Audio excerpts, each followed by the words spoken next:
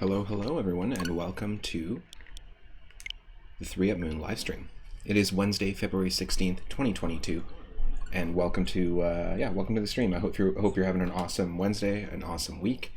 Wednesday is my Saturday, is my weekend, Wednesday and Thursday. So often I stream at 6 p.m. Pacific onward, but we've been streaming all day. We streamed some Pokemon Legends Arceus, and we got, it was funny, our main goal was to go help Ursaluna, if you're watching the previous stream, and we didn't even get there. That game really, it's so easy to get distracted along the way in the missions.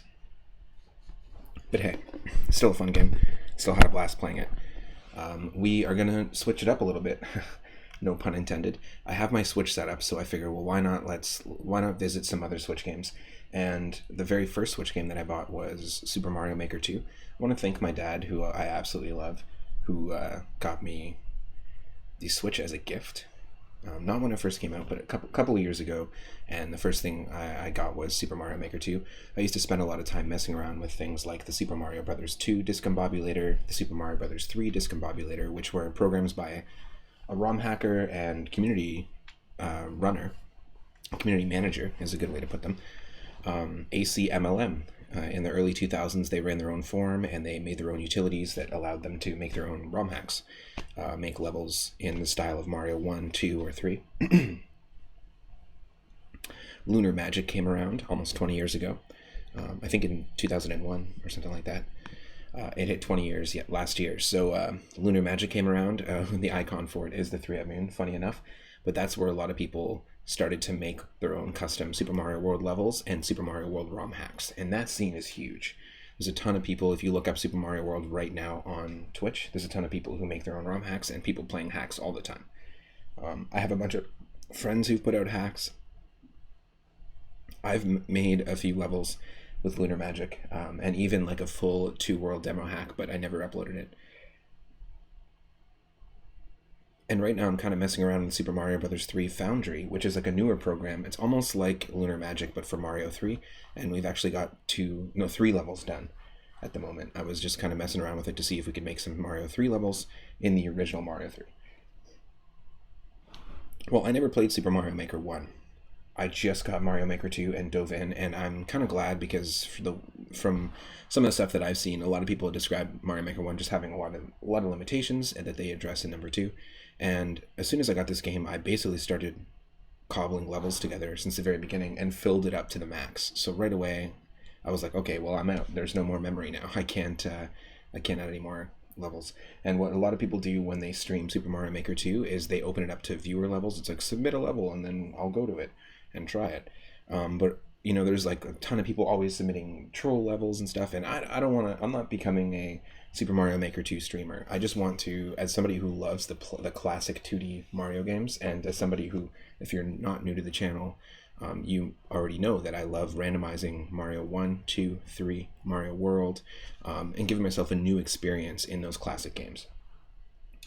We recently, when we hit 700 followers, we attempted the Deathless Warpless Challenge in Mario 3 on All-Stars, and that was very, very challenging. The furthest we got was like World 3, 1. We'll probably do that again at some point. Attempt that same challenge. But yeah, this, the reason why I like this game is mainly because of its variety. And so what we're going to do is just a casual, just change of pace from Pokemon Legends Arceus. And we're going to try Super Mario Maker 2. You should be able to see it. You should be able to hear it. And I don't want it to be loud, right? So please let me know if it is too loud. I'm hoping that's not too loud. You let me know. And it might look like it's lagging, but now the lag will disappear. Oh, I haven't played this in so long.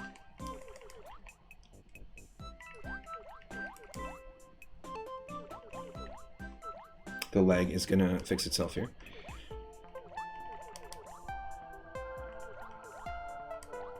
Yeah, this game is almost 3 years old.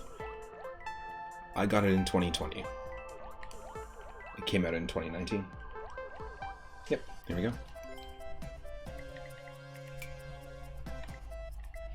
Just gonna do a test. Yeah, the volume's good. Yeah, we're just going to dive into the course world. I'm going to try out my course world. I do have some levels that aren't in the course world. Ooh, I haven't played this in so long, so yeah, of course. Excuse me. Of course, I've got tons of notifications here. Lots of people playing our levels, always, even to this day.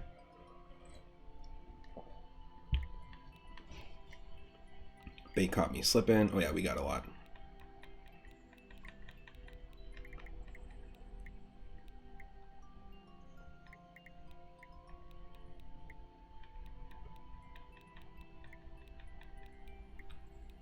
Yeah, back to November. Lots of courses are being played. Check it out. Oh, lots of my courses? Yeah, I guess so. We're known as Basin Spectra here. Let's just take a look. Oh yeah, we do have some like in the 90s. 121. Okay, cool. That's awesome. Yeah, I haven't played this in so long. It says I might have cleared out a few levels because it says I don't have 100 levels. I did have 100 levels at one point. But yeah, let's, I think, how do we do this? Courses? No. Like I said, I haven't played this in so long. Super Worlds?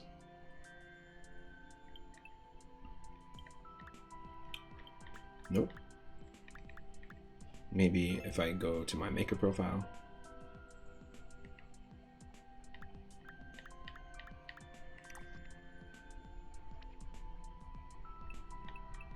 These are worlds I've completed. I'm so lost. It's been a while. Just 1 second here, folks.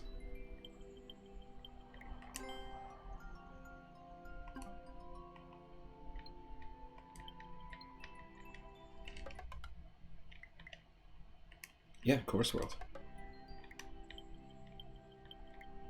Shouldn't I be able to... Oh, I have to go to WorldBot. There we go. Yeah, this is what I'm saying. Like, it has been a while. Oh, do I have two? Well, let's do this one. Yeah, this is, I don't remember these levels. A lot of them are really long as well. So we're just gonna have some fun with it. I've never been able to get this to play and work in real time. I did attempt to stream this once, and it was like super laggy. I love that. I love the twirly frog. Like the frog mascot in the middle. That's hilarious. I don't want to continue though. I want to quit. I want to play from the beginning.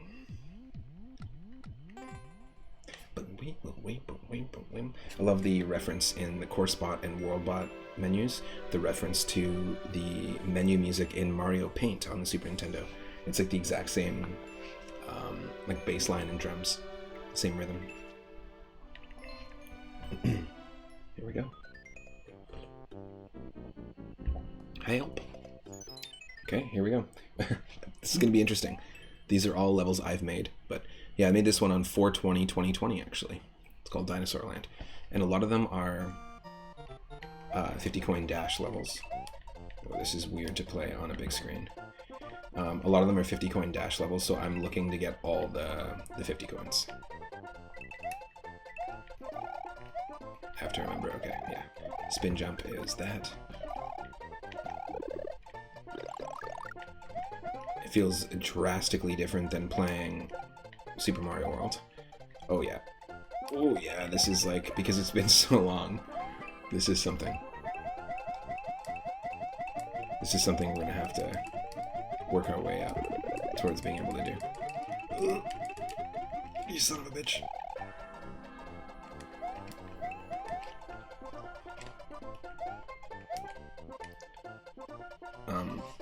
One sec. Okay. Good. The volume's still good.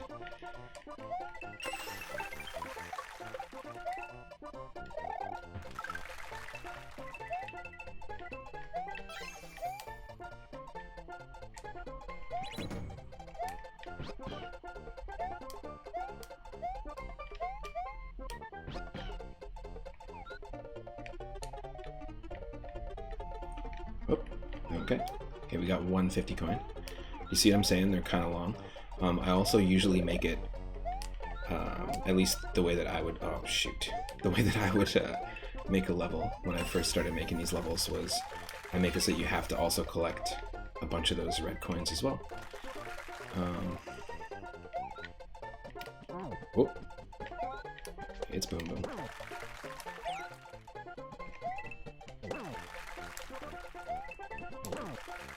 Oh, shoot. I kind of screwed it up. Okay, there's Yoshi. Good. I was smart and gave it back up Yoshi. Oh no. I forgot what the spin jump was. Okay, I think we really did screw it up. We have to start from scratch. That is interesting.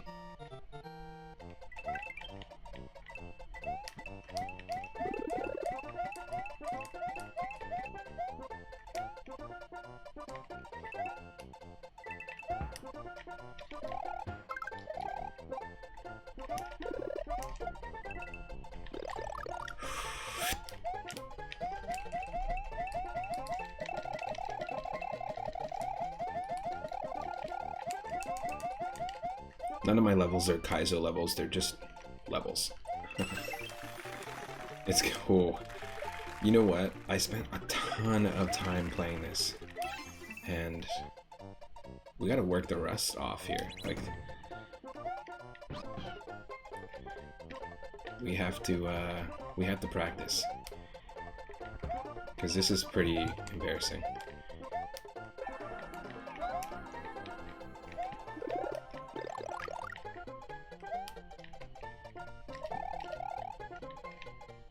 Oh, really?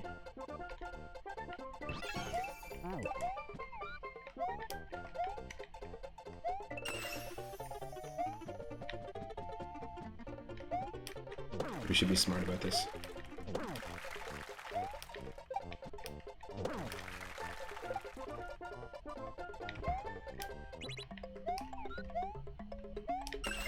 Do it that way.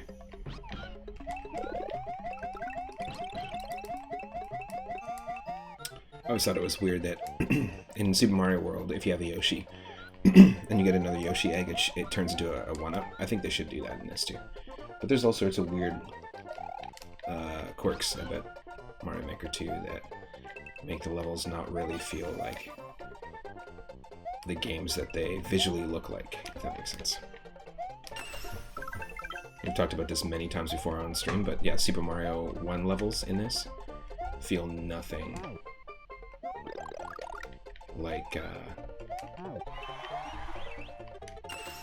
like Mario 1.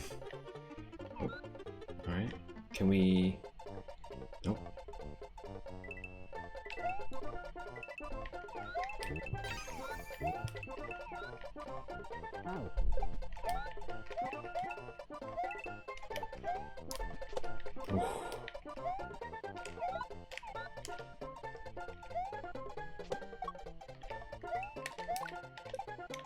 Nope.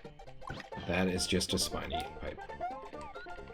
It's funny, it has been a while since I've hit up these levels, so...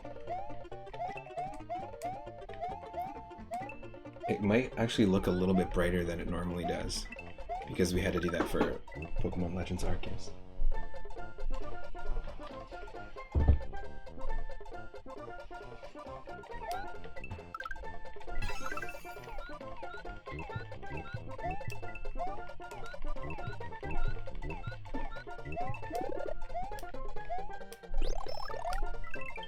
Okay. Alright, I think...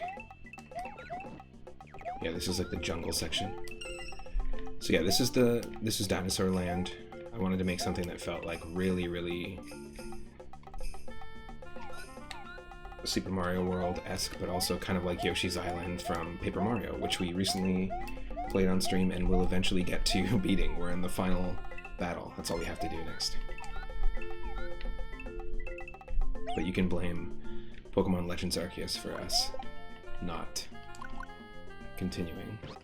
or finishing Paper Mario yet. Yeah. Didn't really want to do that, but there is a way to do that without touching the spikes. Excuse me. There we go. We got them all. Simple. Just get all the 50 coins. They're gonna destroy each other.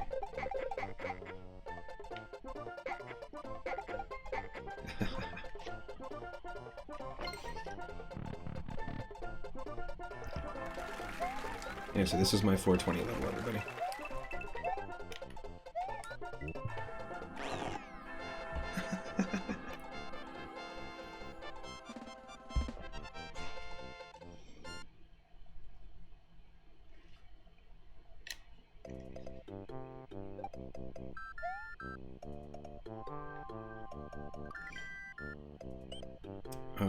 It's a mini game.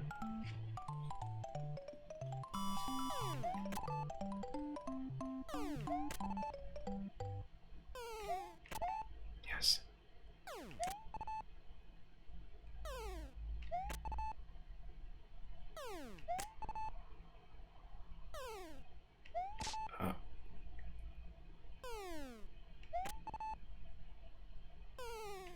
Oh, shoot.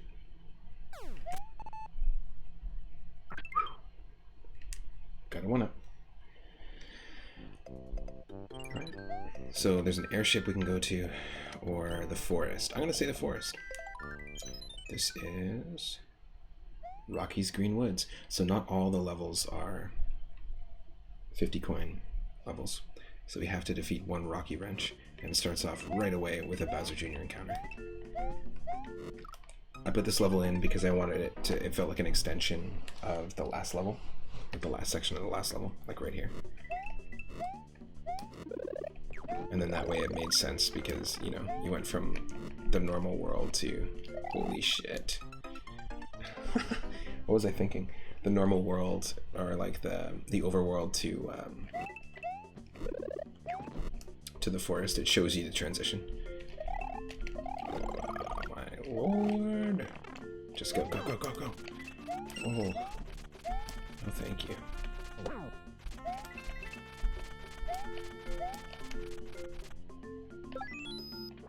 He jumped right into it.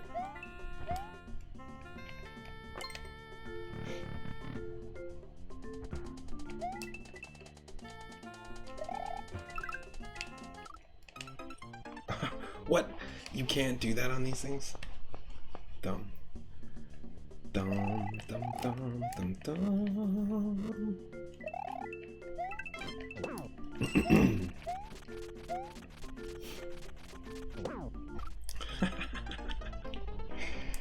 Don't let me get a game over on my own levels. Come on. It's been a while. It truly has been.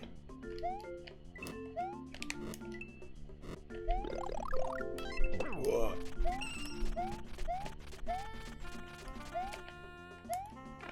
Oh, son of a... Yeah, I know. That's not a good. We needed those one-ups. Or the one-up that we got.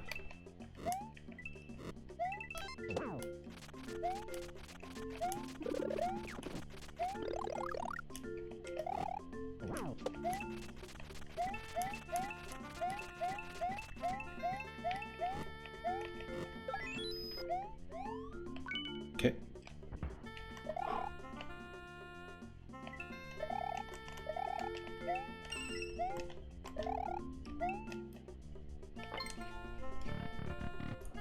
Let me Koopa.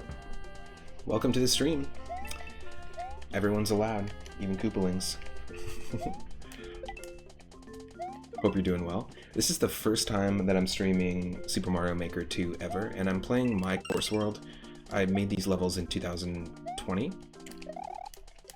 and oh my. And I suck at it. Obviously, I haven't played this game in a long time. I just got my Switch set up for streaming, and I've been hooked on Pokemon Legends Arceus, but I play a lot of ROM hacks, a lot of randomizers of classic 2D Mario games. Obviously, I love Super Mario World and Super Mario Bros. 3, just from the name. Hope you're having a good Wednesday. This is level 2 of my course world. And if anyone wants to check out my course world, I have no idea how to search people in Mario Maker 2, but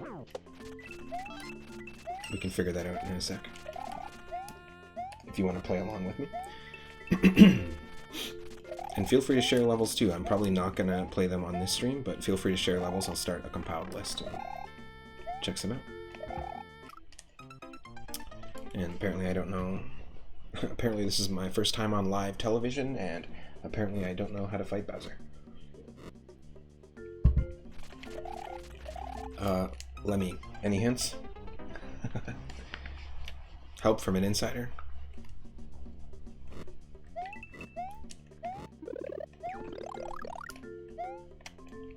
If you wanna gamble, then Mario's your game.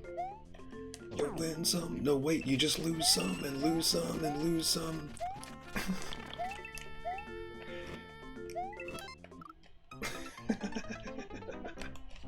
God.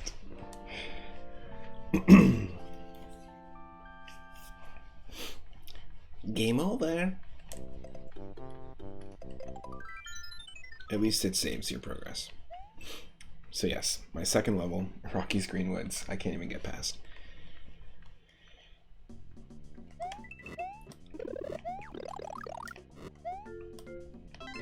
Who?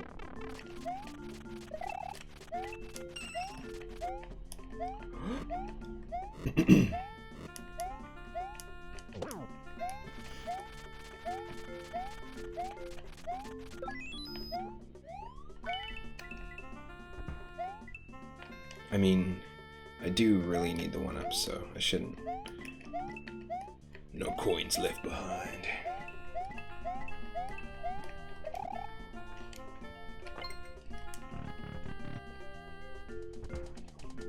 Before we start, just gonna do something. I have to just plug in my laptop, so it'll just be a moment.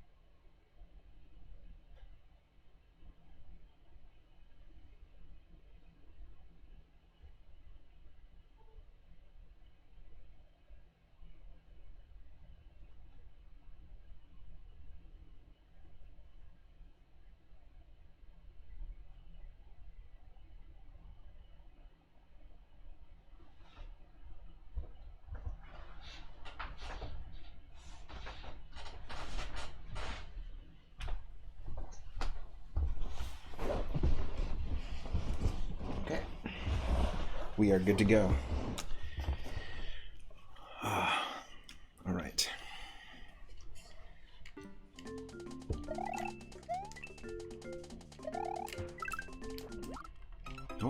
that's terrible. We can't fall. And there's a 1-up at the very upper section up there. That's funny.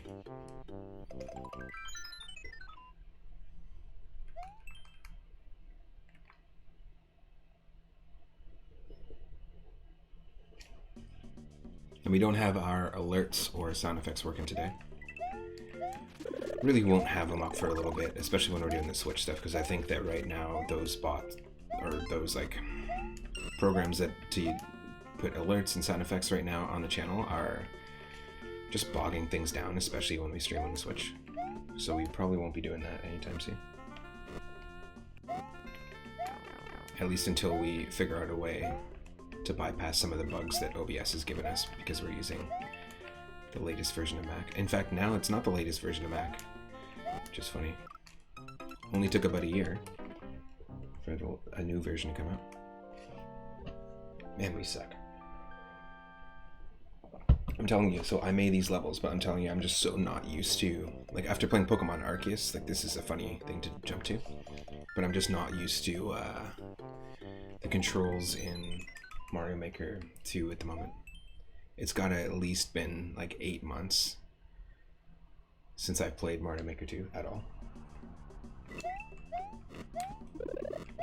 I feel like I'm getting the hang of it, but we can't just get the hang of it, we gotta figure this out.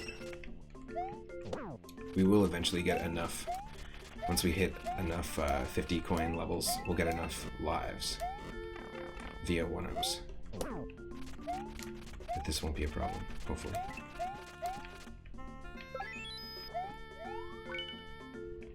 Okay.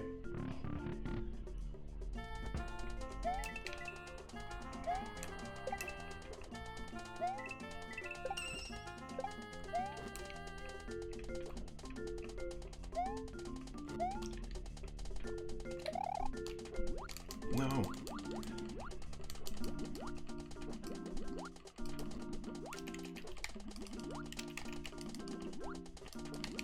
No, there's no way. There's no way. That was bullshit. Man, I suck at this. I'm actually gonna try something. I have... Oops. Another controller option. What if we... Controller... What if we change grip and order? And what if we...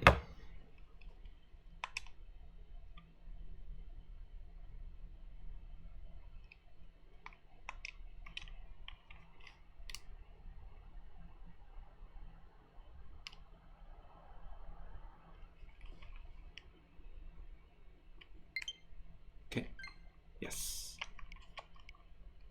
Got it. Okay, we're going to be playing on this, on the 8-bit Do controller. I'm going to play on the Super Nintendo controller and see if that's a little bit better. See if that feels better.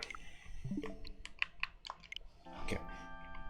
I have two 8-bit Do controllers. I've got the Super Famicom and the Super Nintendo one. Today we're using the Super Nintendo one, the North American one. I highly recommend checking them out. I'm not a sponsor, or they are not a sponsor of the channel. I'm definitely not a sponsor. Oh god, it's all... Okay, it might be better, but damn, the rumble is just like crazy on this controller. I wonder if I can. Like, getting a coin rumbles. I wonder if I can't turn that off, just temporarily.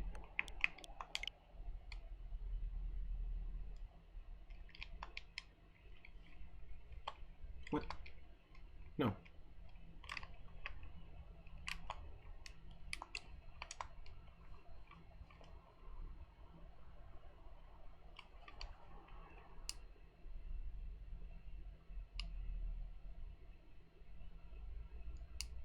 One sec.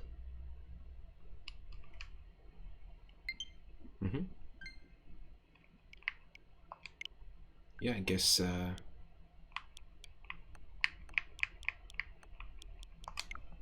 that's it. Is there some sort of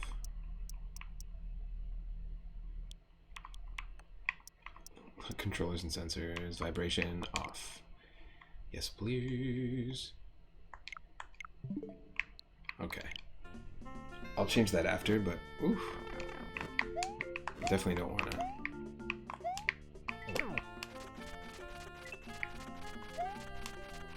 Yeah, this is so weird.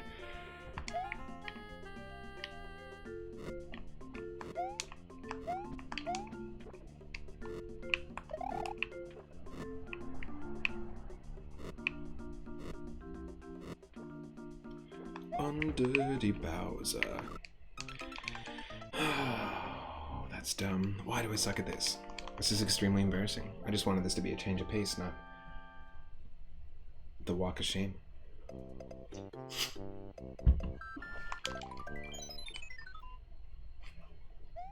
I mean, did I say I made these levels? I'm pretty sure someone else made these levels. It wasn't me. It wasn't me.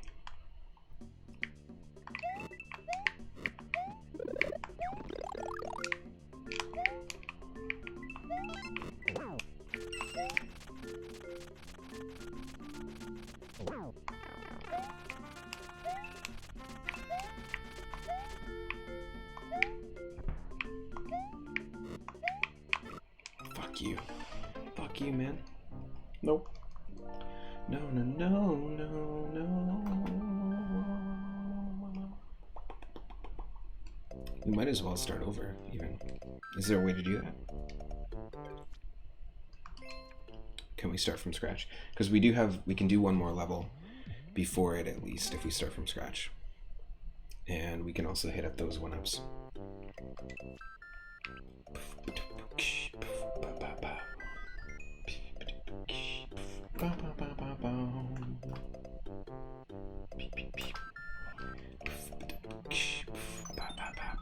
And yeah, I made it so you start with only 1 life, but that's because you get so many lives. Here we go. So this is our first 50 coin dash level again that I made on April 20th, 2020.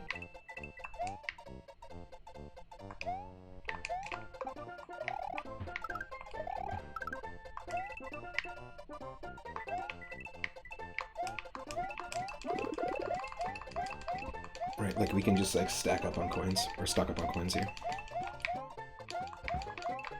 We can also stack up on coins, I guess, if you want to.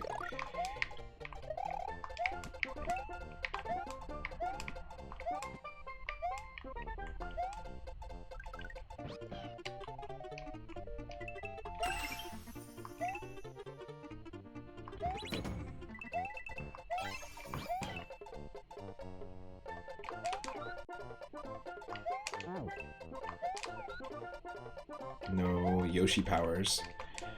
Oh, okay, well, bye Yoshi. No Yoshi powers when it comes to eating Koopa shells in this. We killed the Holy Bonsai Bill. Just bopped him.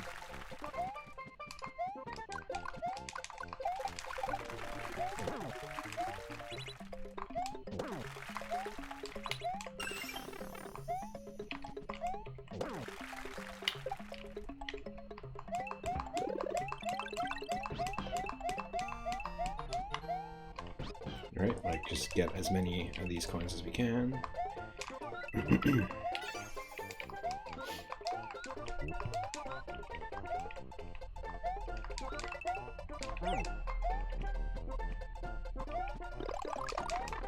Shit. Shit, Josh. No.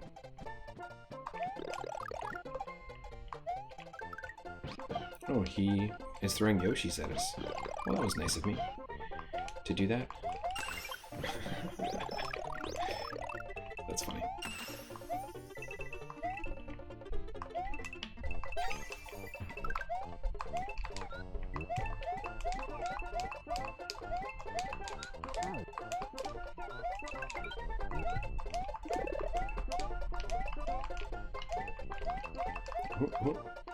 Just want as many coins as possible here.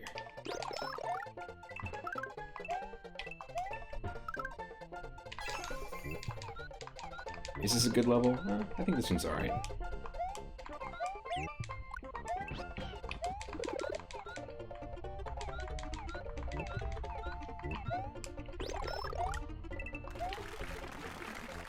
Right, and then we go from there.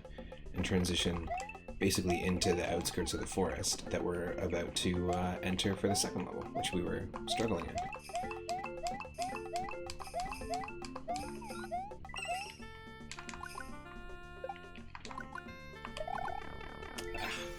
Supposed to be able to do that. I don't think he can carry Yoshi over to the next level, so I might as well just leave him.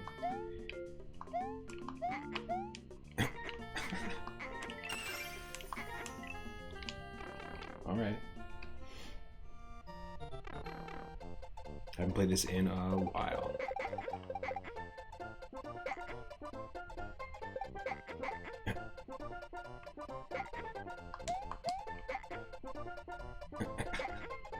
They're just gonna miss each other forever.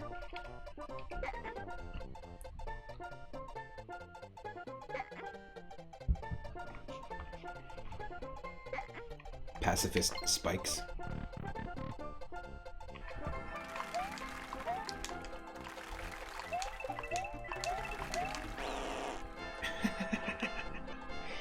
That was my 420 level. That was my April 20th, 2020. See, that's better. At least we start with, we've got 80 coins and we have 6 lives. So at least it's a better start to head into the Rockies Woods. But first let's do this and not fuck up. This reminds me of a WarioWare minigame.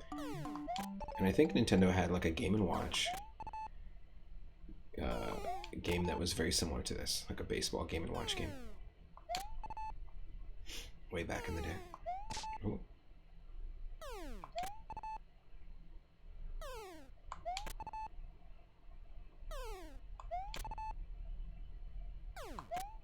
Oh yeah. 3-up. There's our first 3-up moment of the stream, folks. Drop the 3-up emote if you got it. Drop the 3-up moon emote if you have it. If you have moonstones, you can unlock the emote, and that's a true 3-up moment. We had a few sort of subjective 3-up moments in Pokemon Legends Arceus, but there aren't lives in that game. But anytime you get 3 lives in a bonus game and 1 single level in any game, really, it's a 3-up moment. Okay, here we go. We have to do this again. Yeah, you can't carry power-ups over, but that's okay.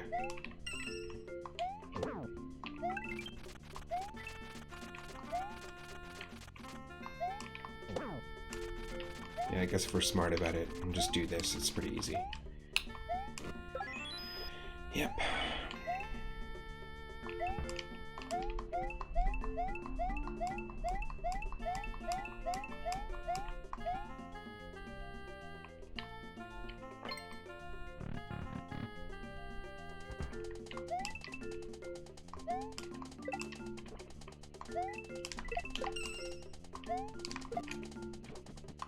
Up there. I don't know how we would get up there.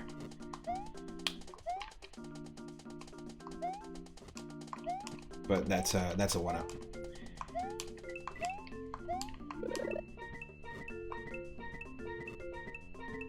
That's definitely a 1-up.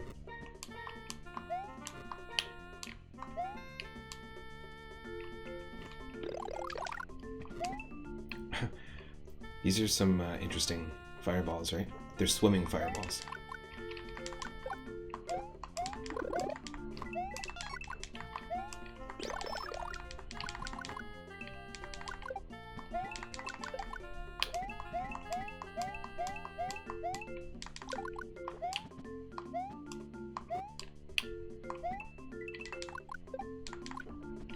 Just gotta watch out for these falling gooms. Isn't that what they're called? Gooms? Gooms? Or is that what the Wario Land enemies are called?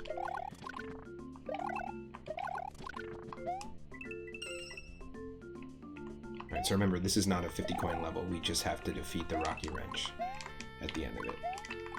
So I don't know, I think this is kind of a cool level. It's just the beginning with Bowser Jr. This is one of the earliest levels that I made when I first got the game.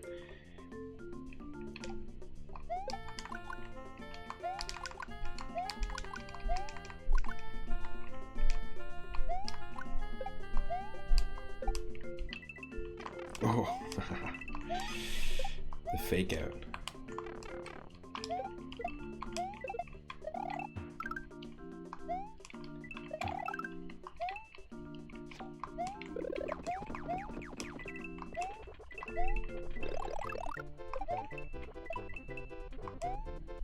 The fake out.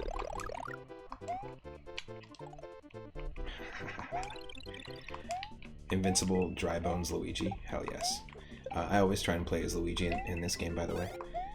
But we'll try endless mode, and once I can work the rust off with my Mario Maker 2 skills, because I think we're getting a little bit better now. There's another 1-up. I actually have 3 1-ups available in this specific level. There's another secret one, but I can't remember where I put it. I told you I haven't played this one in a long time. It's been months.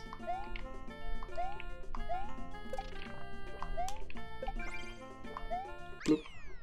There we go. Not nearly as hard as the boss right at the beginning. And look at our score, 102,420. There you go. There you go. Okay. Another chance at a few 1-ups. Maybe we can get a 3-up? Who knows? I feel like this one is really hard to predict. The one in, like, the matching game in Super Mario Bros. 3, where that comes from, is much easier to predict. It's a lot harder to get it right in this, in my opinion.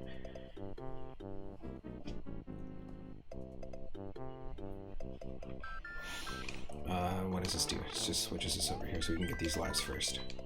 So I have a way to skip this level. That might not be a good sign.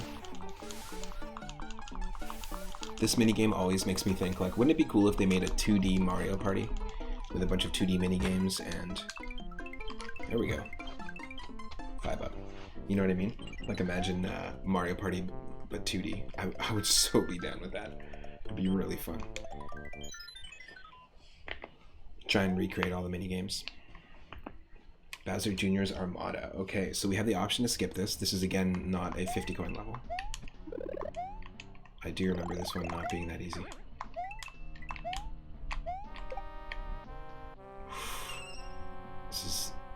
It was a 30, a 10, and a 50 up there, so I'm glad we got the 50. You can easily miss out on that. See, I remember some of these levels. Oh, not him again. It's like you fight him in the forest, and then the reason why he's in the forest is because his ship is right here. So I was trying to create some sort of story.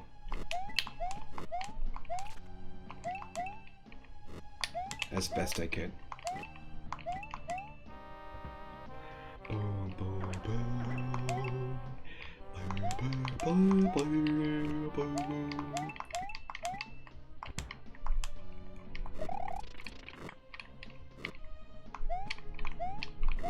It's actually really tough to take on Bowser in this arena. There's a lot of stuff in the way. Yep. We did it. Let's keep going. And please let me know if I need to adjust audio at any time.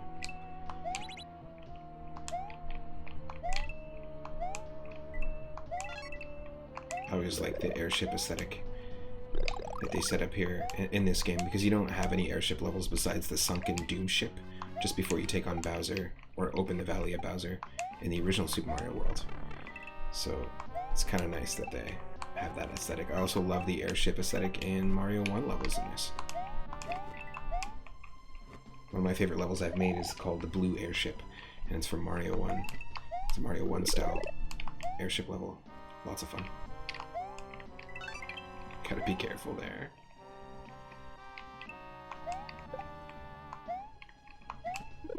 Oh, shit.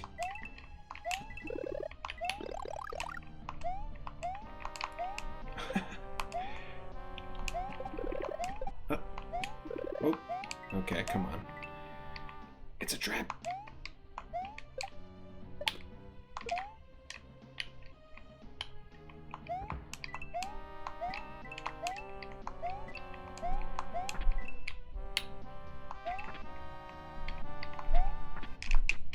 Hold on.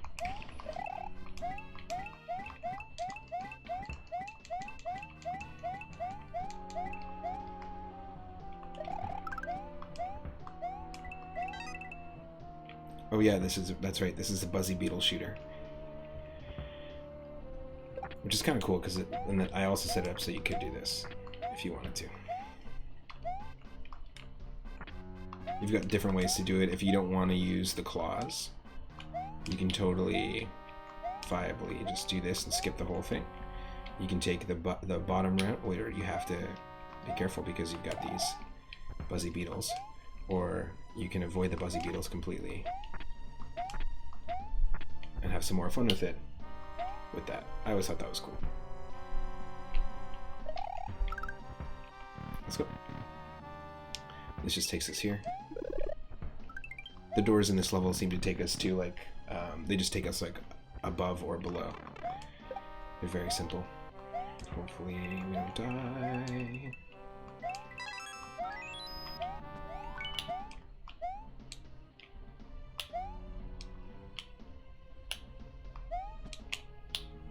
I think there's a way.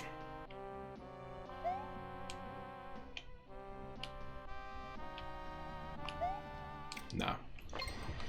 Might not be able to get up there. Those might be decoy coins. Decoins. Decoins. Cannot get decoins. So there's like a little bit, somewhat of a story going on. Where does it continue? Let's see. The risky riverbed right after that. Okay, we have to get all 550 coins. So we're still in the sort of woods-like area.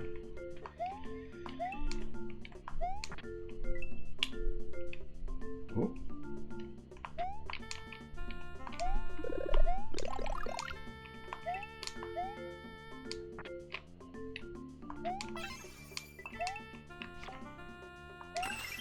Okay, there's one of them.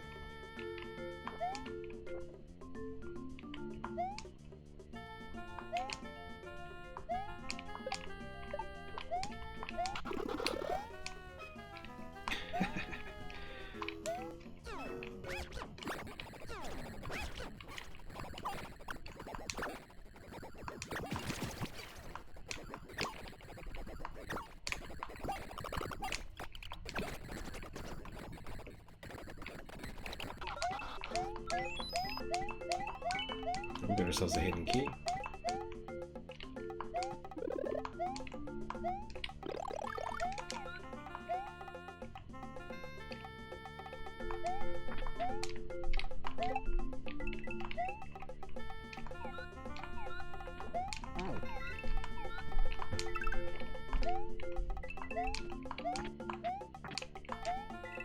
Oh yeah, I remember this.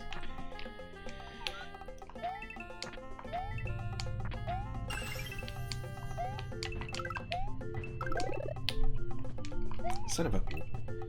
Oh, thank you.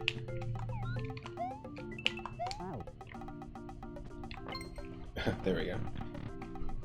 Sorry if you're hearing like a car outside. Gotta watch out for the thwomps. So I kind of trick you where one of them is like super fast.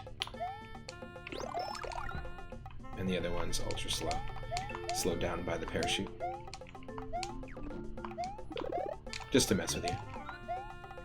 For timing. Oh, shit. Forgot about those. That's because I forgot about stags. Stalactites and stalagmites. Stagsicles.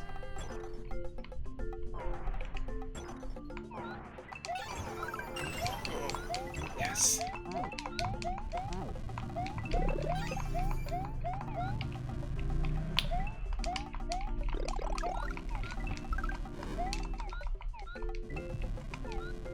Oh, what?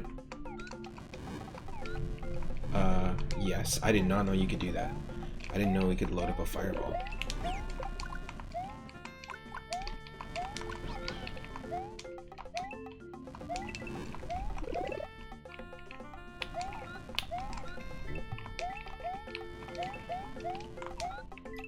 collect as many coins as we can.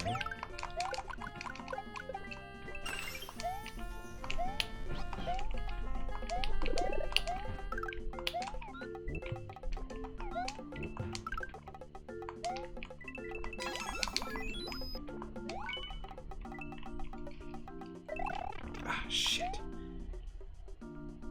You want to be right in the middle, so you don't have to do any crazy maneuvering, because if you don't, if you move to the left and right there, you're gonna risk it.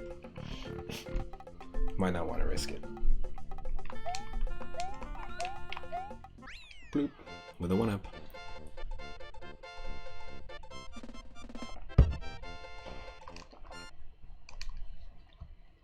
Awesome. One of the things that I like about this, I mean, it's super rudimentary. I'd love to see a Super Mario Maker 3 in the future or something like this, where you could build a little bit more in-depth overworld maps. But it's still really fun. One of the things I like about it is that you can carry over like 1-ups and stuff. It would be kind of cool to be able to allow people to have like a toggle, like a switch. You could turn it on and it could be like carry over Yoshi in power-ups or don't carry over Yoshi in power-ups. Do you know what I mean? Like if you end the level as like Fire Luigi with Yoshi. It would be cool to have like the ability to like make a course world. I always like that. It's kind of scary too because it's coming right at us, but I set it up so it just does this. Also, what's interesting about this is that we have ourselves another airship level. So is this Bowser's airship? Is this... We had Bowser Jr.'s Armada, so what I was trying to imply is that this is essentially part of Bowser's airship. Like, it is a castle, but this is... there is a castle, but this is above the castle, very much like Super Mario Bros. 3. How when you end a world, you've got the castle on the world map, but then when you go there, you realize, oh shit, I have to fight one of the Koopalings in the airship and get the Koopa one back. I wanted to kind of do something similar to that. And this is an early level for me. Like when I first got the game, this is one of the earlier levels that I set up.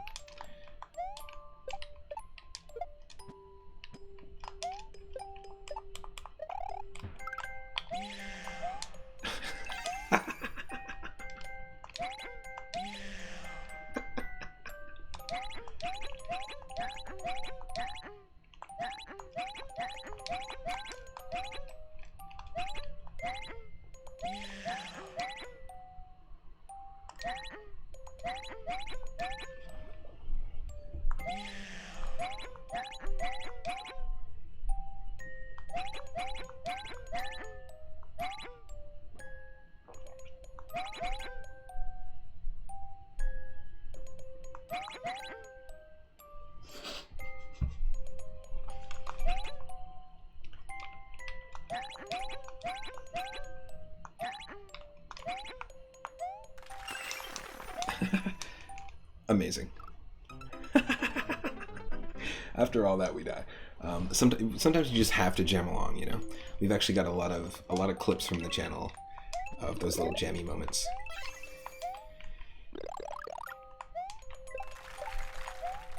So the only way you can get the key is by killing the Koopa. So you have to kind of use the shell or spin jump on it.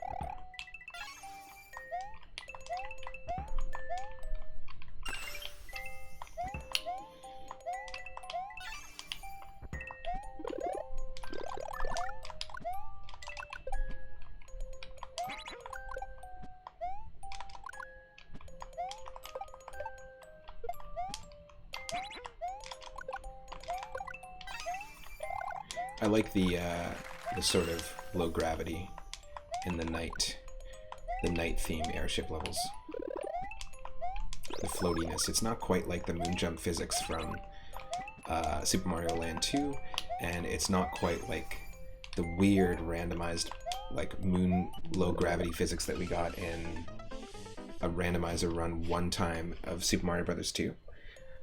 Well, basically, when I randomize Super Mario Bros. 2, it'll often shuffle the attributes and the stats of the characters. So we've played as Mario, like Mario had Peach's float, and then Luigi had like a totally different type of float.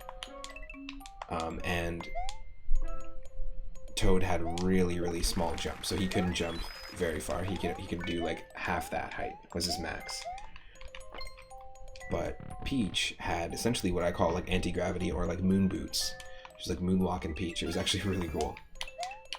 She was floaty in her own sense, but in a completely different way, and I thought that was really awesome. And usually it's quite subtle, so you don't notice too many differences when you mess around with the Super Mario Bros. 2 randomizer. And I highly recommend checking it out if anyone's interested in doing something like that, or revisiting any of the classic Mario games randomized. I know I like talk about it ad nauseum. I used to, but I don't that often anymore. But check out the big list of game randomizers, because you'll be able to find a ton of games that you can randomize there, and that's where I do the Mario 1 randomizer and Mario 2 randomizer from. So if you're interested in that, check that out. They're different tools. They're made by different people. Oh, fuck that. Fuck that. It's the floatiness. Ooh, Two Man Plays hanging out. Let's do a shout out for Two Man Plays. Thank you so much. Thanks for hanging out. Grand Theft Auto 3, hell yeah. So I often talk about how for Christmas, back in the day, the year that Wind Waker came out, I'm not sure what year that was the same year that Metroid Prime came out on the GameCube. And I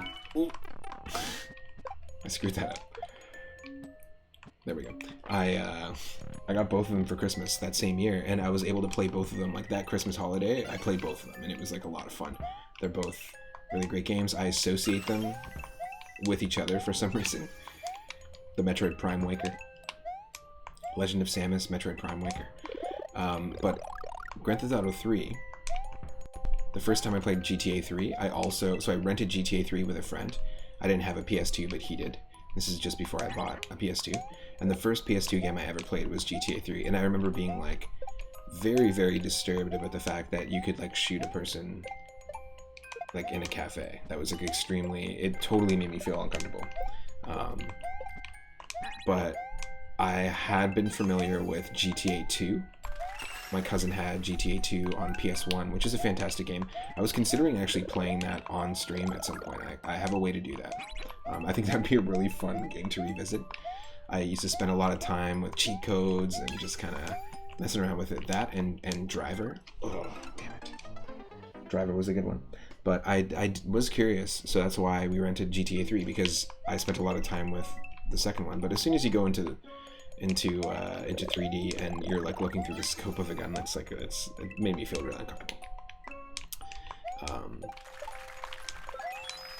And we also rented Final Fantasy X the same time. So to me, like the main character of GTA 3 and Waka and Titus, they all blend together. Final Fantasy X and Grand Theft Auto 3, which is hilarious. Grand Theft Fantasy 13.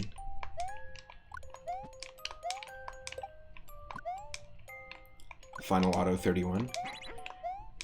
I just associate the games, even though there's nothing. There's no real connection.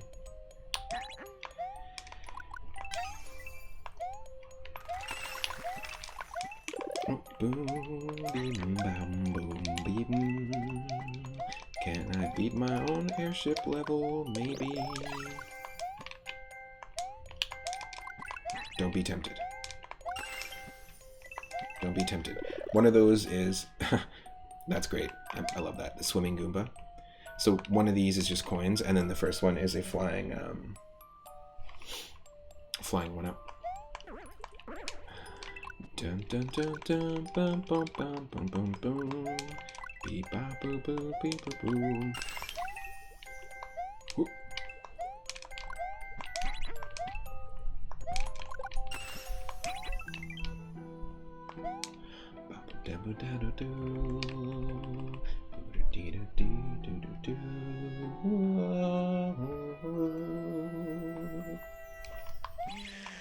Yeah.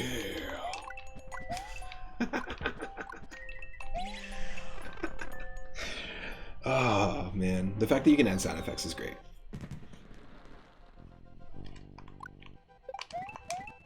Okay, so we've passed the airship, and now obviously the airship has taken us to some sort of fortress. Is it Bowser's Fortress? I don't know. We took on Bowser Jr. once. I don't know. I tried to make some story with these levels. I didn't make them in this order, but I definitely went in and edited them when I was working on the course world, and added sections to tie them together.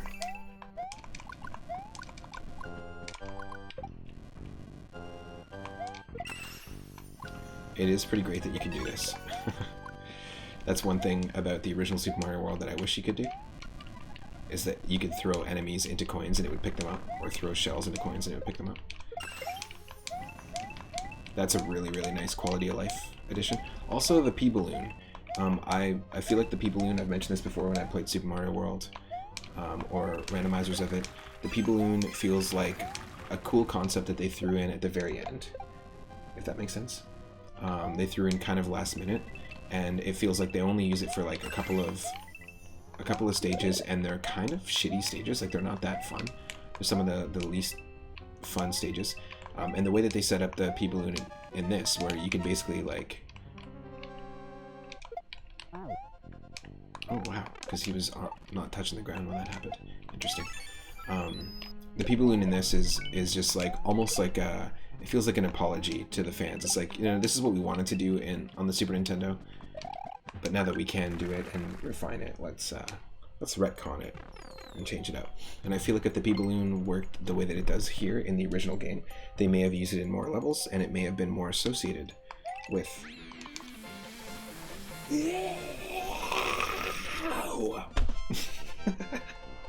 Would have been more associated with Super Mario World, like the cape, like Yoshi.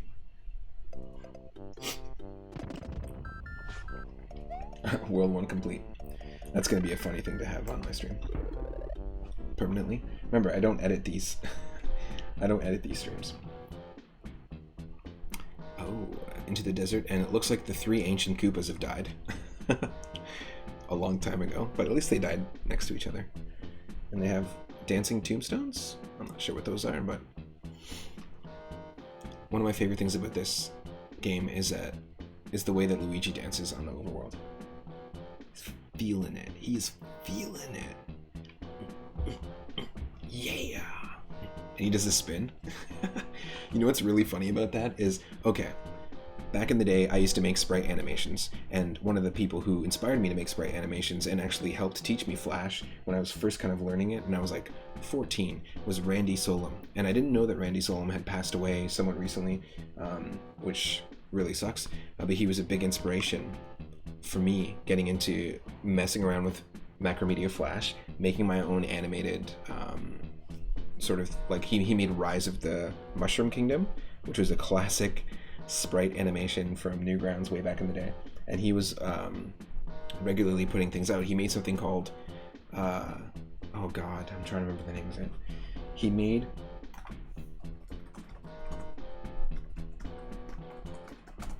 He had a website, and he made he passed away in 2012. He passed away 10 years ago. I had no idea that this was a thing. And I didn't realize that also he passed away the same year that my good friend Ed Gould from Ed's World passed away. And Ed and I animated together as well. If it wasn't for Randy Solom, I wouldn't have met Ed Gould. And we made a Newgrounds themed Christmas animated special, almost in the vein of like the Mr. Grinch. The whole How the Grinch Stole Christmas. And Ed and I used to animate when he was in the hospital. Actually, he was very, very sick, and he was in a really bad state. But he was still animating every day, and we animated something. We animated that. We animated also. I don't know if anyone's ever seen it. The Ed's World video is just like an animated music video to Tribute by Tenacious D, and it's an early Ed's World animation. That was made by me and Ed, by Ed and I. I went by the name Majin Piccolo back in the day, but yeah, Ed's World has since become this sort of like universe, this like animated sort of universe with a bunch of different characters. It's been kept going by a lot of our friends like Paul Tervoord, who's a fantastic animator. But yeah, it's kind of a trip actually. I got into making animations because of Randy Solom. I met my good friend Ed, who also passed away. I didn't realize they passed away the same year. That blows my mind.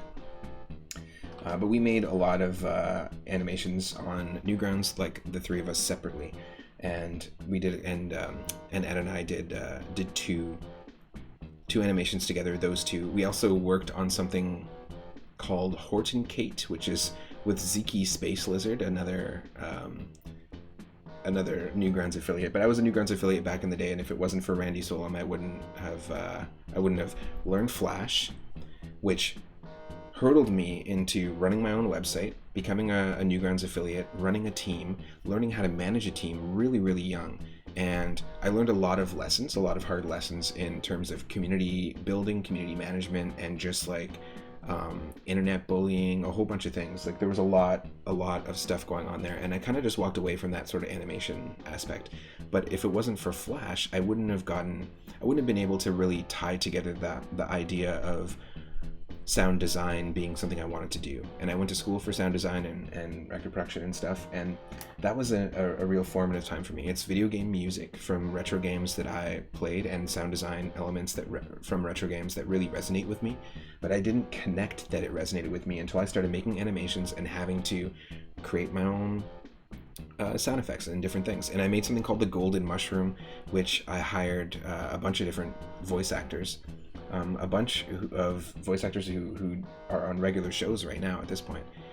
But Ed was one of the voice actors on a bunch of my cartoons. And the evolution of learning how to do sound editing in Flash, and then messing around with my own music in Fruity Loops, and then learning how to do sound editing professionally in school, as well as doing sound design and recording bands and stuff. That steps of progression. Like I wouldn't have done the live music thing. I wouldn't have spent the last 6 years doing live sound. All of this kind of does really stem from that, those early formative moments. And where did this all come from? Why am I talking and waxing nostalgic about all this stuff? Well, two good friends passed away, and I didn't know one of them passed away, and I hadn't talked to them for so long. 10 years ago.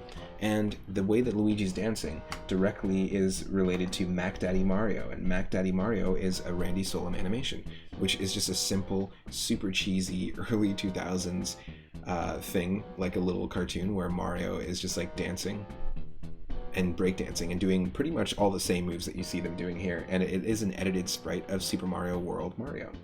Well, in tribute to that, I made something called Work It with Wario, and I made my own Wario sprites, custom Wario sprites with some friends, in the style of Super Mario World, and there's breakdancing and Waluigi's in it, in the style of Super Mario World. It's absolutely ridiculous. I'm not going to share my animations because, one, I don't think that Flash is supported these days, so I don't know if you're able to find all of them, but if you're really interested and you want to check them out, feel free to DM me and I will message it to you privately. So anyways, that was a nostalgia trip because Nintendo is like almost referencing that little piece of my history there. It's really cool with the dance moves. Anyways, now we're on to Dry Desert, and I think that this whole world is Super Mario Bros. 3 based. I'm pretty sure I made the first one all Mario World levels. This is indicating that that's going to be fire too if we hit it. See? But yeah, good times messing around with Flash and really learning like the basics of sound editing through my interest and love of animation in video games. And you know, I didn't really realize how intertwined those things were at the time.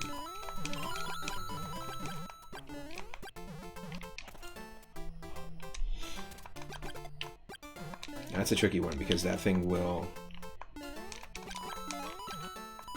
attack you pretty quickly. Ooh.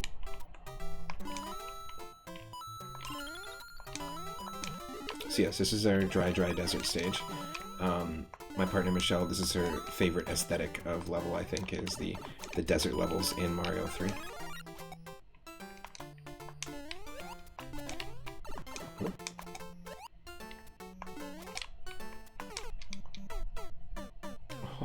40 lives though. See, this is what I was talking about. We've already got to the point where we've just got a lot of lives, so we won't run out of them now. That's why I wanted to start it with 1, to at least have some sort of like difficulty curve that if you can get past the first, like if this happens to be the first course world that you play in Mario Maker, it's doable. That was my idea. Not that this ever would be somebody's first course, but who knows? Or first course world.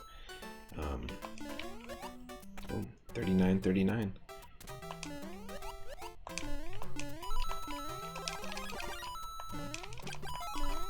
Oh, that happens so often too.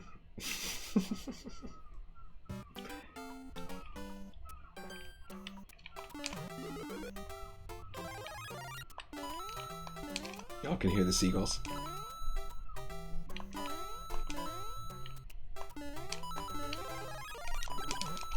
Oh.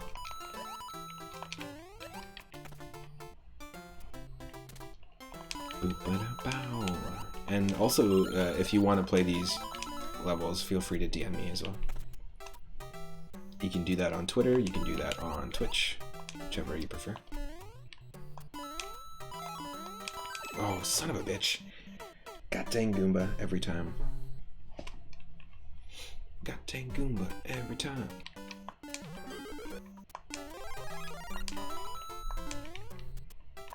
Yeah, really, if you think about it, Audacity, which was a free program,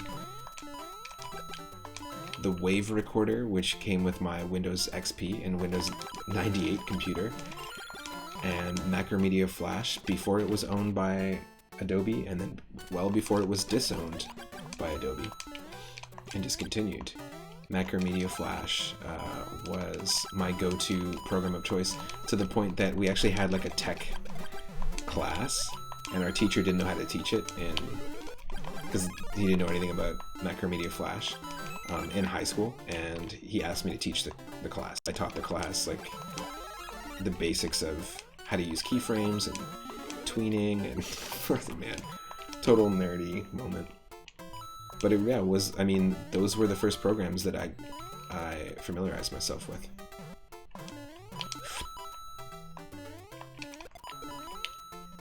Oh no! Why would I troll myself like that? That is an awful section. Keep in mind, like I said, I'm revisiting these after like 8 months.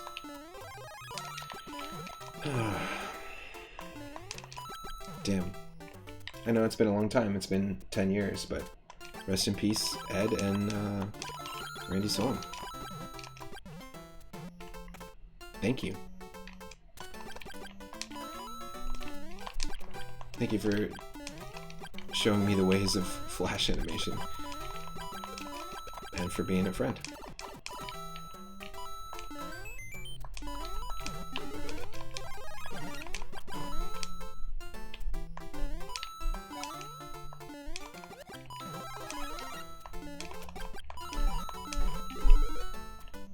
Haha, I like that too. I like that there is an indicator that there'd be a flame if you hit that, but the indicator you can't see. Oh, fuck. That's funny.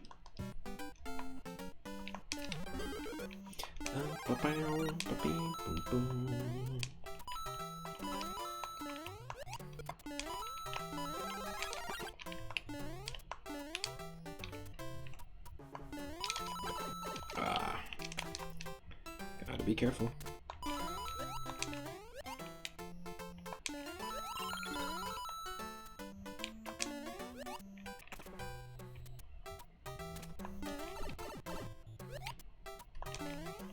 So I tried to make this story continue, like the story does continue from the last world, even though, you know, we were playing Super Mario World levels before, and now we're playing Super Mario Bros. 3 levels. I tried to make the story still be like a through line. So after defeating Bowser Jr.,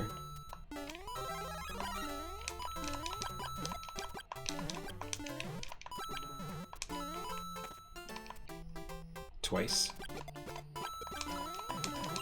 and the Boom Boom that was guarding the, and the Rocky Wrench that was guarding the way.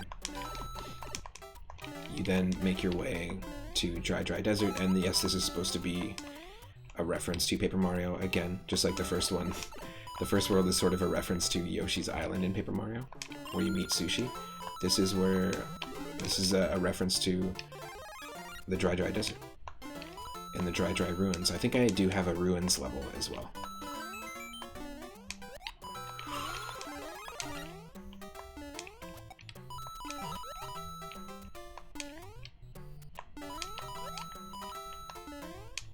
Ooh.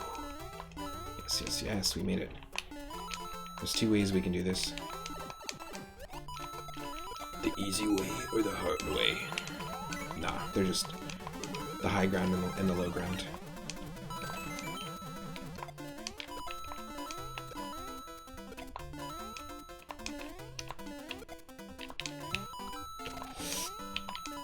Try to get them all. I like the design with all the cactuses in the background here.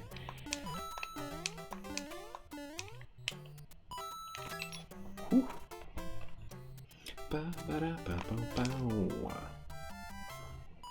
Here we go. Our first Mario 3 level completed.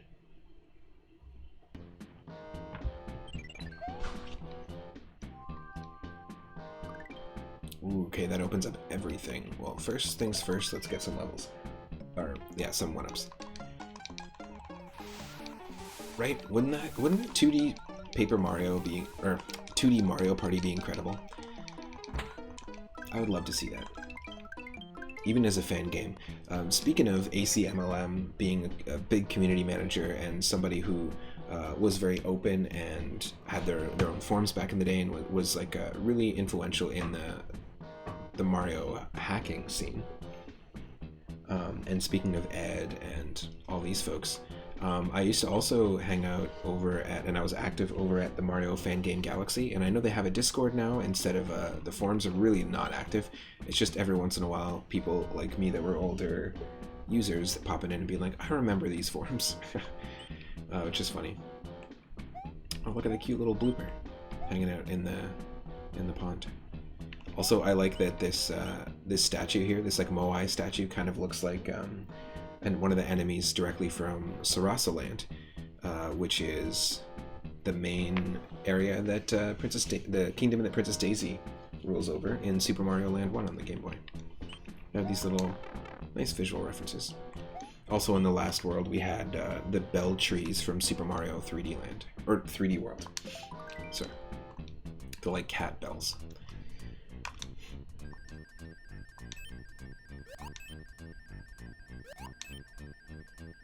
Oh, we got lucky. We got lucky. Heck yeah.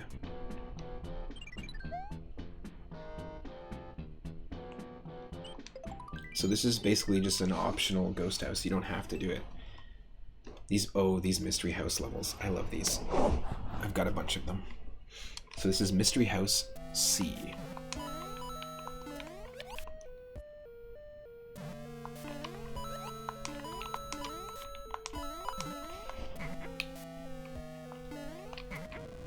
Yeah, I totally forgot about this level, but I also totally remember it at the same time.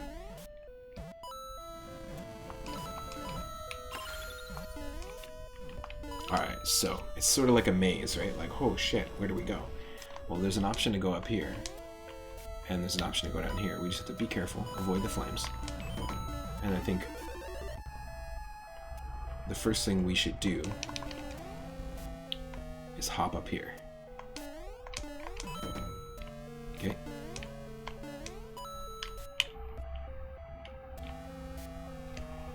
Just one sec.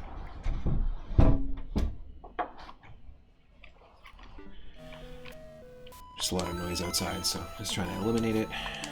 Yeah, you have to be very careful. Be very, very careful. Now, this isn't necessarily the way you have to go. You can take the high road and make your way down here as well. There's a couple of different routes, so you don't have to follow the arrows. We do have to do this, though.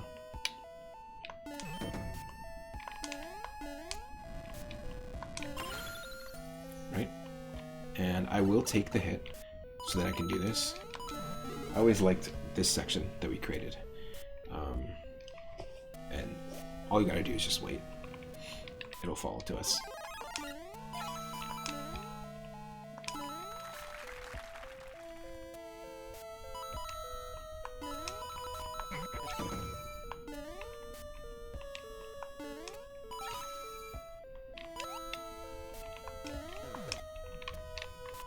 Nope.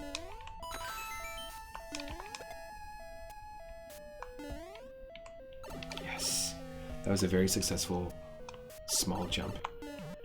So yeah, like I said, this is like, is this connected to the story? No. The mystery houses are just like houses that Luigi can explore.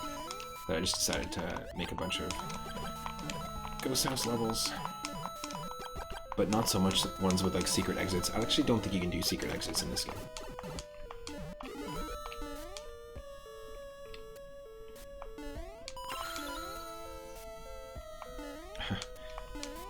The ghosts of fish.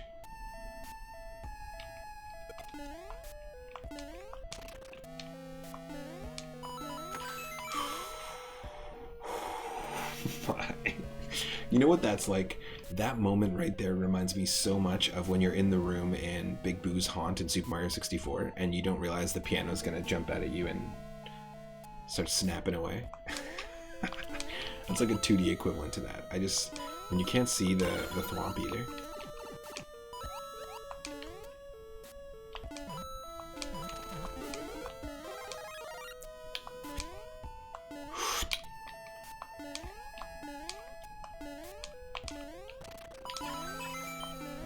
Yes, just avoiding it. So that's a little precarious, this thing here, right? Because if you kind of ride it and it takes you too much to the left, it'll actually shoot you right into a fireball. Oh. Come on, Luigi. Oh yeah. This is one of my favorite ones of the mystery houses, and even though it's not really related to the story, it is somewhere that you can confront Bowser Jr. So Bowser Jr. v. Luigi is sort of like the main through line, at least of the story so far. I would totally play a game where Luigi is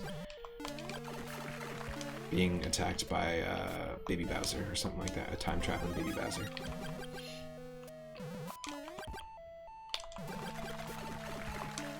Oh shit.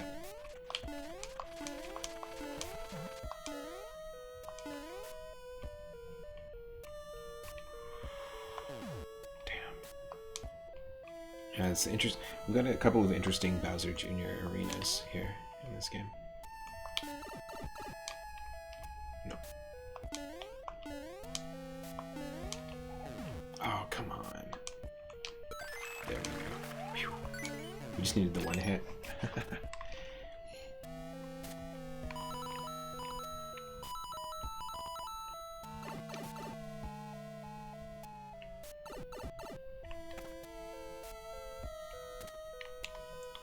Okay, so look at the arrows. The arrows are telling you where these swamps are going to go.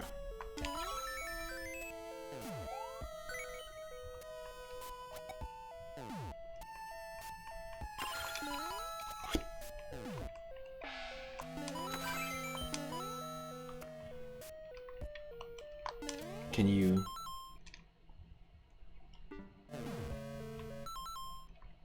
Is there a way to toss the helmet off? No. Okay. Well, if I wanted to, this would have been a mushroom. But instead, we'll take the helmet. Hey, Lababot. Welcome to the stream. Lababo. Well, welcome, and thank you for the recent follow as well. That was a close call with Bowser Jr., definitely.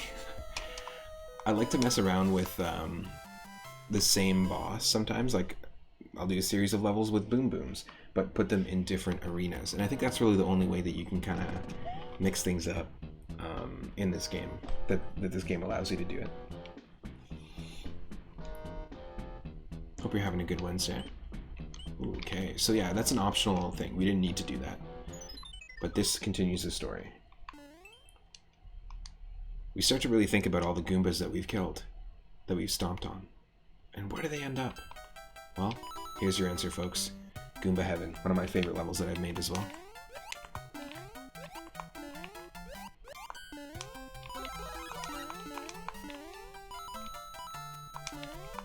Oh, hello there. A little secret one-up action. Oh yeah. Yeah, we gotta be careful. We have killed a lot of Goombas over time. Mario and Luigi. It's been a lot of stomping. So there's there's a ton to deal with here.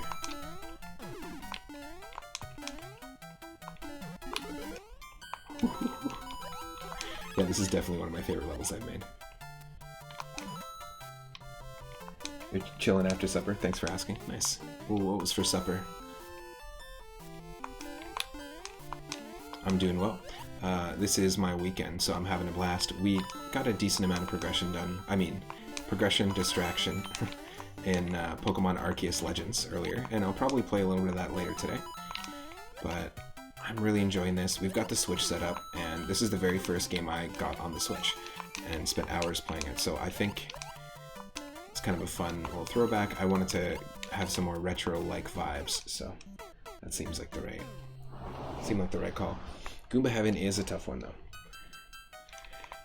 because of the just sheer amount of Goombas that we have to fight. I think I put the max amount of enemies that it would let us.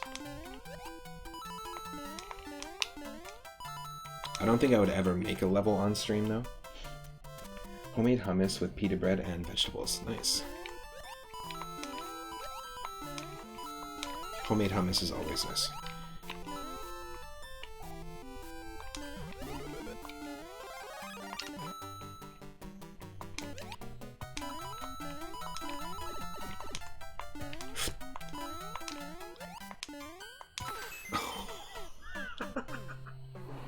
Perfect. Sat on it, and then we even got the confetti, though. At least we got the confetti.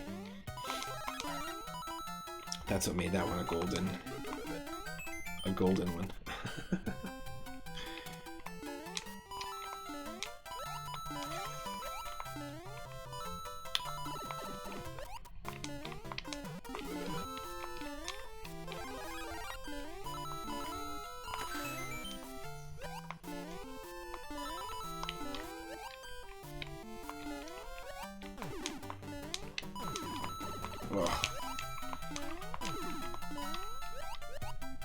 Like, that's what I'm saying. A lot of Goombas. Is it a bullet hell level? Is it? Is this a bullet hell level though? They're not bullets. It's a Goomba hell. So the Goomba Heaven level is a Goomba hell level. There's the irony. That's funny.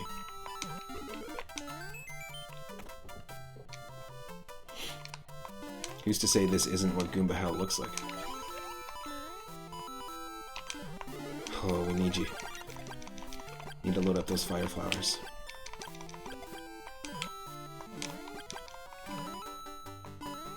There's not even one bullet.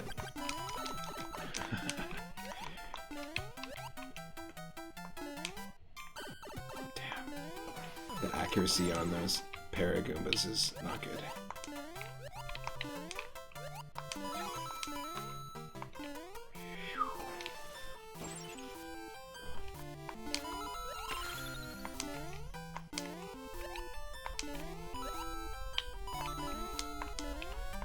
Do that before you hit this big one. Oh god. You know what's crazy about this one is this is a 50 coin. This is actually one of the shorter 50 coin dash levels that I made as part of this course world.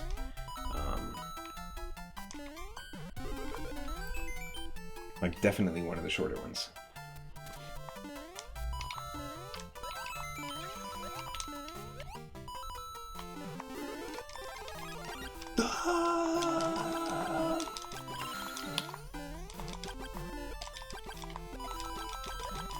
Actually, that's perfect if we use the fire flower.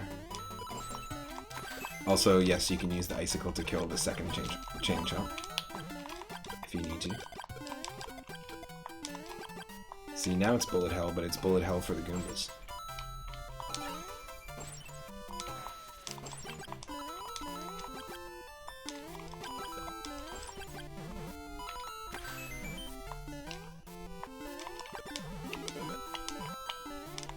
Oh no. Look how many Goombas. So this is where they're coming from, folks. This is like every time Mario and Luigi jumps on a Goomba.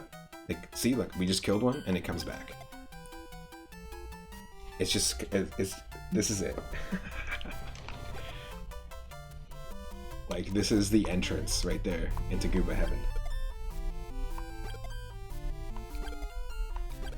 Mario just keeps, like, obviously we're playing as Luigi, but Mario just keeps killing him. Just keeps stomping on him. That's not a fun place to be. Underneath. Also, I like this too. The Para-Goom never leaves. He never makes it easy to jump on him. Goomba Purgatory, exactly.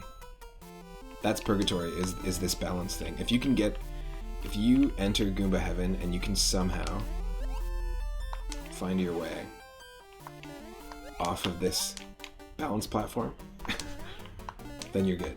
But if you can't, you're in Goomba Purgatory. There you go.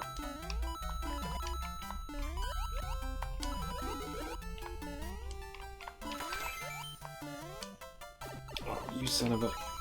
There's another one. Alright, well these ones are also being spawned. This is where the Para-Goombas enter heaven. Or maybe, you know what, maybe this level is both. Yeah, do you see that? I already knew that we were going to get 99 lives, so it's worth it. You can't skip this level, so you automatically get 99 lives. Now we don't really have to worry about lives. But, you know, the levels did have balance up until that point, but that's funny. There's a red pipe where maybe all the Goombas from hell are entering, and then you've got the Goombas in heaven at the end. That's fun. Okay. Keep it going. Is this Bowser Jr. coming back with another airship? Or is this the Bomb Bomb Battlefield, but in the air?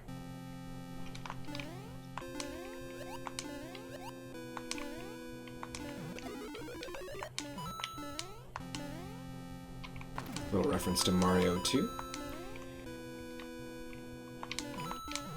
You can easily miss that.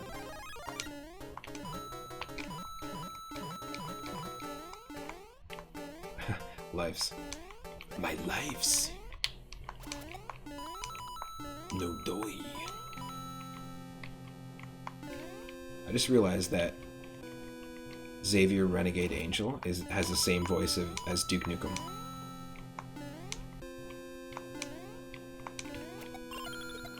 Whoop. Thankfully they're Parathorms. Oh shit, I hate this. This is the only time I did this in any level.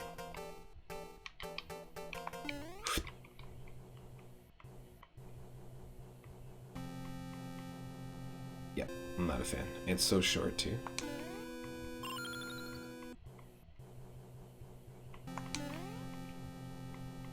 I don't know why I did this. I guess I just wanted to make a section that was like that.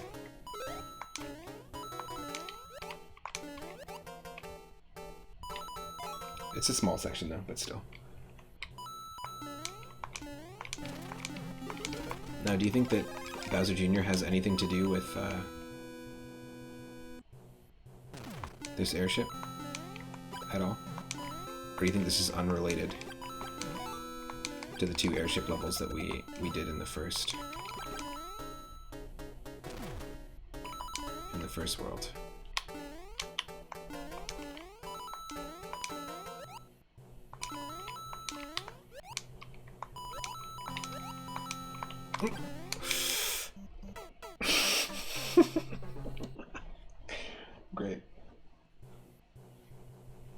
Great. It's just about that time if you're on the Pacific coast, by the way. 420.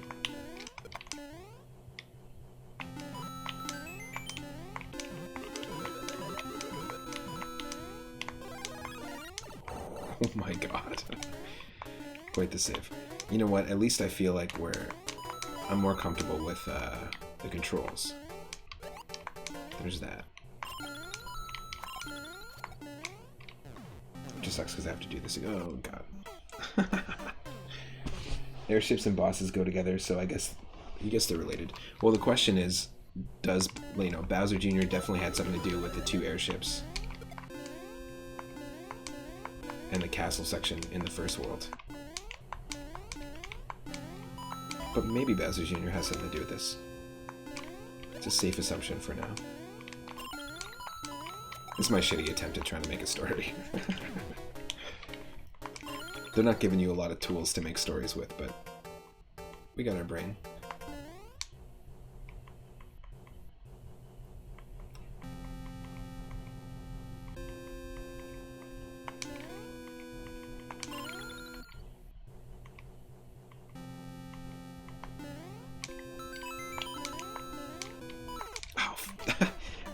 Literally got kicked in the ass. 420, baby. It's 7:30 where you are. Nice. On the East Coast. Right on. Ooh.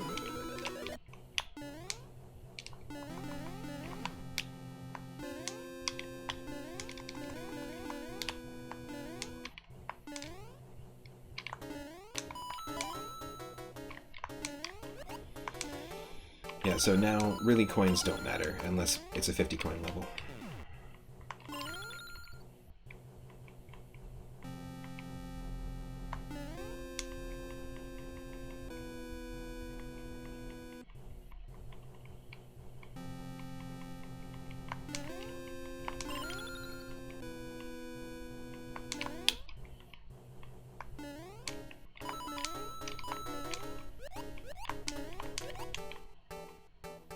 The only coins that matter are these ones.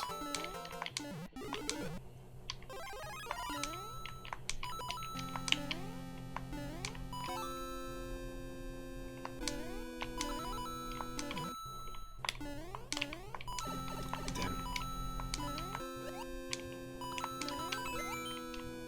Okay, ready?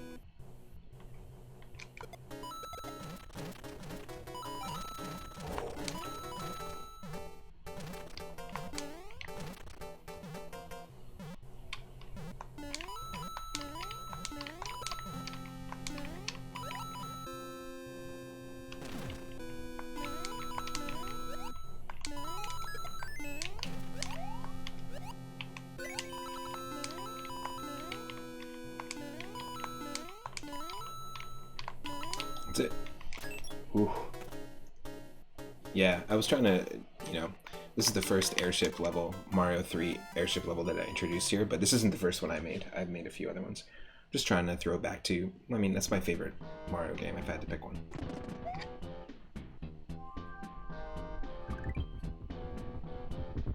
And this whole world is made up of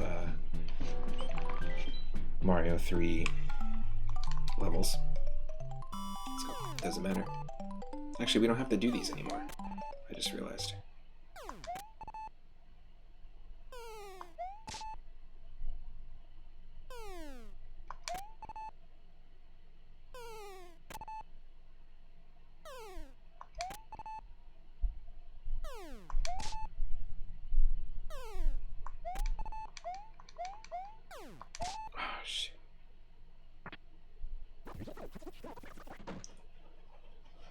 Nice little reference to Mario Maker 1, where you actually could play. Sometimes you'd get like a tall, skinny mushroom, and you could play as that weird, scraggly, tall Mario. The slender Mario, I guess is the best way to put it.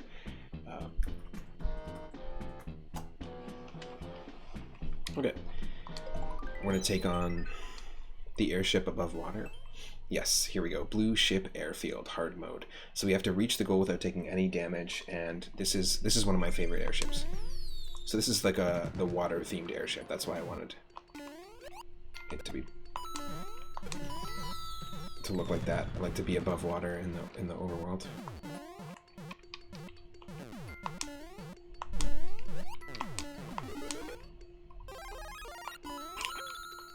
Can't take any damage. That's all we gotta do, is avoid damage. These minigames remind you of Kirby? Totally. I think that also, like, Nintendo had, like, a Game & Watch series game that was very similar to that, and also some of the minigames are very similar to, like, WarioWare minigames, if you played WarioWare on the Game Boy Advance.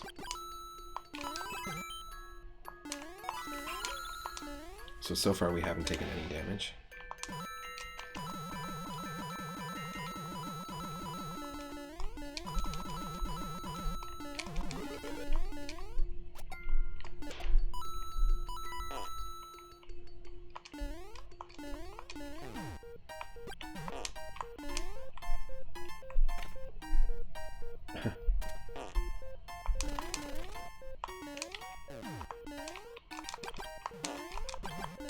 Because it's the Blue Airship, we've got some bloopers. Oh shoot. This is not... okay. We have to do this carefully.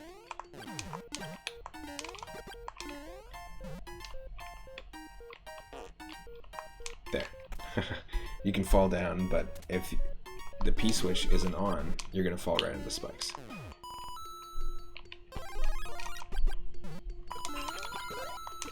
Oh no! We took damage. So, we have to start over. You never played the WarioWare games, but you've seen streamers play it? Nice. Yeah, I think the latest one, the most recent one that came out, WarioWare Gold, is supposed to be like a compilation of all of the different games. Kind of like how they did the recent Mario Party compilation.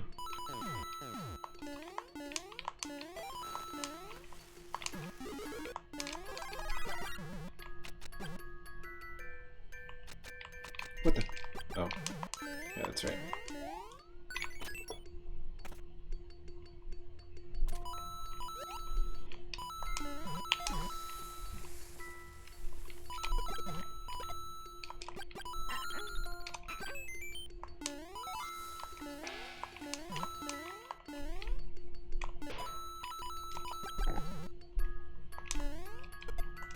The pig switch, because it's the P switch.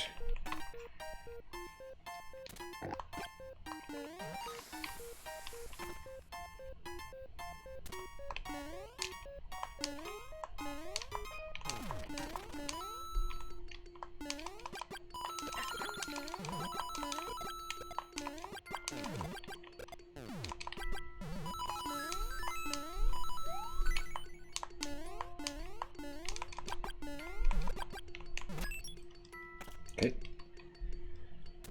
That's it. I don't know why, but that's one of my favorite levels that I've made. Is the it's short, it's a little bit difficult. It's the Blue Airship.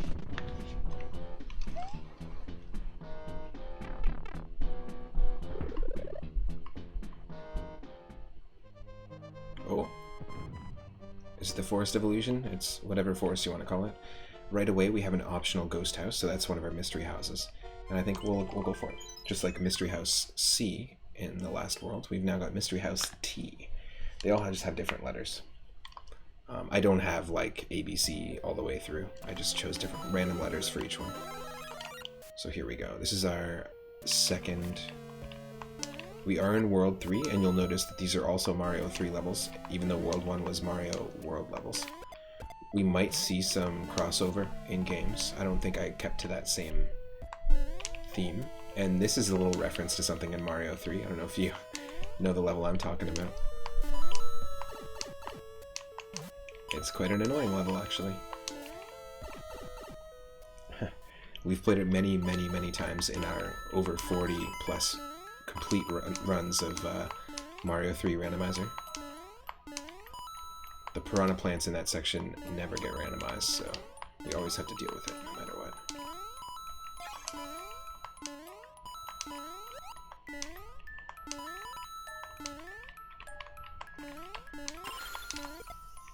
Okay, I hope we're not missing a 50 coin right now. The ones with the platforms that you control. Exactly. So you gotta be careful with the spike. My partner's always like, well, why would you put the spike there? Are you just trying to screw with people? And I'm like, yes. She's like, you could totally do that section without the spike. It just doesn't make sense. I remember when I was working on these levels, that's what she would say. Whenever I'd throw them in there, like, she's like, yeah, like there. Why there? Why not? That's funny.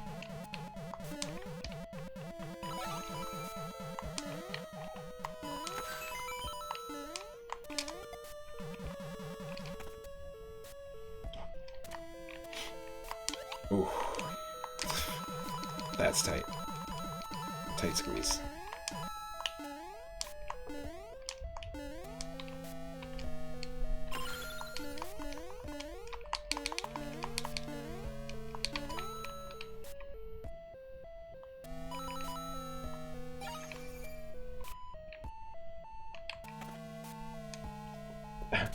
The worst spikes are those in the... Oh, there are worse spikes than those in the Super Mario Maker community. Yeah, totally.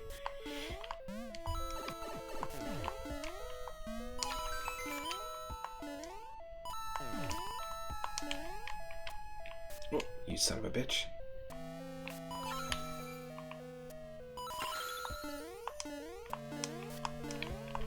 Oh yes, I forgot about this one too.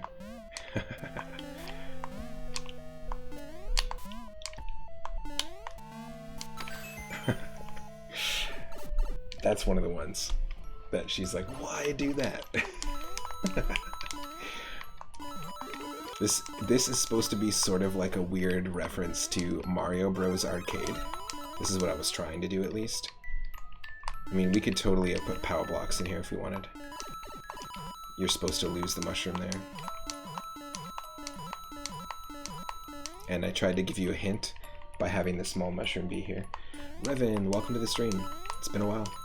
I'm playing, obviously, Mario Maker 2. This is the first Mario Maker 2 stream I've done. I'm not planning on doing a ton of them, but this basically is just a revisit of my course world, of my own custom levels.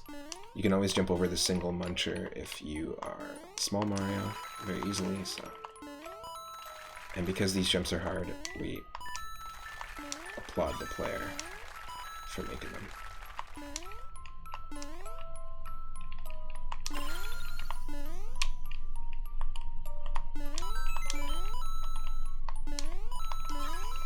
We've been playing Pokemon Legends Arceus this last week because I just picked it up.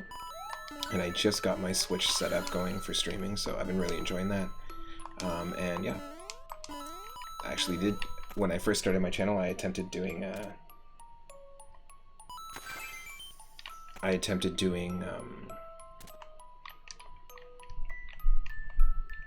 Switch stream like early on, but it was so laggy, really impossible for me to play accurately. Oh nice, you've actually been working on your own course world these last few weeks. Very cool. Feel free to share it with me sometime. Feel free to DM it to me. So that's it, we got all of our coins.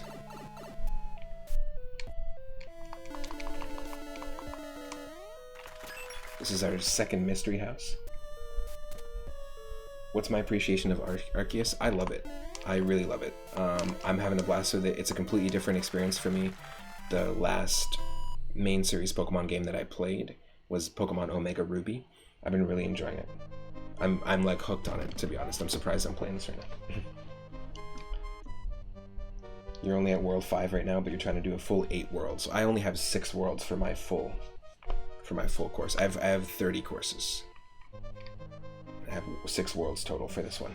But yeah, I haven't played this for like 8-9 months, and so I figured, well, why not just dive into it? I love that the cheeks on the trees here are the little Yoshi fruits, or Wumpa fruits. They kind of look like Wumpa fruits from Crash Bandicoot. You can do a shout out to Revan as well.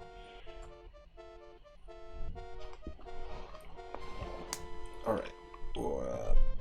I just got a crazy sinus pressure making me want to sneeze. I'm not into it. Not into sneezing. Okay. The pipeline docks. So a water forest level, right?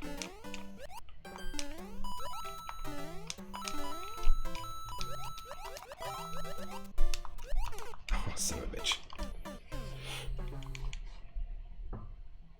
In Soviet Russia, fish jumps on you.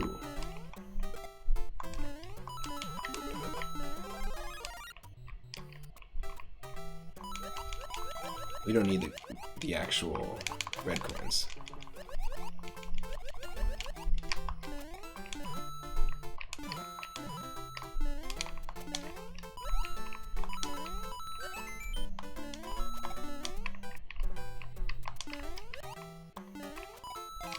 See, if you swim this way, if you try to swim underneath, those blocks will stop you. It's kind of trolly. What the? Who brought this ghost boat?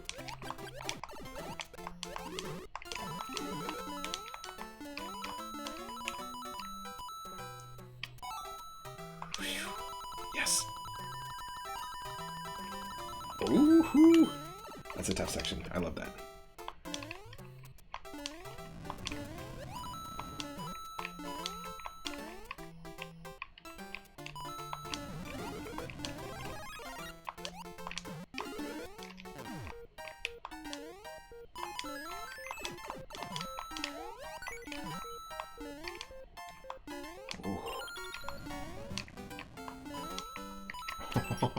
The timing at the end with the door, that's wild.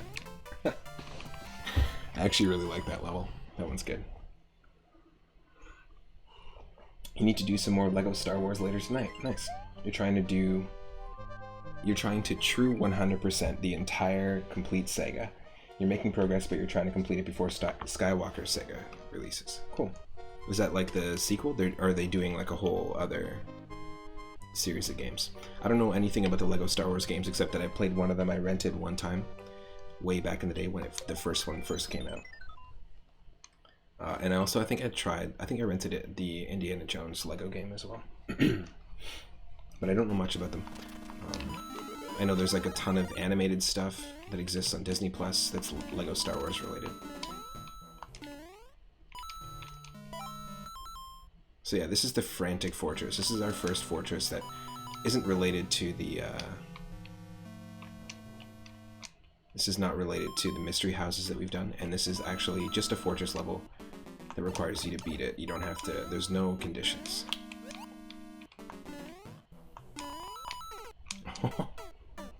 Nice.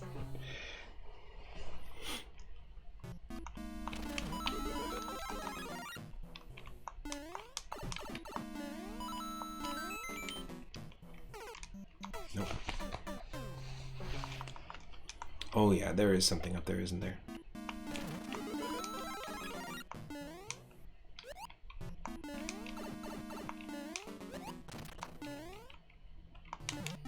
Yep. I knew it. I knew I would have done that. That's dumb. Oh. Nope. Oh, I did not want to grab it. So if you're holding the grab button or the run button, you'll auto grab it, but you have to let go of it just before, so you can just utilize the spring instead of picking it up. Lababot is saying, well, I wanted to drop in and say hi. I'm out for now. Speak to you soon. Thank you so much for dropping in and hanging out for a little bit, checking out some of these levels. If you're interested or anyone's interested in checking out the levels for themselves, I can send you my friend code, and I'm going to be streaming some Pokemon Arceus Legends today and tomorrow, so feel free to drop in anytime. Take care, and I hope that your dinner was a delicious one.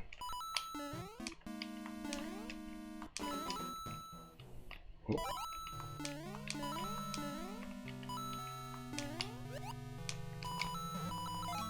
Right, that's what we gotta do.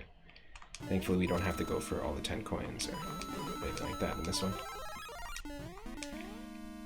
Oh, okay, hold on a second. This does have something to do with Bowser Jr. He doesn't, he's not quite as strong as he was in the first two worlds. So he makes up for it by utilizing tools like the wings and the hammers. I wish we had our sound effects back up and running. Hammer! From Mario and Luigi, so good. That will be the next Mario RPG that we tackle once down the line, once we finally take on the final battle with Bowser in Paper Mario. But we will be playing Mario and Luigi up. Superstar Saga. Is the remake, does anybody know, is the remake of Superstar Saga, was that on the Switch or was that on the 3DS?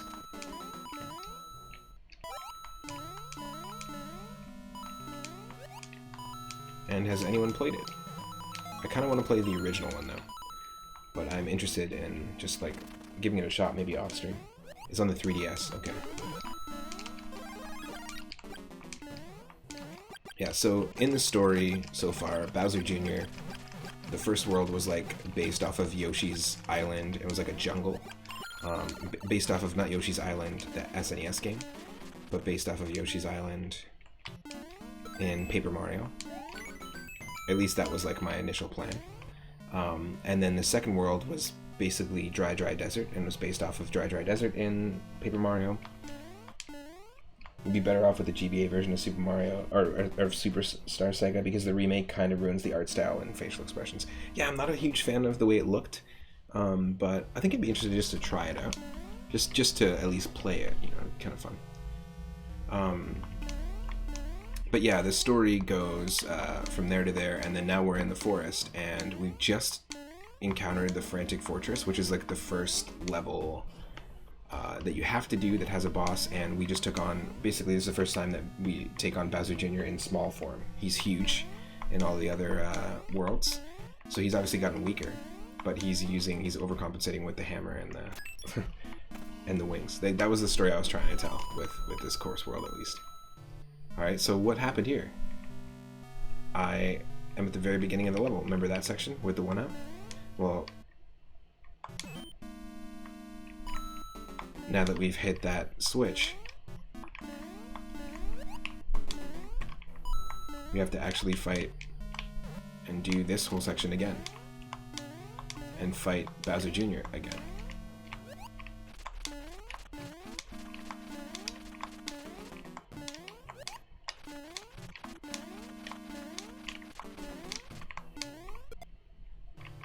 And now we do this. So basically you just have to go through the whole first section again, but now the door's open.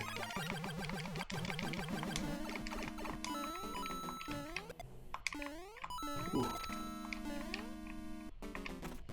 Ooh, what is this? I remember this. If you time it right away and you avoid the rocky wrench, you can just run to the left, and you'll actually perfectly hit both dry bones and also get the coin you need. This is one of the few sections that require you to use bombs. What is this, Mario 2?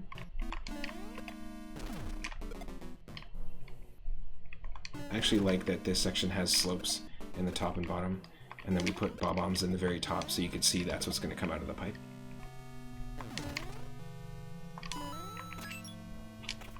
You gotta head out for a bit, but you'll try to stop by later if I'm still on. Nice. Yeah, I'm gonna be doing... He just falls. I'm gonna be doing Pokemon Legends Arceus later.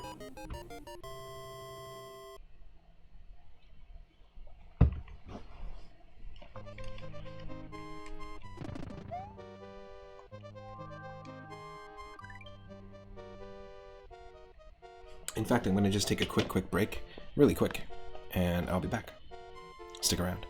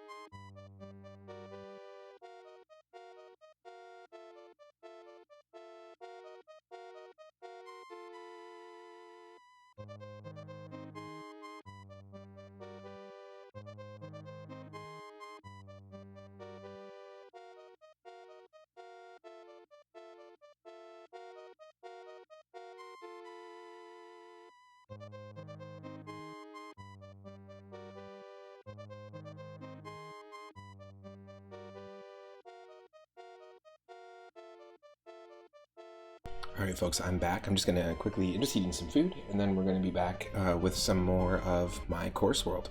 So stick around, it won't be long.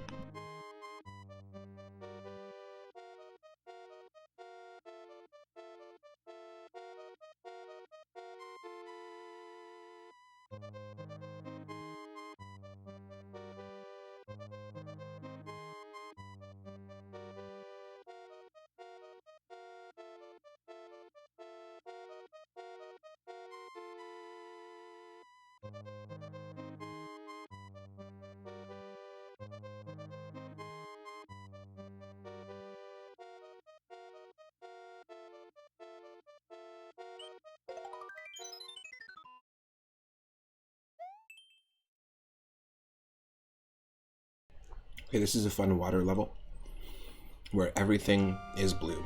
As much blue as possible that I try to throw into this level.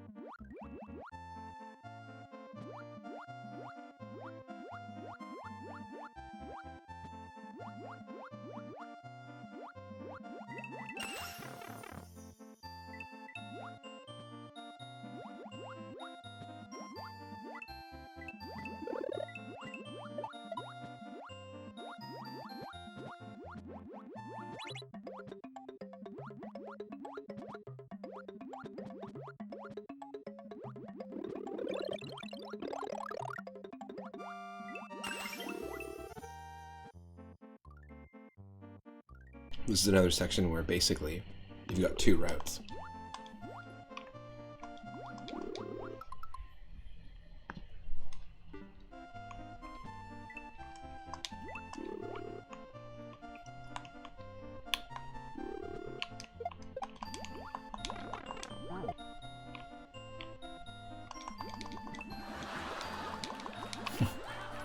That's right. It makes you think that that's going to be something when it's not.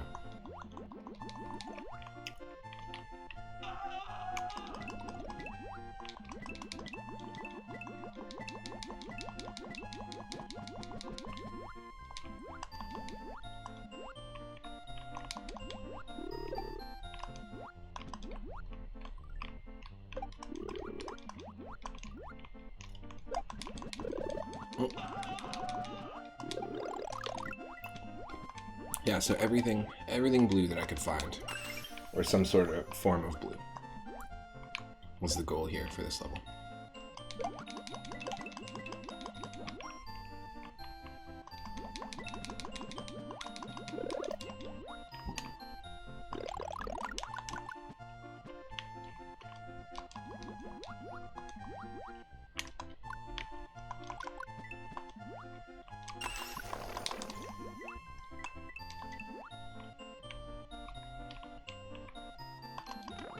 Oh, what?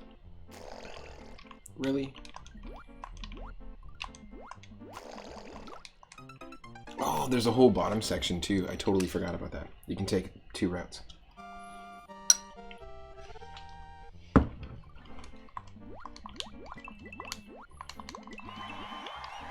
This one I think is much harder than the Blue Airship level, even though I named the Blue Airship level hard mode. I feel like this one's much harder.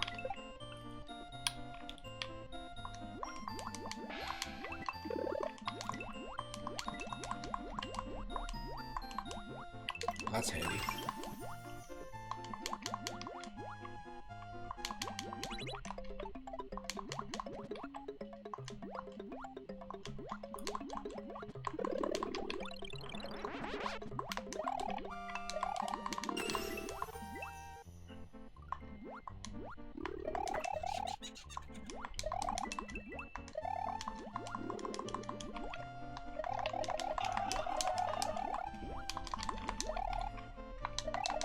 That's the moan of the dry bones fish.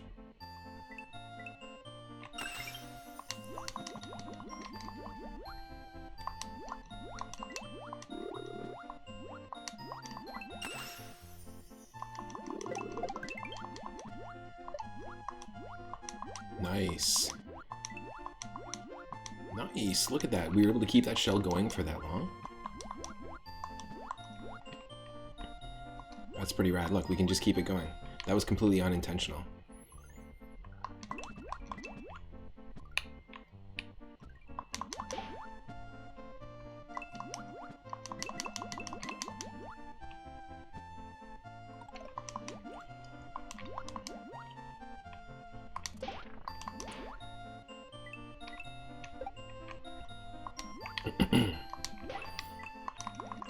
Yeah, really, the key to this level is to take the helmet with you.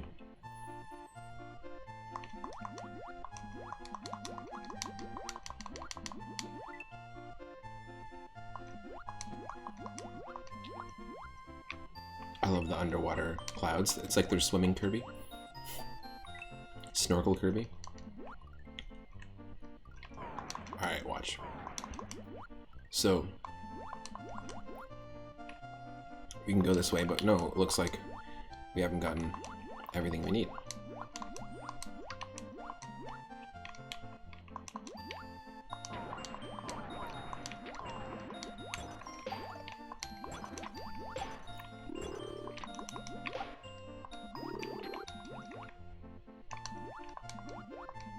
Oh! What did I do over here?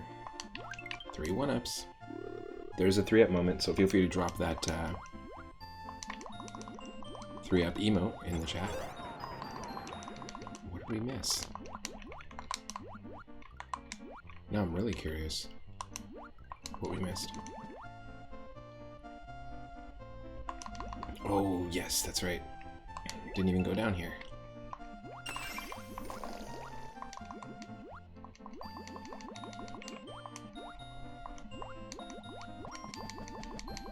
Okay, after we clear this, then I'm going to take a short break to finish eating, because it's hard to eat while doing this. But I did want to play this level, because this one I remember, and I remember really enjoying it, actually. remember enjoying making it. We did another one of these palette things with only orange items, as many orange items as we can. And as you can see, World 1 was just Mario World levels, World 2 was Mario 3 levels, and this is a mix. So stick around.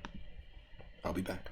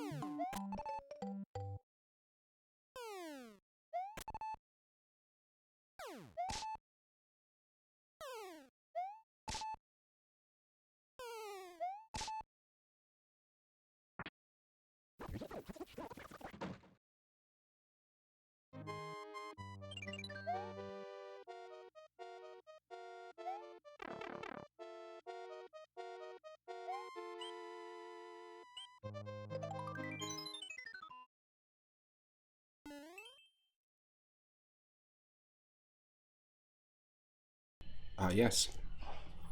So it seems that Bowser Jr. himself, because he's weaker, and now relying on the wings, like in the Frantic Fortress that we're in, and relying on hammers. Where do you get those hammers? Well, obviously he's in cahoots with the Hammer Bros. He couldn't have pulled off what he did without them. So this is one of my hardest levels that I've designed, and it's the final level of this world.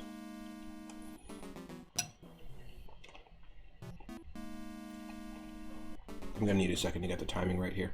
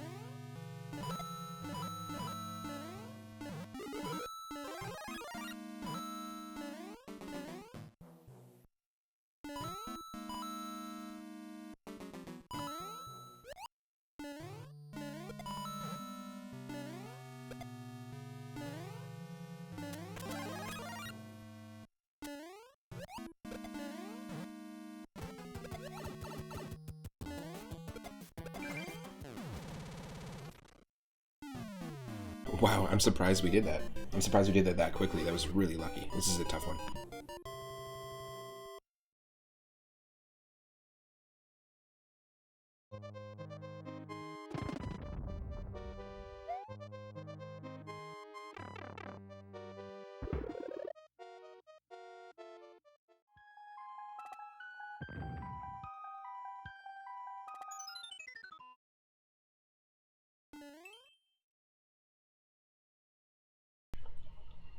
I've said it time and time again. I hate auto-scrollers.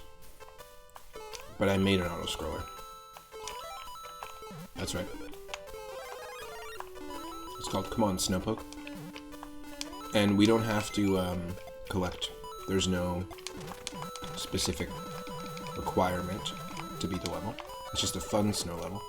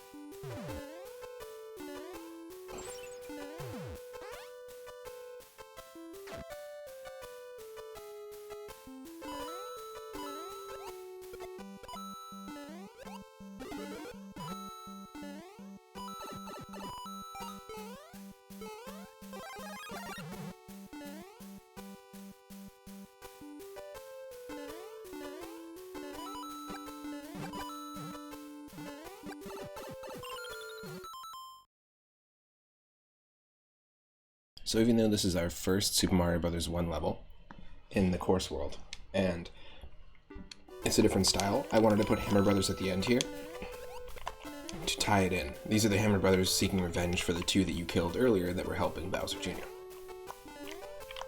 That's what I was trying to create story-wise, just by adding Hammer Brothers right at the end here. Just so that there's some sort of story, some sort of something.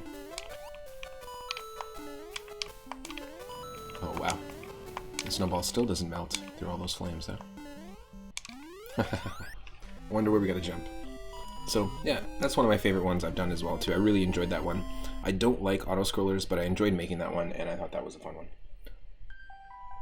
What's next? A chance at lives, and then a forest and water level. Let's go to the forest. The snow forest, perhaps?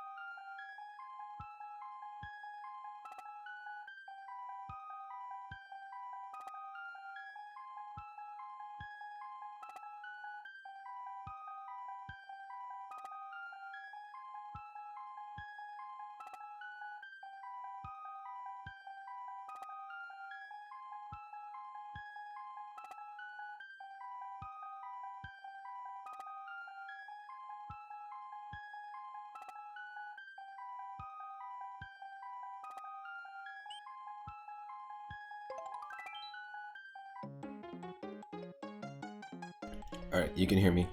You can see me. I am officially back. All fed up too. I'm just all fed up.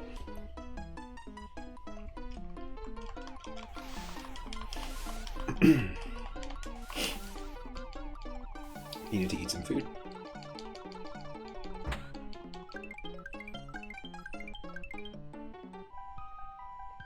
Alright, let's take out the forest first.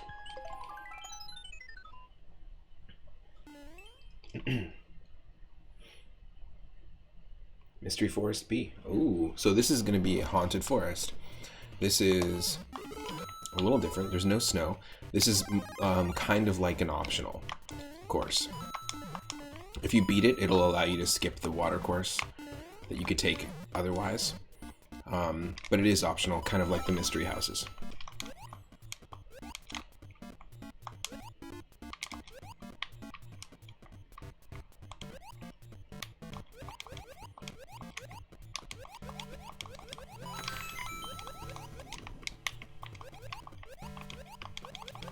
Yes. I still got it. Oh, shit. That's not good. Yeah, okay, good. We want to kill that fish because he will follow you through the rest of the level if you don't kill him right away.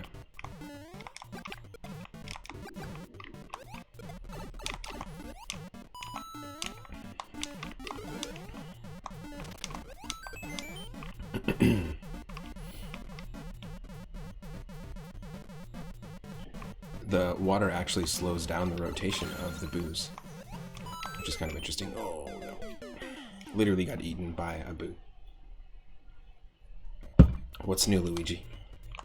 What's new?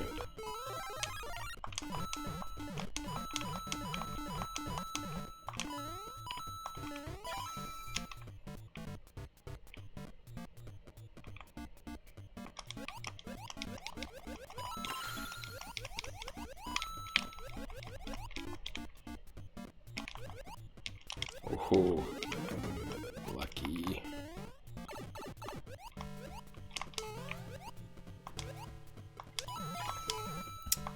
Or at least he doesn't have wings.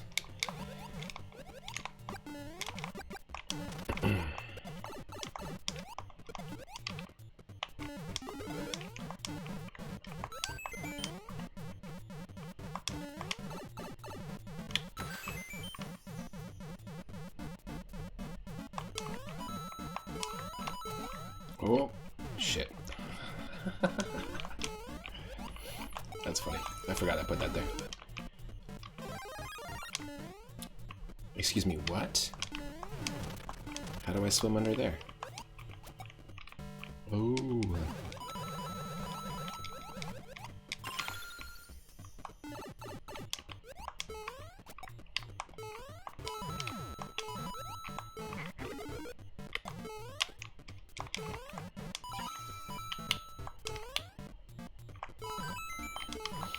Oh, that's right. I forgot. I made it so that if you hit this first, excuse me, you'll block yourself in.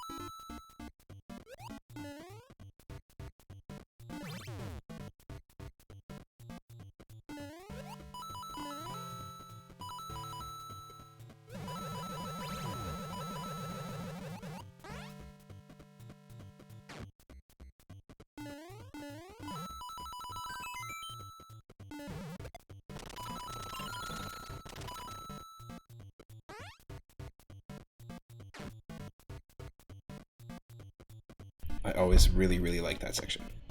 That was always something I really liked in this level. It's one of my favorite aspects of it. And I think the enemy will respawn every time. Yeah, it's just so satisfying. Like, you can get it without doing this. You can just fall down here to get normal coins, and then fall down here to get 50 coins. But there's just something really satisfying about pulling that off.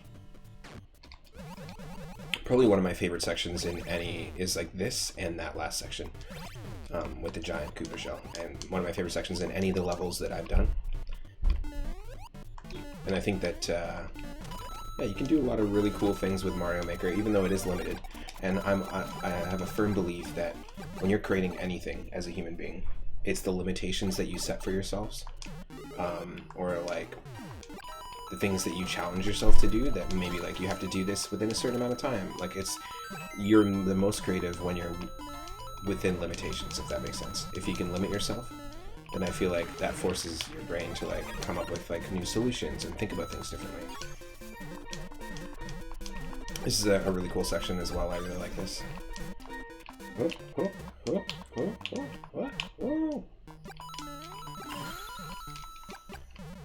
I think, yeah, we're missing some stuff here. We have to be careful.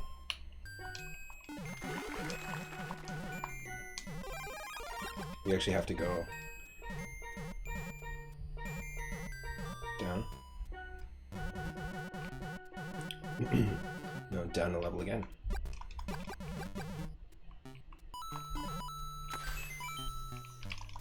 Now these munchers here, they're gonna hurt you, but you can't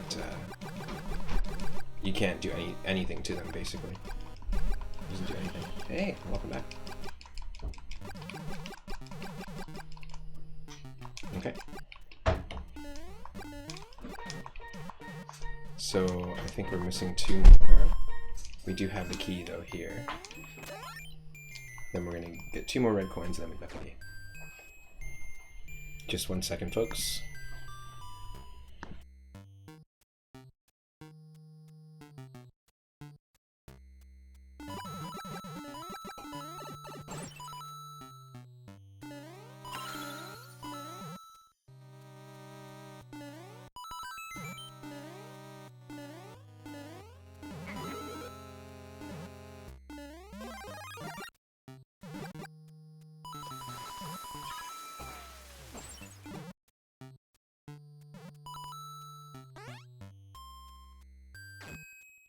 Okay, that section's pretty cool too. This level just in general, Mystery Forest, I'm a big fan. It's like a haunted ghost house meets a forest.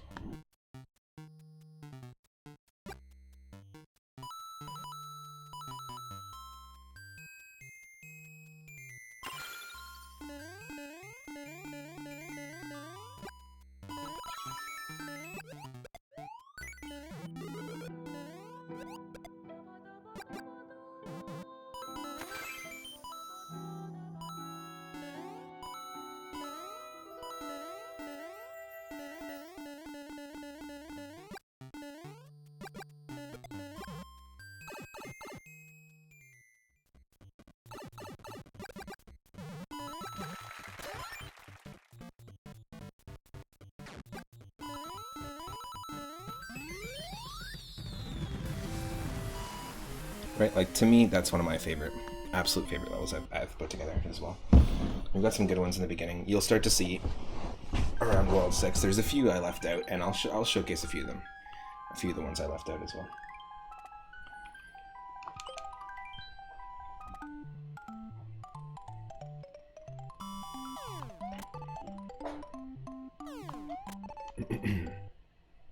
Oh.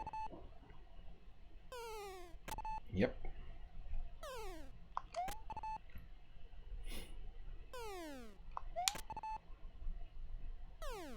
Oh.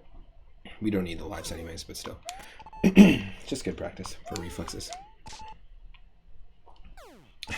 As soon as I say that, I just get bonked.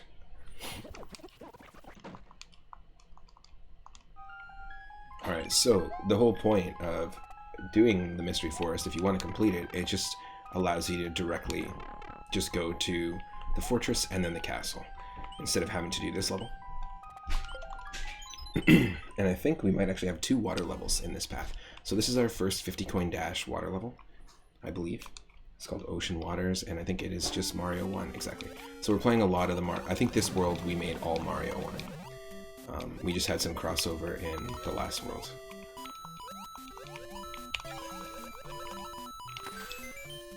So same goal,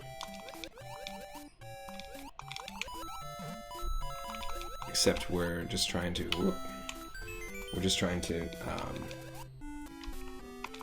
not die, and it's a little harder in Mario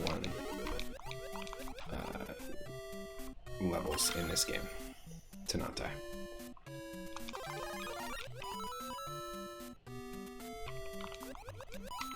Alright, so where do we go? Up. Let's go up here. We've got options. Avoid the fish. The green fish will always move in the direction that they're moving, perpetually to the end of the level, and the red fish will move in the direction that they're moving for a little bit, and then go back and forth. The fish. Oh. We're gonna go back here.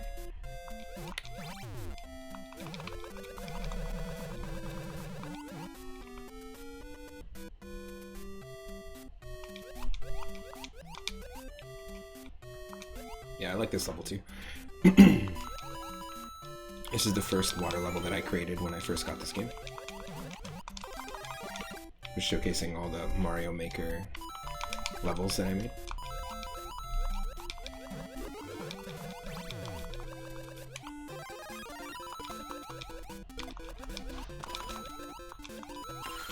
Okay, so we're gonna have to come back here and hit this again. And I only know that because I made the level. That's the only reason. Otherwise, you'd have to come all the way over here. Most players would just come over here and then realize that their way is blocked. And have to go back, which is a little bit annoying. I agree. Oh shit, really? That's blocked off too? Well, let's not get ensnared by any of these claws. And I always like this section too.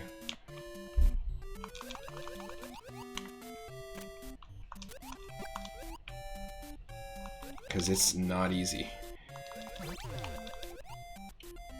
But it's fun to pull off this fish.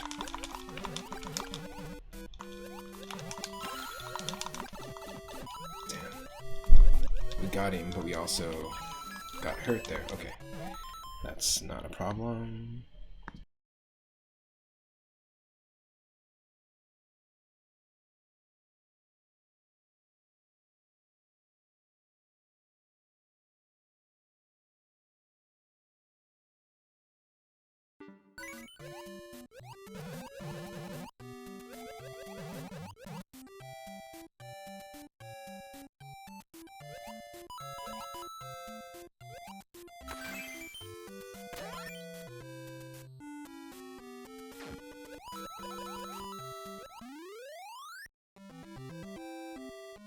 I'll be right back.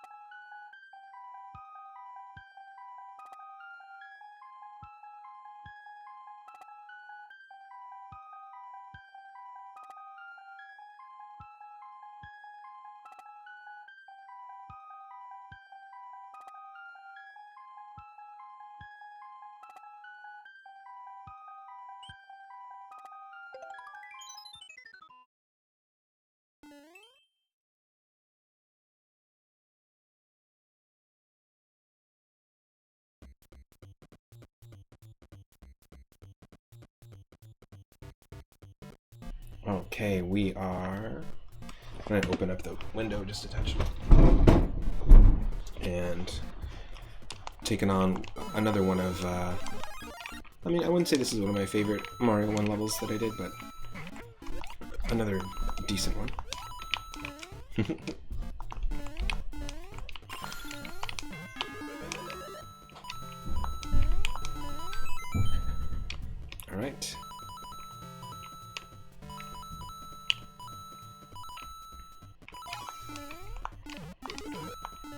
So again, same goal. We're looking for all the 50 coins. Oh, nice. It's like the Cheep Cheep try to push me off the edge. That's funny.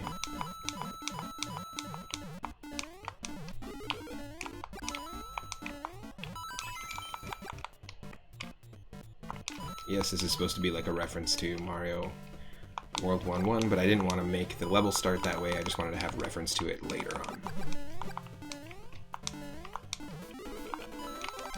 Shit, Bowser Jr.'s back. We thought we got rid of him after this whole Hammer Brother fiasco, and after defeating him multiple times in his airship, in the castle, in the Frantic Fortress. Bowser Jr.'s back. This is the way of continuing the story. This is what I was trying to do. So now Bowser Jr. isn't using hammers because we defeated the Hammer Brothers. He's no longer being provided weapons by the Hammer Brothers. And we got this section, which is I think is really cool, but we gotta be careful. God damn. It's just the one. It's just the one. And there's no checkpoints, at least not when you're doing these goals, trying to get all 50.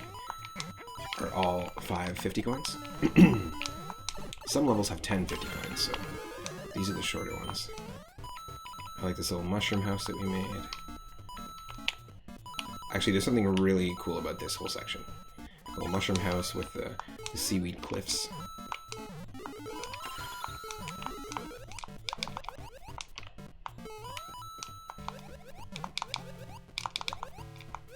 Yes.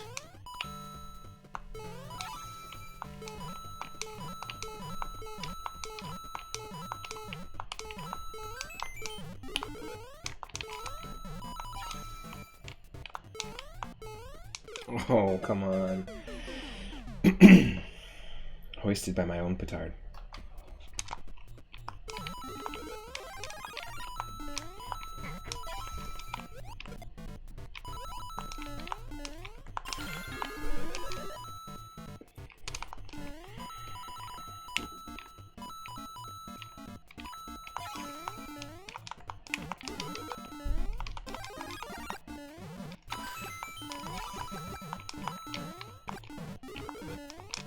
Right? Like, it was kind of a decent idea to, like, throw in the reference, but not. I'm just, like, so sick of people referencing World 1-1. I just wanted to have, like, a little bit of fun with it, but that's it.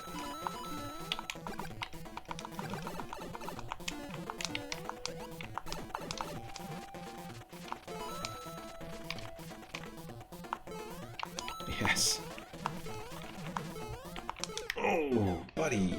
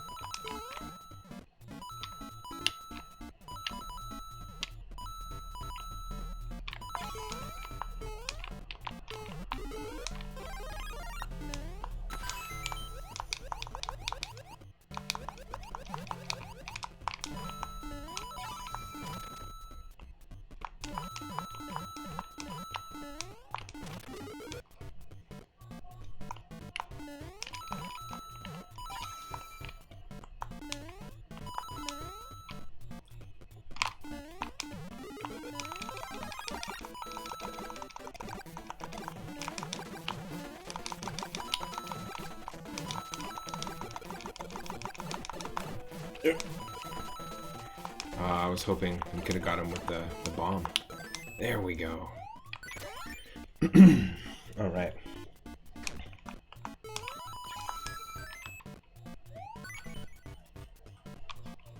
Yeah, you're okay if you stand here.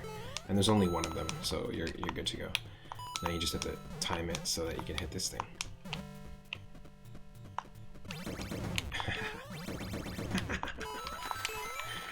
That's funny.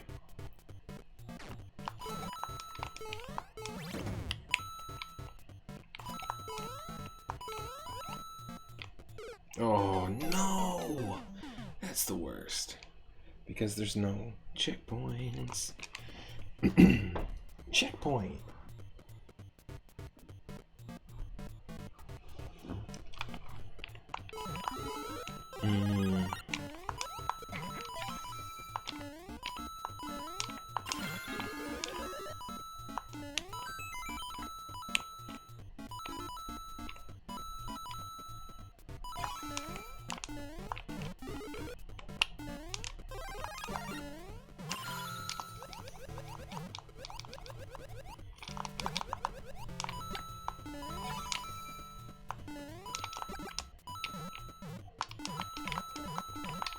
I think you have to do it this way, yeah.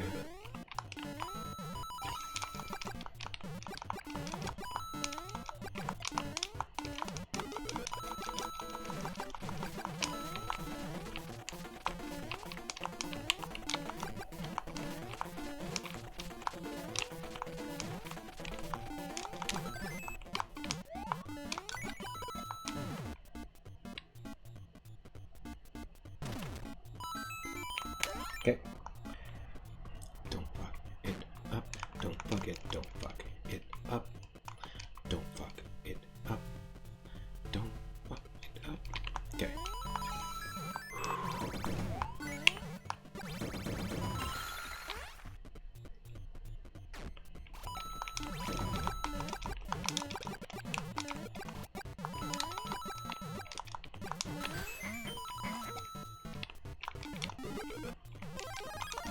Oh yeah, I totally forgot. This is like pandemonium. Most of these won't let you through them, except for where the arrows were showing. So if you took the bottom path, then you would want to follow where those arrows are pointing up, because otherwise if you try and hit anything else, it's just going to block you with coin blocks. The upper section's fine. Oh, a little Mario 2 reference again.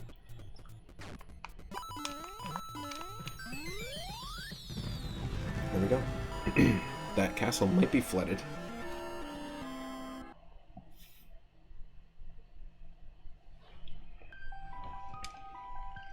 Alright, so that was the fortress. I kind of like that that level as well, but it's not my favorite.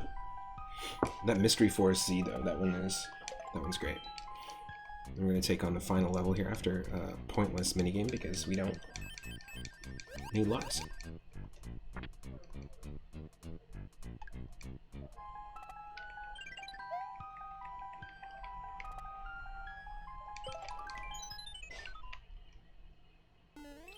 Here we go, the Sky Palace Zone.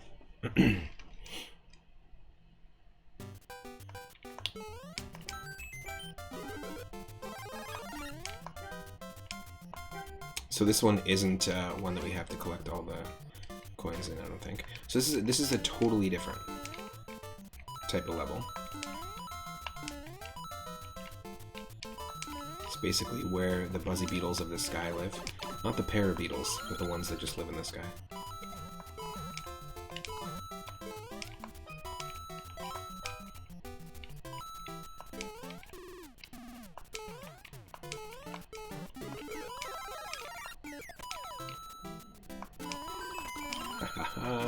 This is fun.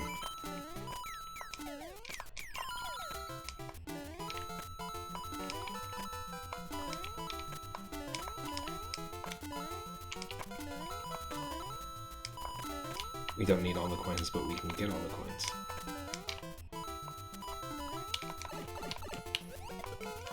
Oh, yes! Oh, that's lucky.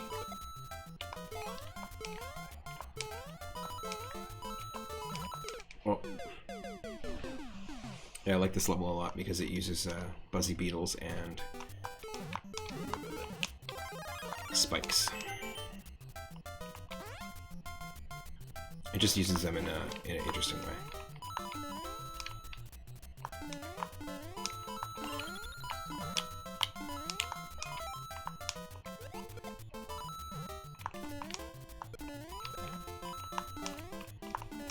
Oh.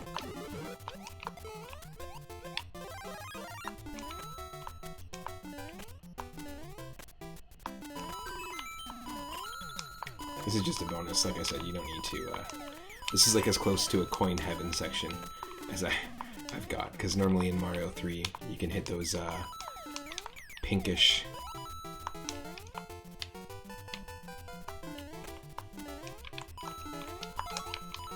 note blocks and gets shot straight up to coin heaven, where you can, if you have a raccoon tail, you can get a 1-up. Or you can just get a bunch of coins. In a lot of NES games... Yeah, I forgot I put a Kaizo block in there. That's bullshit. That's like the most trolly that I've been, in my opinion, so far in all these levels. For anyone just joining, we're just revisiting my course world on Super Mario Maker 2. This is my first Super Mario Maker 2 stream, but it's also the very first Switch game that I bought when I first got my Switch in 2020. Would it have been 2020? It might have been 2019, actually. Ugh. We're failing. Thankfully, we have unlimited lives. Basically.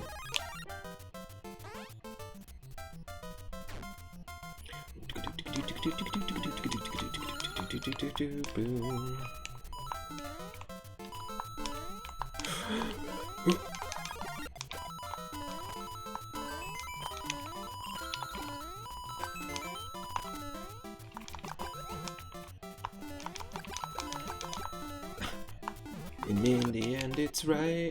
I hope you had the time of your life. Wait, what? What? It's exactly what that song sounds like. And in the end, it's right.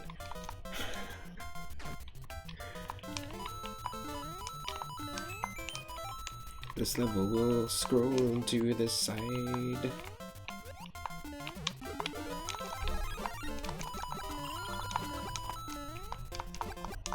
Oh.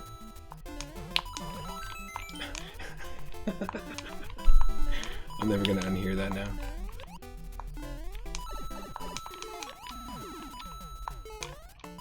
Oh, what? The chances of that are slim. Very slim. But it happened.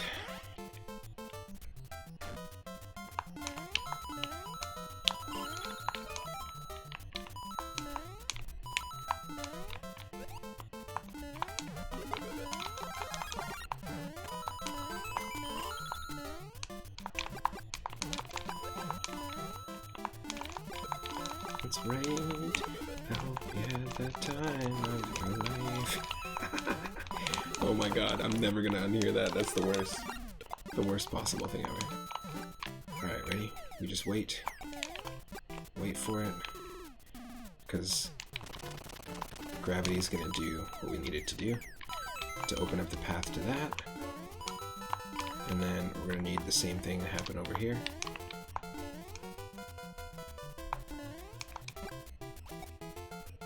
Check this out. Well, check this out. There we go.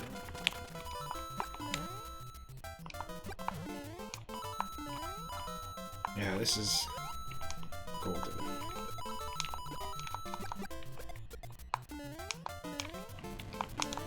I believe this is just for 1-up, right? Yeah. Kind of a cool spot for a 1-up.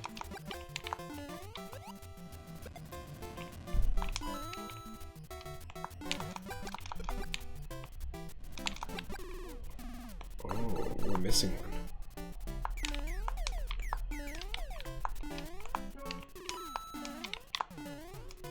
We are missing a red coin.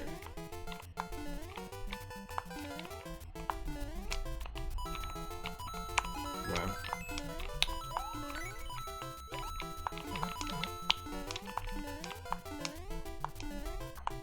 That's funny. Oh.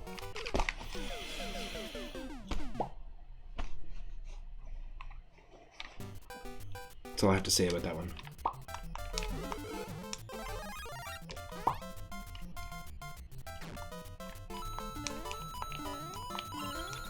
Come on, there's gotta be a way we can just do this smoothly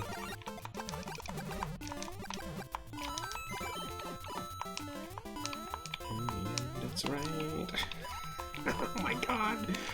That's the worst thing ever. I'm sorry. I'm sorry, all of humanity, for noticing that those songs are similar.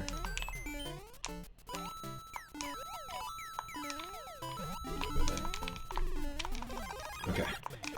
Now, it should be fairly easy now. We just gotta wait for the spike ball.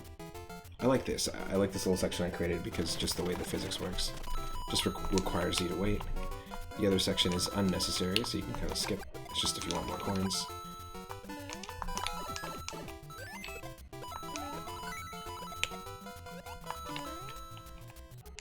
You can take the bottom route, but it's a lot tougher. So I just suggest walking off the castle. And yeah, avoid the Karibo. Just jump. Jump right away with a standard jump, like not a running jump, and you'll be able to perfectly dive underneath that Karibo's boot every single time. And that's it. Now, that wasn't really much of a castle level, right? That was like it was like a sky palace. No boss. So this is that's the first world, World 4, which is the sky world, that has no boss. But all of a sudden, we've now been shot into space. So what's the first thing that we do in space? Well, we have to take on an airship. Who is going to be behind the airship? Is it going to be Bowser Jr.? I don't know. We'll have to see as the story of the course world unfolds. 50 coin dash skyline. This is one of the very first, I think this is the first 50 coin dash level that I created. The first level of this style, where you have to collect them all.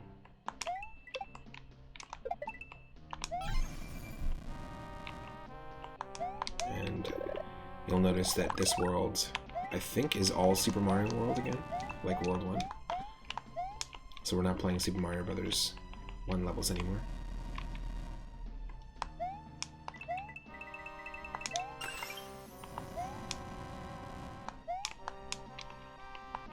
Yeah, this definitely is the first 50 coin dash level that I created. And of course, Bowser Jr. has something to do with this.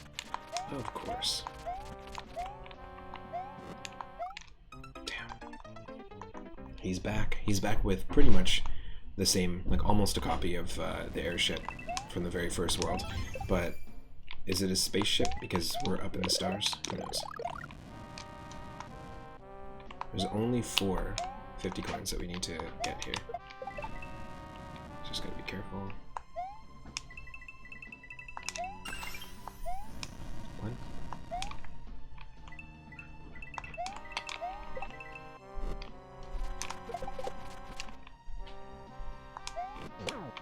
You kind of want to use the gooms as weapons. If you can. Oh. Yes, alright.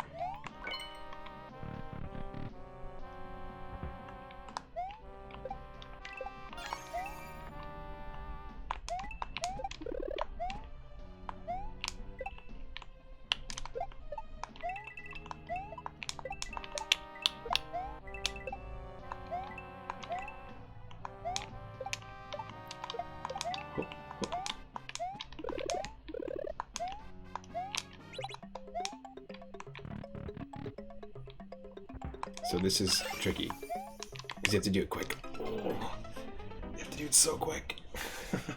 I still remember that. I remember that little trolley section.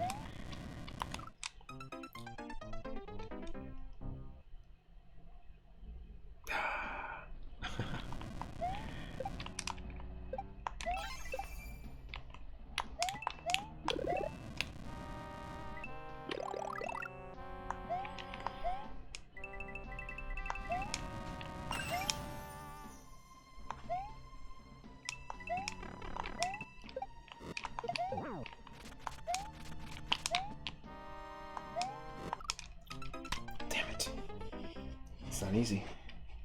Well, it's not as embarrassing as when I first dove into the first level here.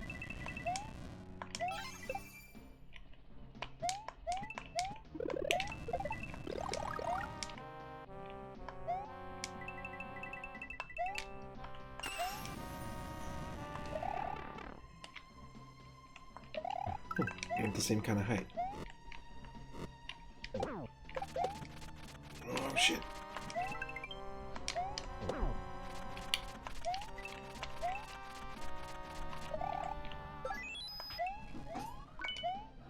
I guess, yeah, it is easier if you lure him out of that small little section. Like like the small room. Oh, damn it. God damn it.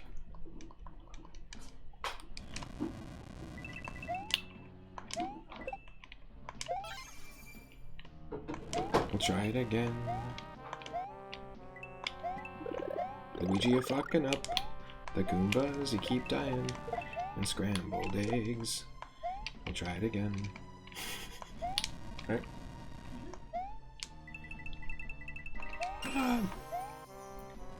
We're almost done here too, like going through the entirety of my course world. I have other stages as well.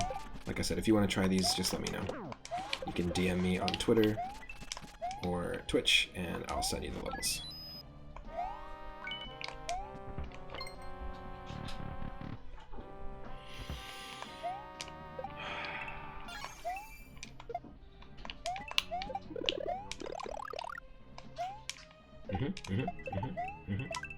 Yes.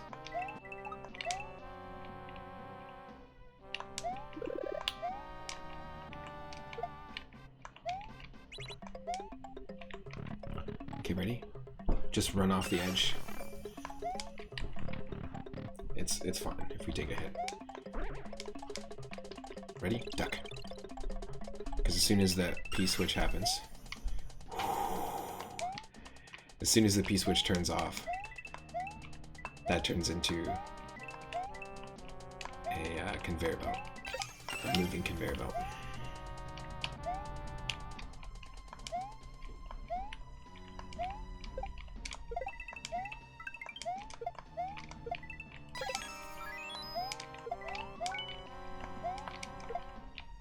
Whew. It's quite the tricky level, actually. Not easy. Boom. So that was Skyline. That was the very first 50 coin dash level that I made, but we threw it into World 5 in space. Is 5 space? Yeah. This is actually where I had saved, was in this world from the last time I played this course world, which was months ago. We're going to continue with a Koopa level in space. 50 coin dash, Heaven Mario X. Oh yeah. This is shorter, but this has some cool little moments. I like this. It's just ambient music, ambient noise. You've got options. You can take the bottom route or the top route.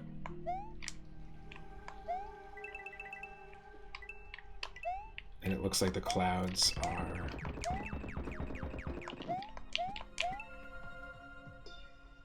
Yeah, I like this one. It's very, very ambient. The clouds are crying rainbows. It's like Gigi said, cry me a rainbow. Yeah. Oh shit. Something a little more ominous about this rainbow than you expect. There's rainbows coming out of the pipes. I love that.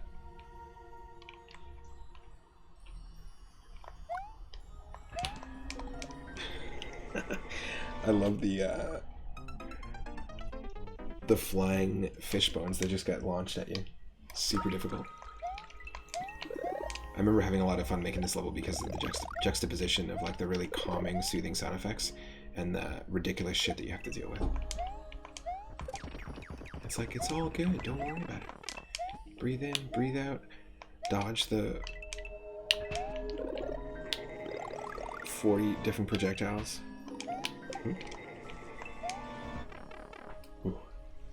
Yo, Lord Loki coming in with that raid of 3. Thank you so much. Appreciate that. I don't have my alerts on, but we are playing Super Mario Maker 2, playing it for the first time, just to change a pace from our Pokemon Legends Arceus playthrough. Not playing the game for the first time, but playing Super Mario Maker 2 on stream for the first time. This is actually the first Switch game that I got when I got my Switch. My dad gave to me my Switch, I think in 2019, or at the beginning of 2020, and this was, yeah, this is the first game that I got. The vines indicate that sort of thing, but basically, yeah, we're just hanging out, and we're in World 5 of my course world. If anyone's interested in trying out the levels that I made, I'm just revisiting the game after about like 8 or 9 months. Feel free to DM me. You can also follow the channel, and I stream every single day from 6 p.m. Pacific onward. I usually start around this time. Wednesdays and Thursdays are my weekend, so what I end up usually doing is daytime streams. I just got my Switch set up here, and yeah, this is one of my favorite levels just because the juxtaposition with the music here, but you gotta do this. You can't do it the other way around. If you try and fall, you're gonna die. There's a couple of trolling moments here, but yeah, feel free to check out the previous like the VOD afterwards and check out some of the previous levels, and I might do other people's levels down the line. Not all my levels I've made are in this course world. Vampet Lauren, thank you so much. Welcome to the stream. Hope you're doing well. And Lord Loki, what were you streaming? What were you playing today? If you're not following Loki, please go give them a follow. They are one of the party members in our Final Fantasy 9 or Final Fantasy 1 playthrough, and they also do a lot of Final Fantasy tactics and stuff like that on their channel, which is really cool. You played Parappa the Rapper, like we've done on stream a couple of times, and you also beat Dragon Ball Advanced Adventure, which we also did on stream as well. Vampet Lauren, you're British, so of course you bring the tea. Nice. Yeah, Itarama, one of our mods, also often brings the tea. Alright, this is another sky sort of space-themed level, Nimbus Gardens. Now, just to recap for anyone just joining, World 1 was very much inspired by like Yoshi's Island in Super Mario World, like the first area, but also Yoshi's Island in Paper Mario. And I've been going slowly through all the Mario RPG games that have active command battle systems. We beat Super Mario RPG, and we almost beat Paper Mario. We still have one more part to do, but I bought Pokemon Legends Arceus and now I'm hooked. So it might be a little while before we take on Bowser and beat that, but my goal is to play every single one. And well before we dove back into revisiting it, I wanted the first level to be kind of like jungle-like. And there's a little mini boss of a rocky wrench, and right away we're fighting Bowser Jr., but he's huge, and he's shooting fire at us. But he's just basically just shooting fireballs and is big. And you fight him a couple of times. We fight him on his airship, and then we fight him on Bowser's airship, which Bowser Jr. has kind of taken over. And then there's a couple of different ghost houses that I snuck through all the worlds. So the first world is that theme, and it's Super Mario World levels only. The second world is the desert world, as a reference to Mario 3, and it's Mario 3 levels only for that one. And that's essentially based off of and inspired by Dry Ruins. And there was a fortress there as well as an airship that Bowser Jr. had something to do with. And what's really interesting is that Bowser Jr. is also big in World 2, and then in World 3, that's our like Forest of Illusion. So we did World 3, completed that, and you'll notice that when we fought Bowser, if you went back to the VOD or if you were watching before, when we fought Bowser Jr. again, he was smaller, but this time had wings and hammers. Well, it was curious, how did we get... I was trying to create a story, so it's like, how did he get those hammers? Well, we obviously beat him, and he's much weaker now that we beat him in the first two worlds. So in the third world, he obviously is in cahoots with Hammer Brothers, and the final castle level requires you to beat 2 Hammer Brothers before beating him, like completing the world. Obviously, they were providing him with weapons. And then in World 4 was our Sky World. And it doesn't have a boss. It's actually just the Sky Palace.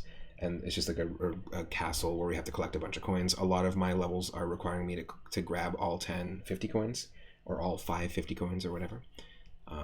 And I made these all out of order and just tried to interweave them and add things. Like, for example, after you beat the Hammer Brothers in the forest and you go to the sky, you'll notice at the very end of the castle that more Hammer Brothers will show up. And it's almost like they're taking revenge because you beat the first 2 in the previous world. And also, no Bowser Jr., no final boss. And also, all Mario 1 levels. And then now we're on to World 5. So we went from the sky to space and like way up into the cosmos. And this is essentially our Super Mario World only world again.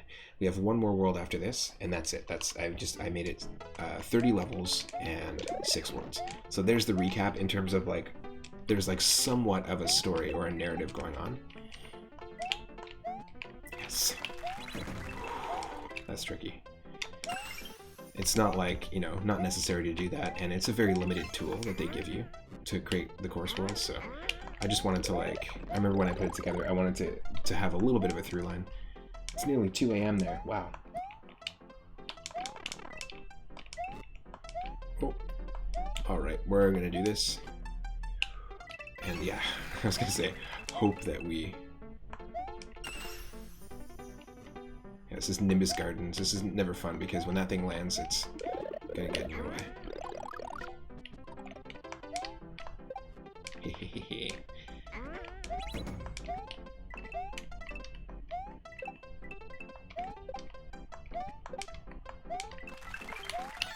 You want to take the... It is possible to just jump off of the Buzzy Beetle's heads here if you don't have the Dry Bones shell. But you want to take the Dry Bones shell with you here. Yeah, I was trying to tie this space world back into the Yoshi's Island jungle-themed world, the World 1, by just having it Super Mario World levels only. And I think it works quite well. Like I created this a long time ago. And for me not playing this for like 8 months, I think the flow of it is pretty good. Oh, yeah. I remember that section. That's annoying, right? Like... and that too. It's just gonna keep going. There's all sorts of really fun little sections I'm enjoying revisiting.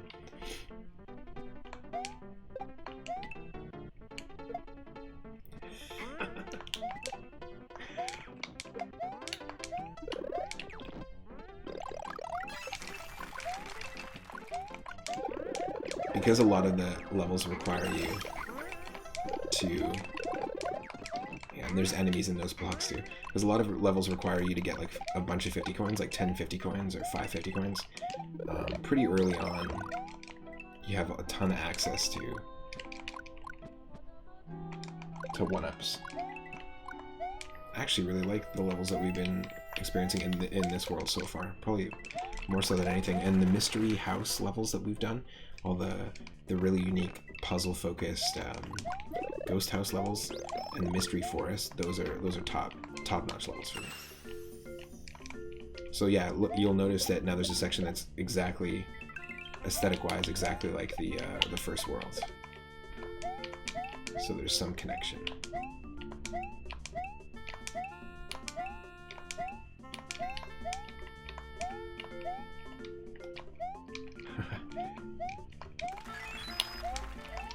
There we go.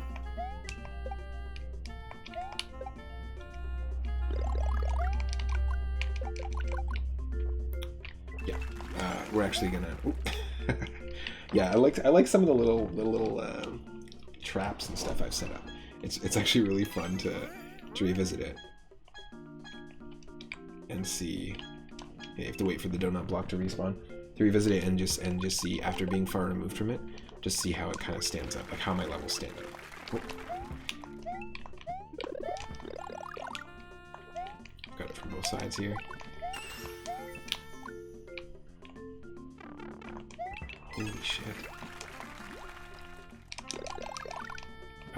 No. That's not fair. So the top one doesn't shoot bullet bills. The top one shoots coins. Oh lord. All those spikes.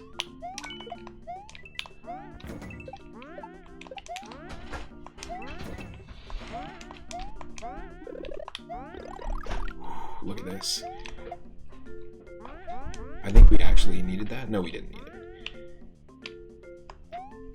Yeah, because you can do the swing jump. Yeah, see, I don't know, like, it's really cool to revisit this stuff because I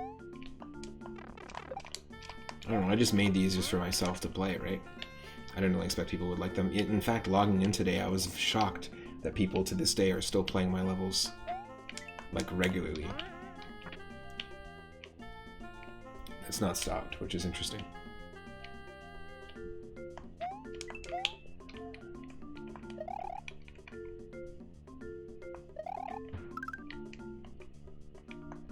Oh, that's a close one. No! Right into the mouth of the piranha. Right into the mouth of the piranha. Right? And then you gotta go from here again? No way, buddy. So, I made that jump, but it's much, much smarter to just use a Goom to kill the chain chomp there, but you can make the jump. It's just a safer call to do it the other way around.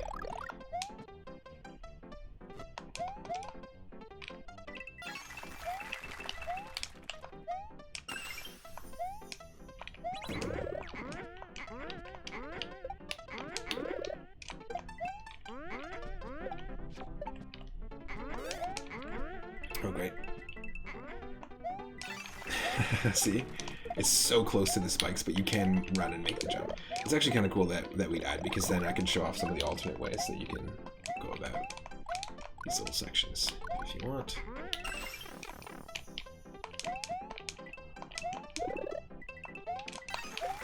This is cool. I always like this, how they jump back up. I mean, it sucks because they launch right towards you, but I just like the way that is lined up. Thank you again for the raid, Loki. I hope your stream went well. Castlevania Symphony of the Night. Have you seen people mess around with the randomizer of that game? It's pretty wild. I've seen a few randomizer streams of Castlevania Symphony of the Night.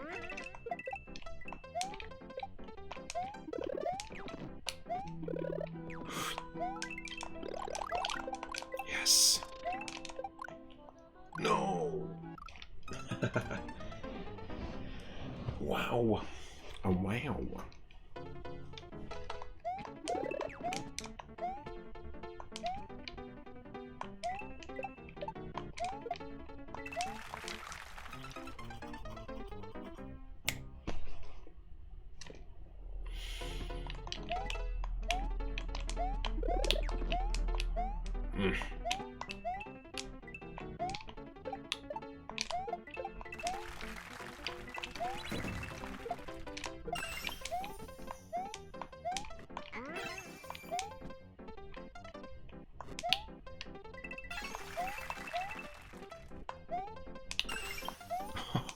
Yes!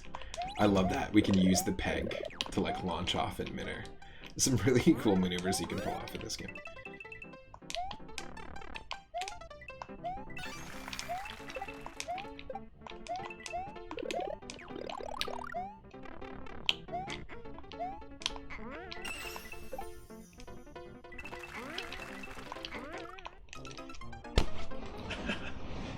This has happened a couple of times in some of my levels, where we just keep getting caught. You've been staying up till 6 AM to play Pokemon Legends Arceus. Yeah, it's pretty addictive, right? Like, it's a fun one. If you have it, DM me your friend code, by the way, Loki. We can trade. Let's trade some Pokemons. I know there isn't a way for people to battle, which is kind of silly, to be honest.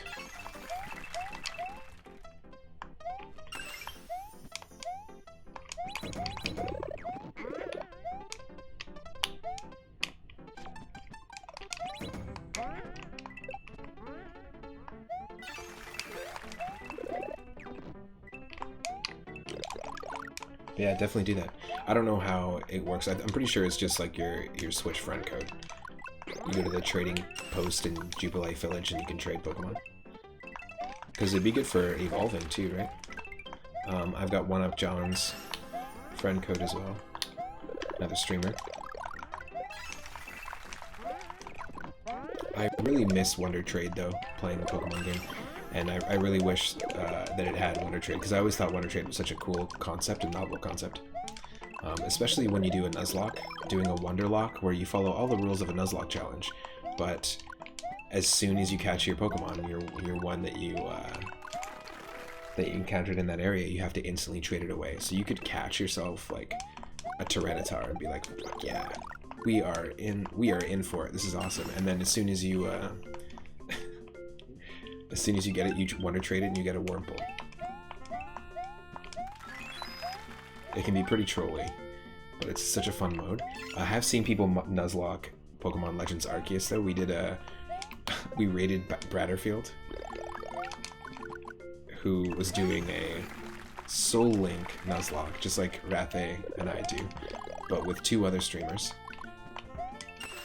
It was quite the challenge. Unfortunately, you have to break it down in a different way because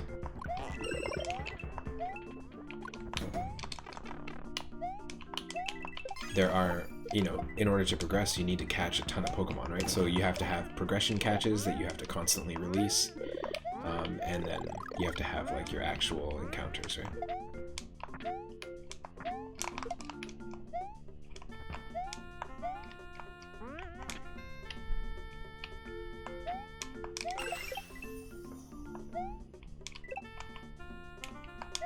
Gotta be careful.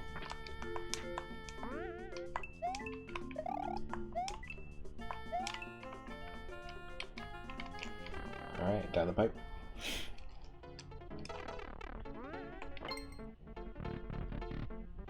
It's kind of random that the sky level has that, right?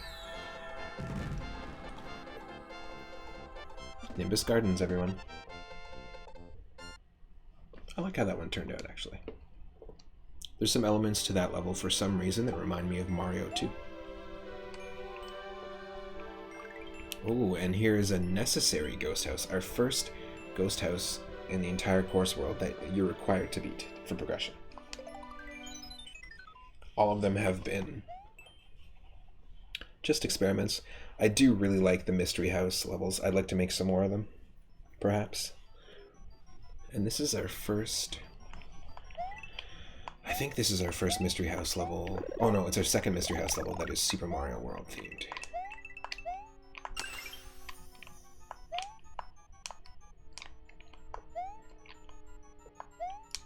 It's better to avoid the tornado. Got options. Okay, let's go this way first. And I can actually, if I wanted to, I'll show you both ways. If I wanted to, I could have gone this way and then hit this.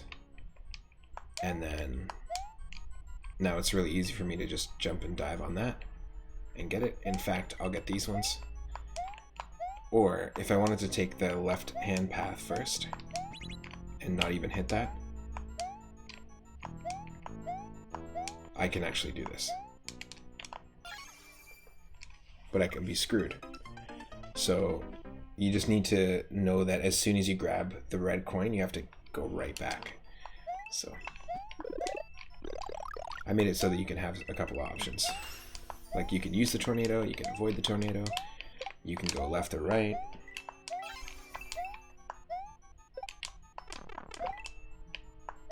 So watch if I do this. Yeah. There we go.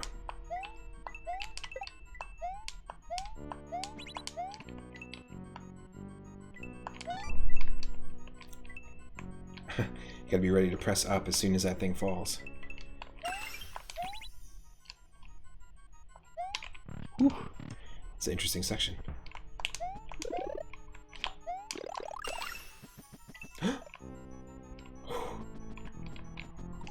Son of a bitch.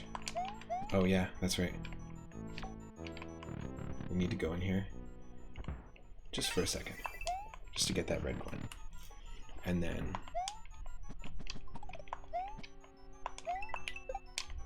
the only thing that can destroy these boos is this. So if you didn't take it, then you just have to wait. But if you did, you can have some fun. And mess with the boos. You can mess with the boos. You can mess with the boos.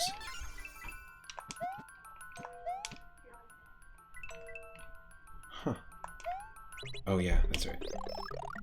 I actually like this section too. I totally forgot about it. Oh, hello there. Look who it is. Well, look who it is.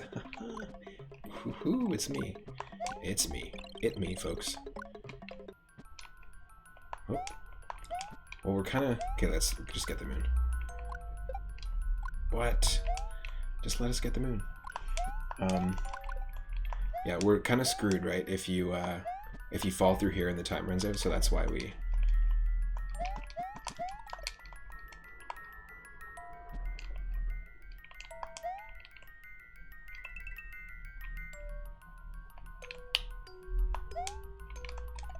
Really?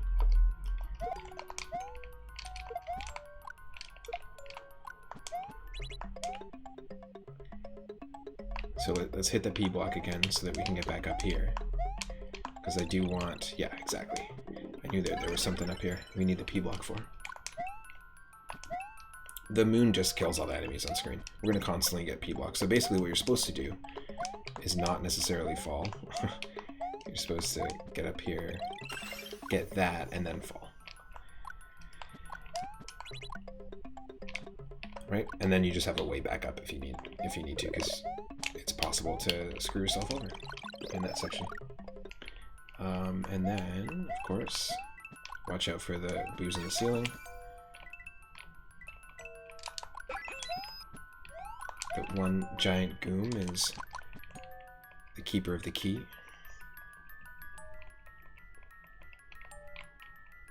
This is probably the most maze-like of the levels.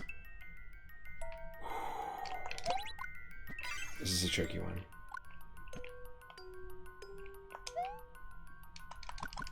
Yeah, there's a couple of really cool tight sections in this that I totally forgot about. Oh. In fact, if we do this...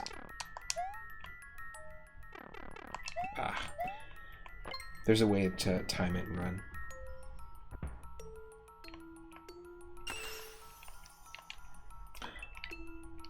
Can't see anything.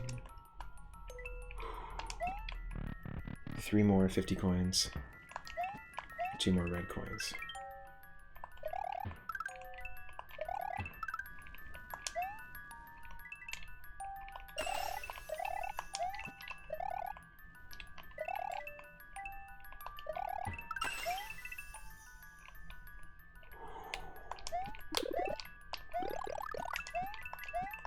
Good, good, they're traveling in unison.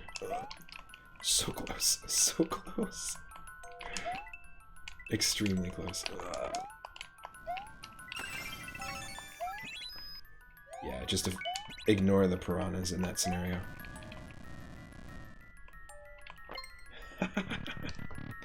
Pretty tight, like, difficulty-wise. And you can still get screwed over with that last ghost at the end. Or here. That's probably my favorite of the Ghost House Super Mario World levels that I've made.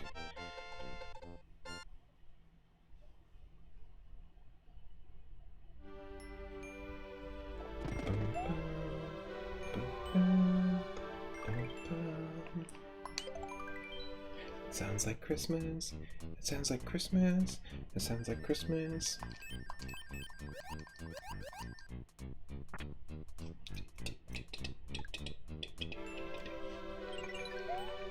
Straight to the castle, and then we only have one more world after this. World 6. This is the half-stack castle grounds. Reach the goal after defeating Ludwig. So Bowser Jr. retreated after being defeated twice by us, being defeated a third time with the help of the Hammer Brothers, because we defeated the Hammer Brothers as well. The Hammer Brothers retaliated, and Bowser was biding his time, Bowser Jr., and then we encountered him again in World 5 here up in space. But why? Why was his airship here? Like, why did he retreat all the way up here? Clearly this is not his domain. Well, it's Ludwig's domain. And so this is where one of the Koopalings comes in handy. And I think the Koopalings are actually Bowser's kids. And then Bowser Jr. No, sorry, Baby Bowser. Never mind, I'm wrong. Bowser Jr. is actually Bowser's kid. The Koopalings are not the actual kids or children of Bowser, like canonically, right? So the whole point was like, okay, maybe like it's their cousin. There's some sort of relation. So now we've got a little more of a sophisticated castle. A tougher castle. Oh, I pressed the wrong button. The wrong jump button. We have a tougher castle, and it's Ludwig who's behind it. So. Oh.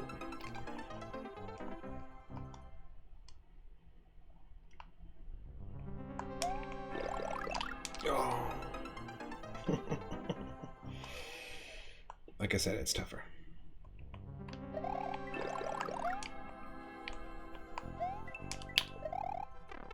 Nope. You know what? We actually don't have the spin jump on it to get across there.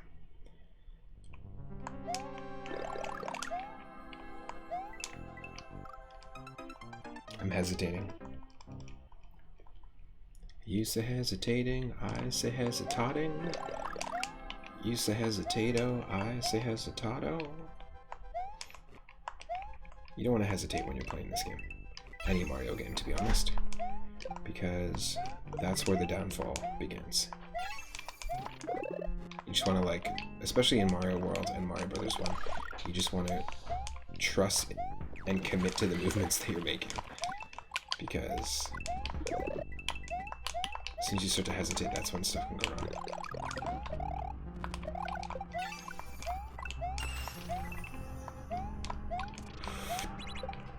So if you took the upper section, you could have hit this to turn it off, to open the wall, and then hit this again. You can go both ways, and then wait for these, wait for this.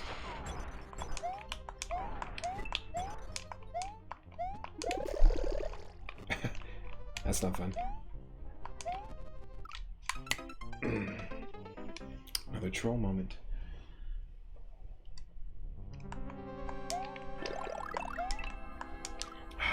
Shoot. Shoot, shoot, shoot. It just sucks that if you do lose on a tough level that you have to start from the top. And I'm sure people who play Super Mario Maker 2 solely on their channels will just laugh because they're like constantly playing like super extreme expert Kaizo levels. Well, I don't care. That's not the kind of level I like to design.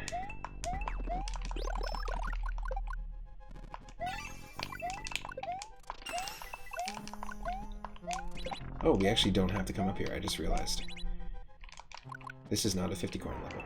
We just have to defeat Ludwig, that's it. So let's just go for it, let's just run.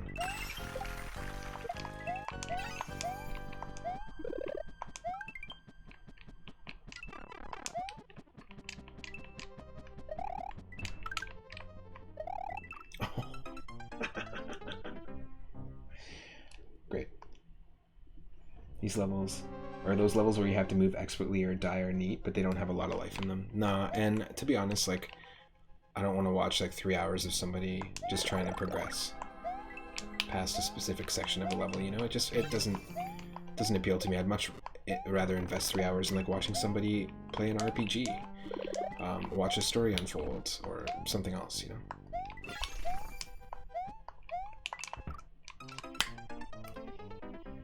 We got mole missiles.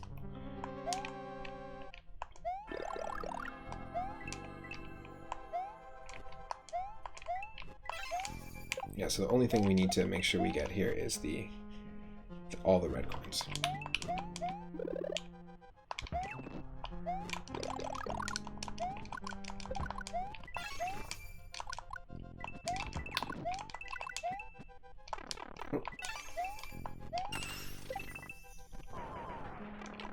I wasn't going to avoid that one.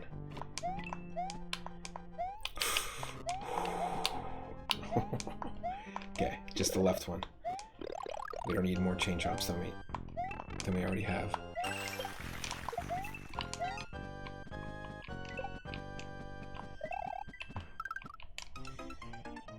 Oh, nice. Okay, just 1 second. I'll be right back.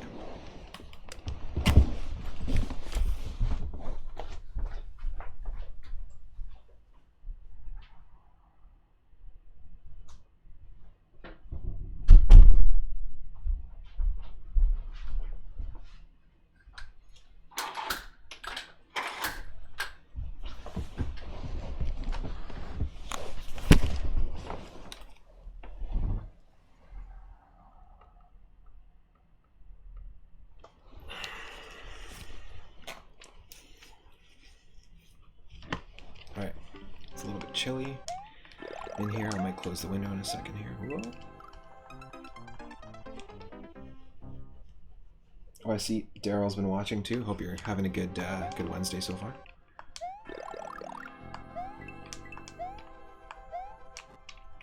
How long has it taken us? Yeah, about 3 hours total with the breaks and stuff. About 3 hours to go through almost 6 worlds. I mentioned, like, you know, some of these levels are long.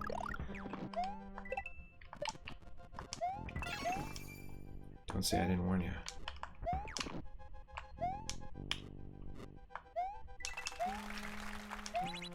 Yeah, maybe let's just go about it this way.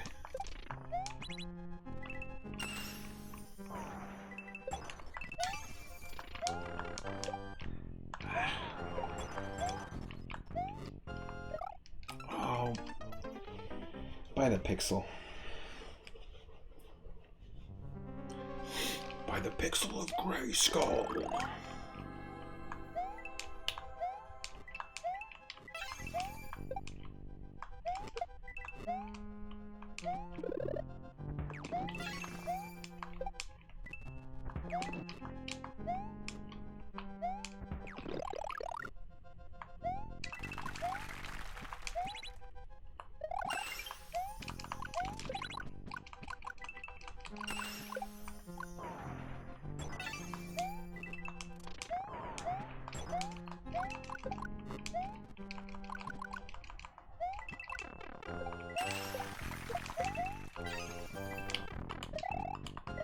Okay, you're supposed to... What I'm trying to get people to do is actually just spin jump on that, and you can make a perfect arc, but I'm just not able to do it right now for some reason. If you make a perfect arc, you'll notice that this piranha plant, this giant piranha plant, is jumping. It starts off at the bottom, and it actually hits every one of these platforms until it gets up there, so it gets out of the way. If you move too fast after doing that spin jump, that's proper Z spin jump, it's really easy to get caught in front of it. You can even, it's really easy to also, with your forward momentum, to continue your spin jump bounce on the piranha, and he can push you. The piranha plant can push you up to the top, and you insta-lose. So there's a couple of different little hazard moments at the end here. And that's just meant to kind of slow you down, almost like a speed bump.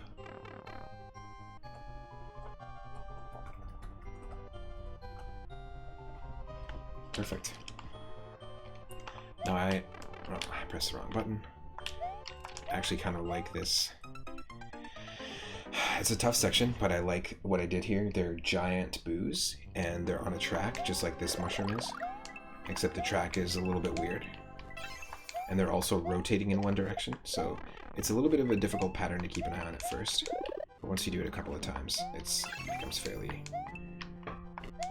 easy. Right, we do this, we do that, we do this, we do that.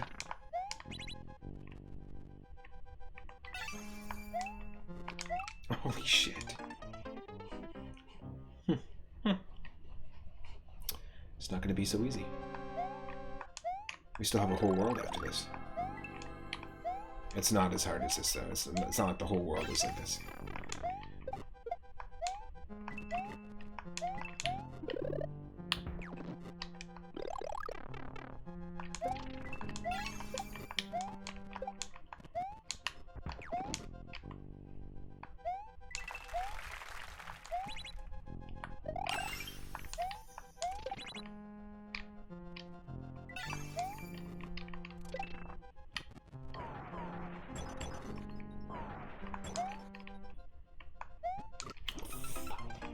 Fuck. Oh, yikes.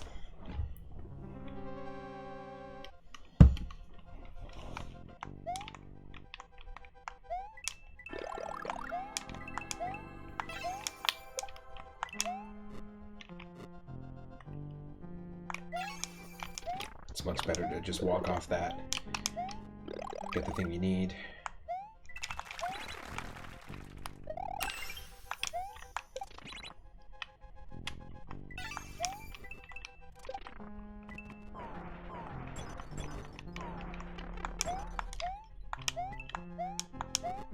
Get the other thing you need.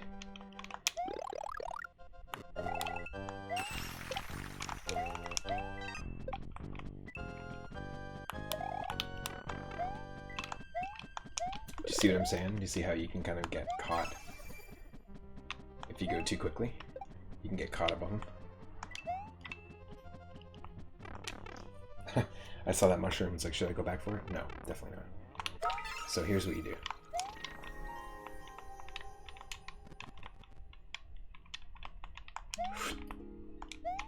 Oh, right? Is that not a crazy pattern? Because it's on the track and it's moving clockwise. It's very, very tough. Right? And you'll also notice that the boos never actually come up to above the platform. Like there's one section there where they do on the right side, but if you stay pretty much like underneath that peak of the track, you can avoid it. You have to do a little like background, like back and forth skidding in a very Hanna-Barbera Looney Tunes kind of way.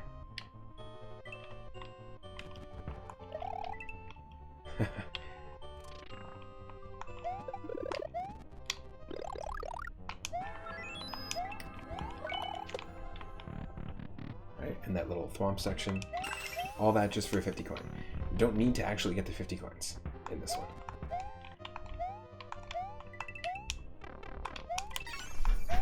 Okay, good.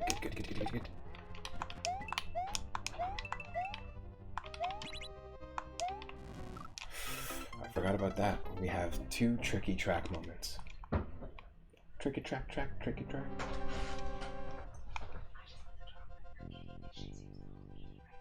Oh, I would prefer it. I would actually prefer it to be closed because my mic is super hypersensitive with the Switch.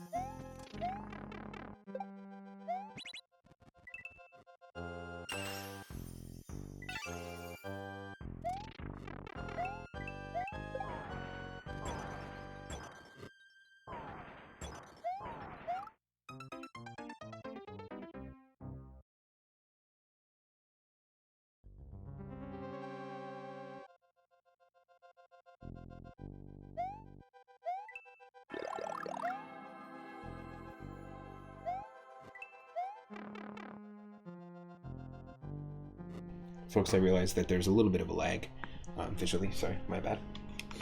I'm just chatting with my partner. She just got home, so roughly a little while ago.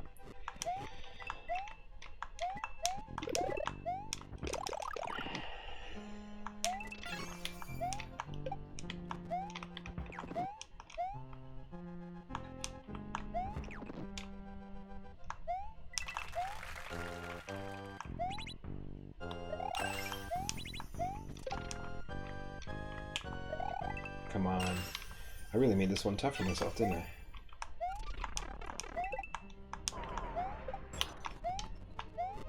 Sometimes you just gotta use the iframes.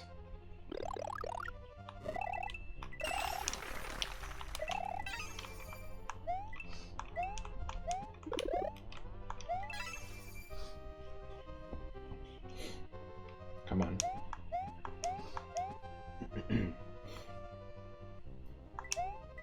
Okay, second section. We can do this.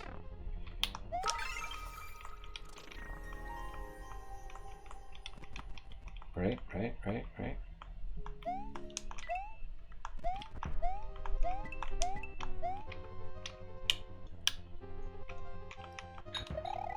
Another one up.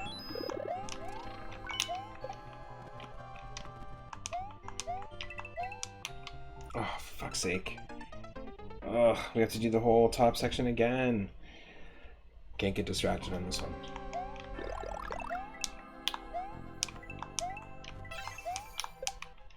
It's bullshit. That's pretty bullshit.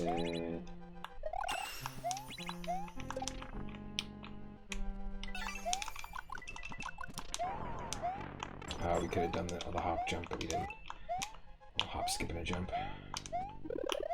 Ugh.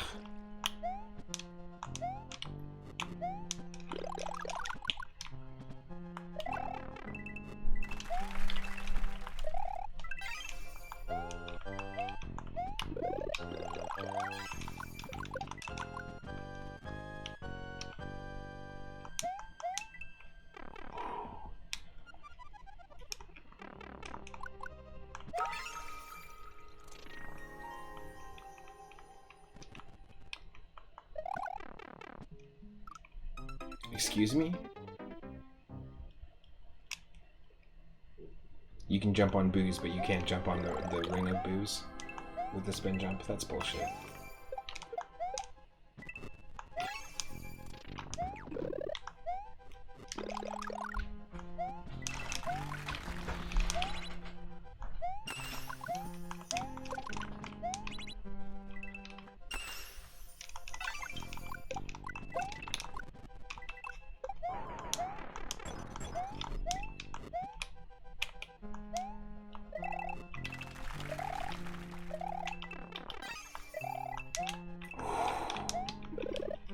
Okay, why don't you just do this?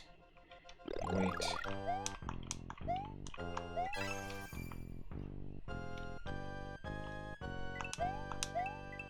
That's so annoying to have to do that first section again over and over.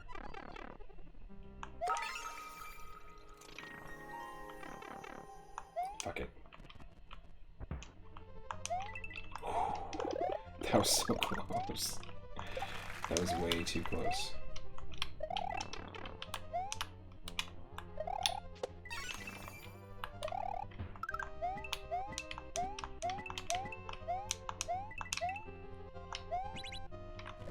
Alright, ready?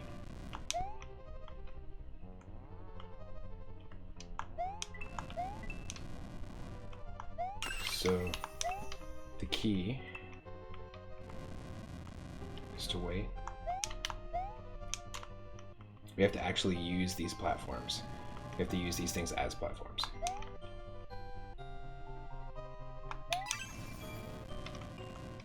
What? Excuse me?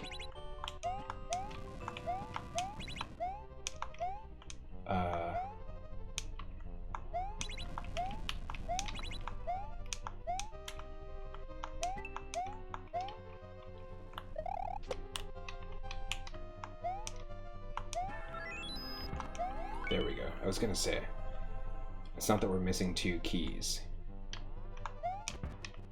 Or it's not that we're missing 2 key coins, it's that we were missing the key.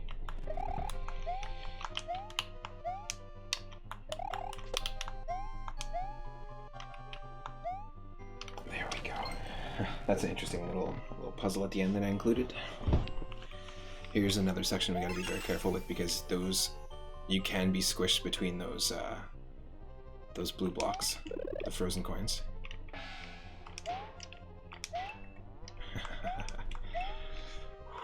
Yeah, this is not an easy.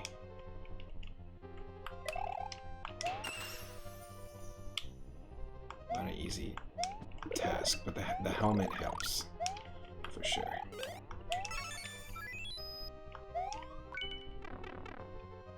I think we did it. Yes, here we go. This is the fight.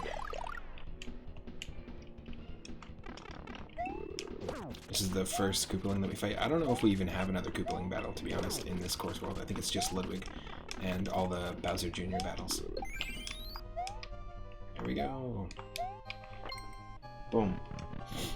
It's actually a tougher fight than you think, but yeah, these guys show up at the end. We can totally screw with you. Thanks. Right? That's actually a really funny ending. I'm not gonna lie.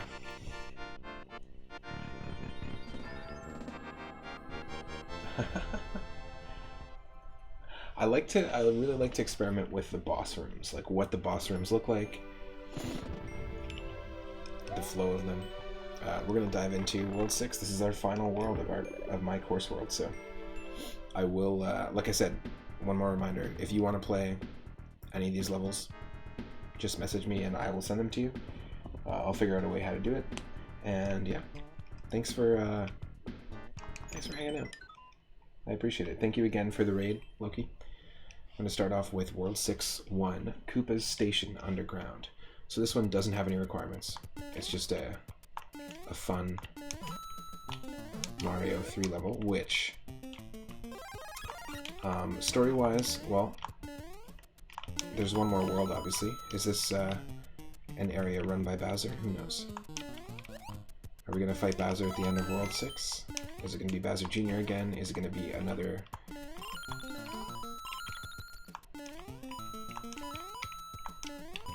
Koopaling fight?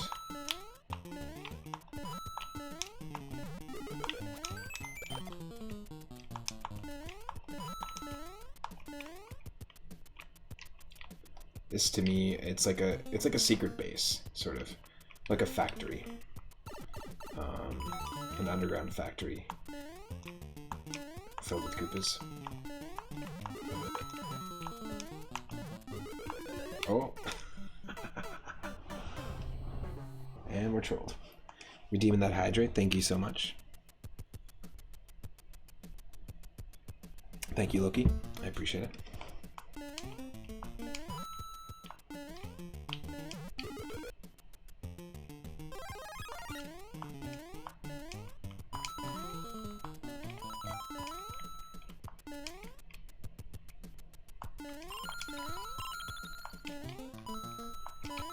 The only thing we need to actually get is the red coins.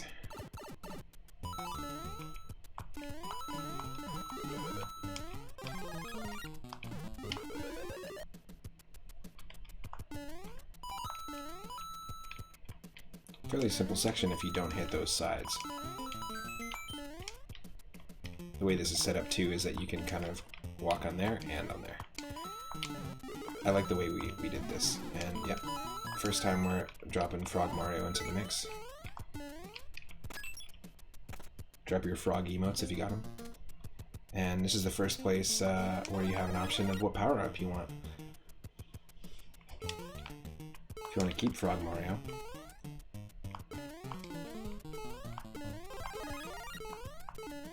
You just have to wait and avoid. A little power-up room.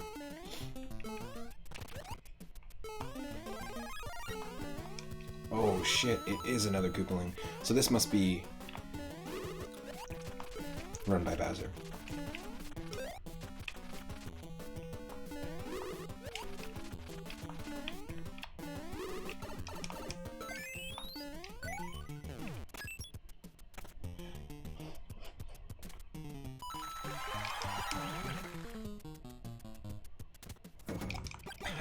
Shit!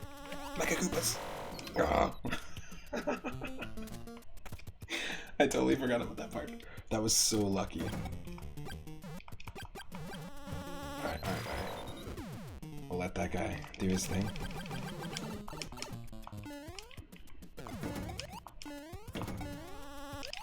Ah.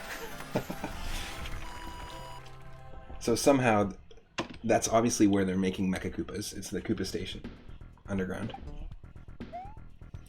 It's, was that Iggy that was throwing the balls, or Lemmy? I'm pretty sure that's Iggy. Now, this is kind of pointless. Most pointless pipe in the entire game. Because it's like, oh yeah, I definitely want to skip that one-up. I definitely want to skip the bonus room. Oh, and now we have another required ghost house. Mystery House G, another one of those. This one I like a lot, too. I think this is the first mystery house that I made out of all of them. And yes, you do need the 50 coins here.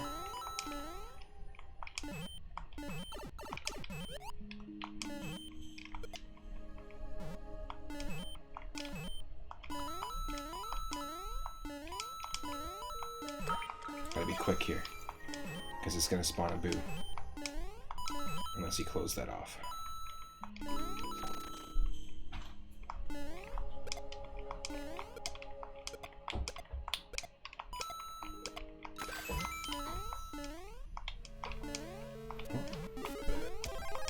So lucky.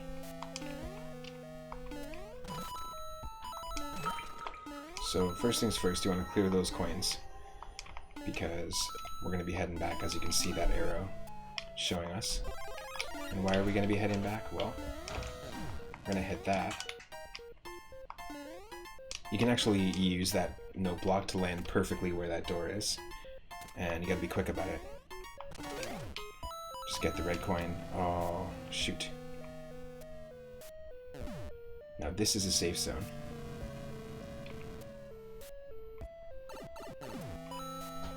You need to... Yes, exactly. That was so pixel perfect. You need to hit it again.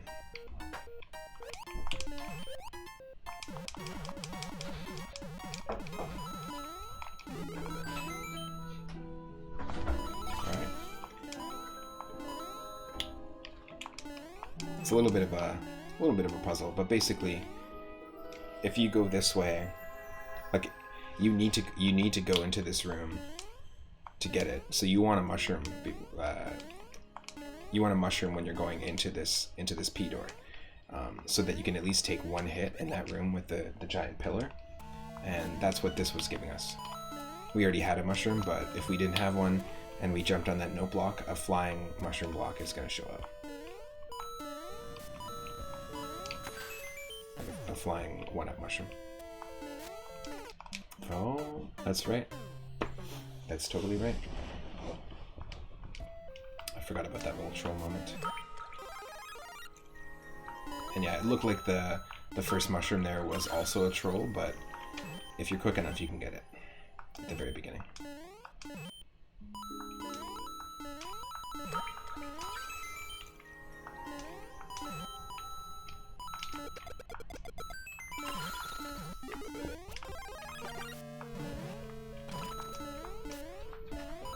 Right.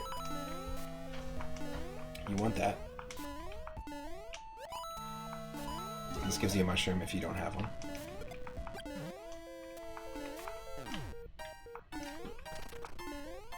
Let's see if we can be quick about it. Quick, quick, quick, quick, quick. Oh shit, the P block makes it so you can't be super quick about it. That's what you're supposed to do, is duck. So it is doable, just very tricky to do.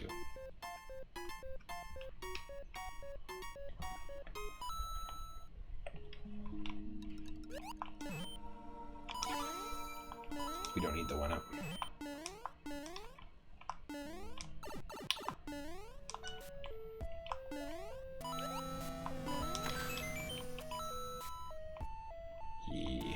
Yeah, let's just wait.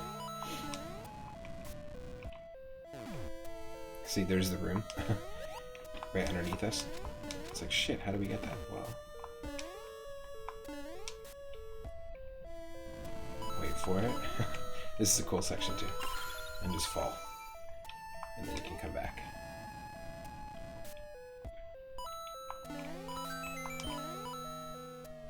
If you make it all the way to the right here, without collecting the previous red coin, you can soft lock yourself. Because you can't jump back. There is one thing that's missing here, so 150 coin. Oh.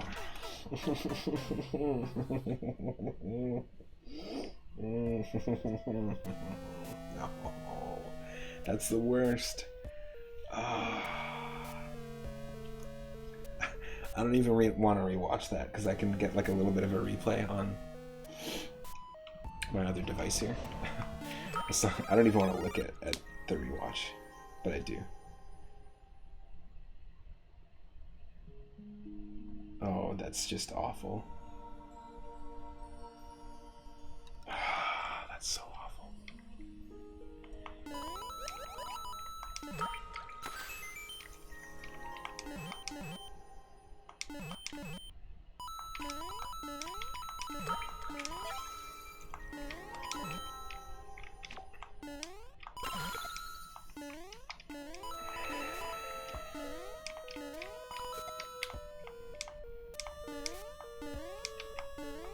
Oh, we can save ourselves there.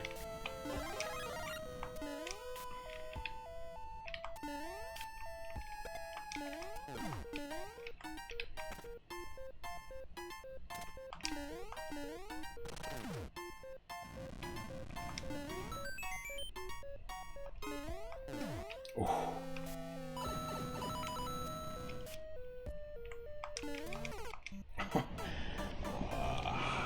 It's frustrating. It's not an easy one.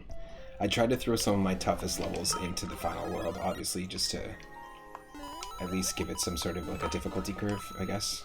I wasn't thinking about it too much, because like I said, I made up most of these levels like completely out of order.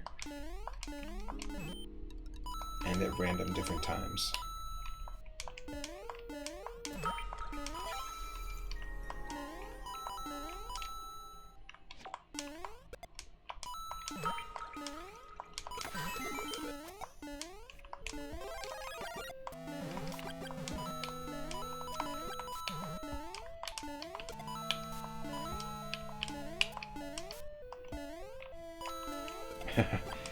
The Goomba just bounces on his head.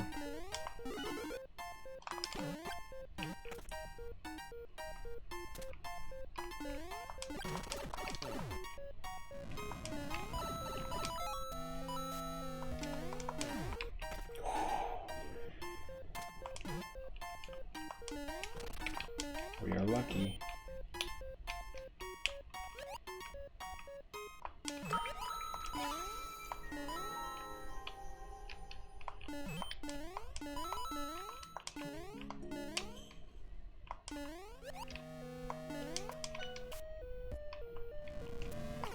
Oh my god. That's just torture. There's no reason that we have to be failing this many times.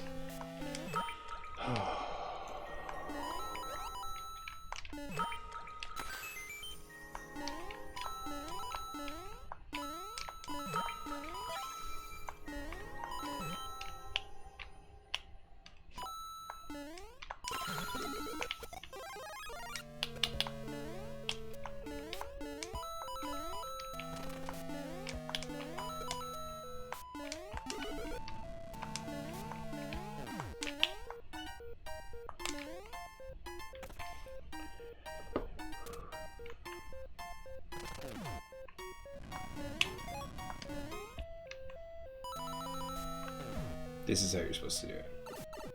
Well, without taking the hit, if possible.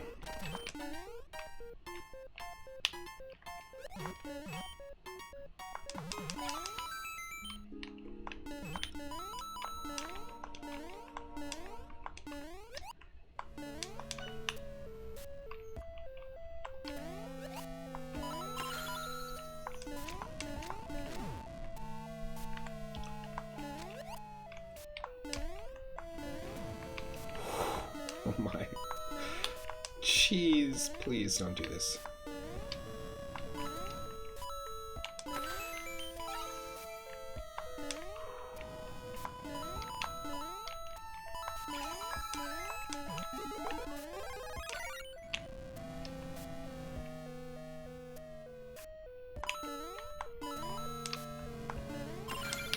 Oh my lord, just leave. Just finish. Oh, if you want to be a show-off, you can do this.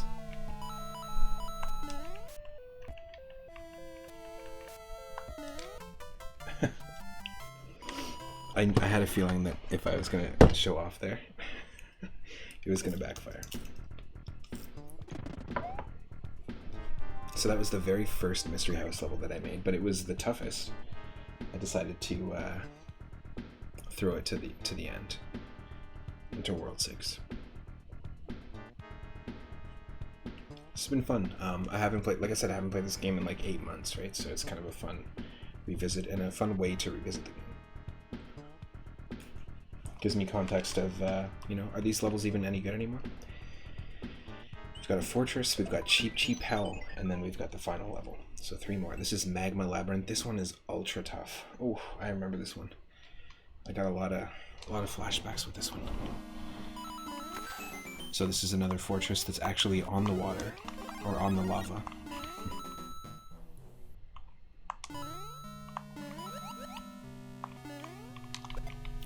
Yes. So first things first, we want to kill that thing.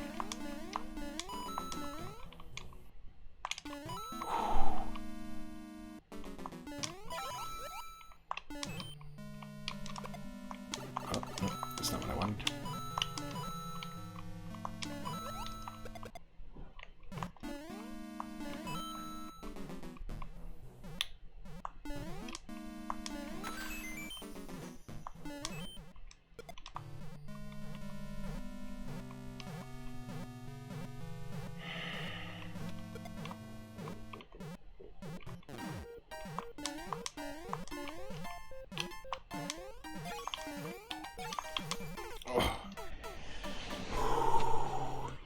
I remember how crazy this one enemy gauntlet was.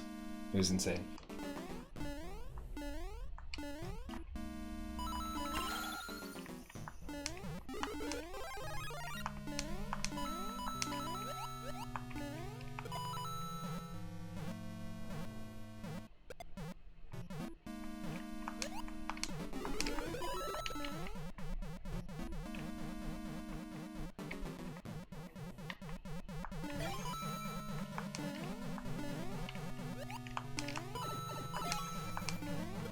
Good.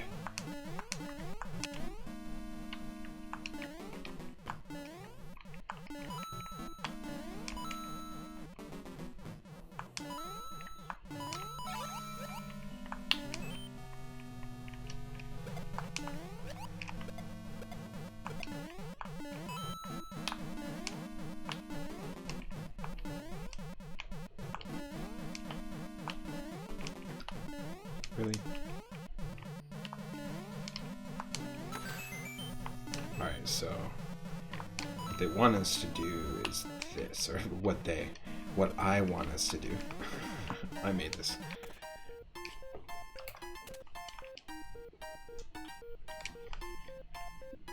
You stuck? Those things are gonna fall down one level.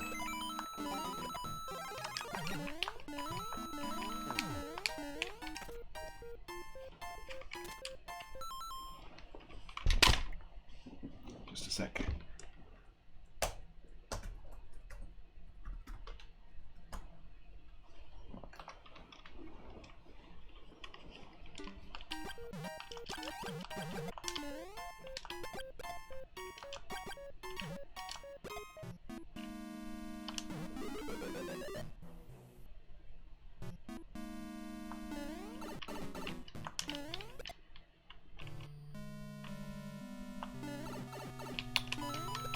That's fine. I do remember the fireball. Let me tell you. Let me tell you, I remember that fireball. So, what you're supposed to do is use the dry bones.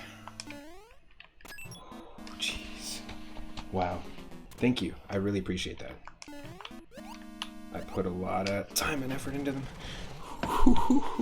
So this is our dry bones fortress. That was a tough one.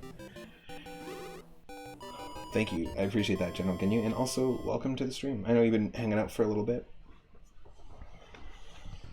It's just all the cumulative hours of me playing like Super Mario World ROM hacks and just most of these games and randomizers and stuff. And keep in mind, I made these before I started my stream. Before I even started the channel. Here we go. This is Obstacle Course, Lethal Lava Land. I like to call it Cheap Hell. But I had to make a little bit of a reference to, it's quick, by the way. little bit of a reference to Mario 3, or Mario 64. Also, yes, it's an underwater lava level.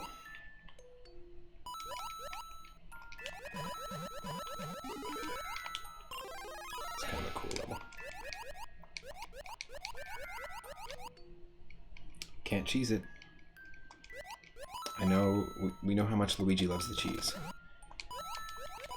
Luigi loves to cheese levels by doing absolutely nothing. That is tough.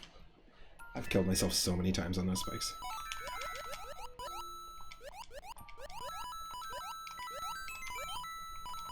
Oh! Yes, I forgot about this. Actually, it makes it quite tough. Sledgehammer. It's the hammer-wrench combo. It's tool time.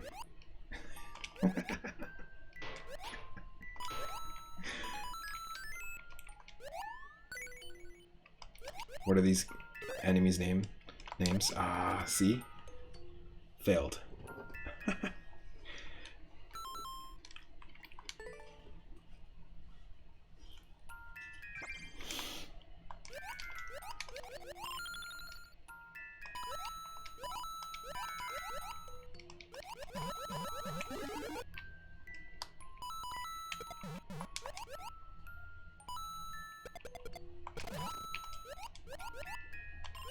Oh yeah, we do need to get these.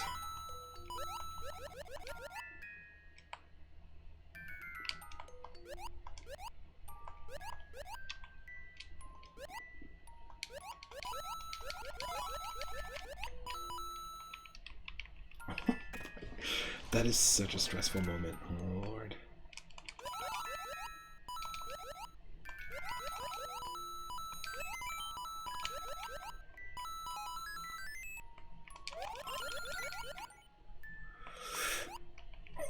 Oh my god.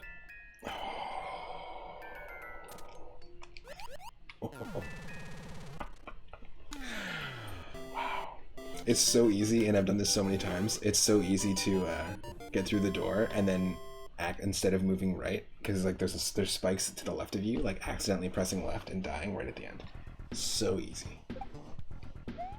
I do have another level called Cheap Hell. I thought that's what that was going to be, just because it was the fish in the lava. But no, I have a different level called Cheap Hell. That's I don't think that's the final level. Here's the final level of our course world, folks. Fort Bros. So it turns out that it's not actually Bowser that's the final boss, but you pissed off those Hammer Brothers just a little too much. They helped out Bowser Jr. Bowser Jr. didn't even hold as much of a grudge. He just ran back to one of his family members for help, Ludwig. Then, through defeating Ludwig, you found your way into the Koopa Station underground, where all of the Mecha Koopas are being made. But the Hammer Brothers are the ones that are actually running this whole operation, and it's all to get back at Luigi, or whoever you're playing as. So that was my attempt at a story. But now you're infiltrating the Hammer Brother Fortress. Fort Bros. I tried to do a story, some sort of through line.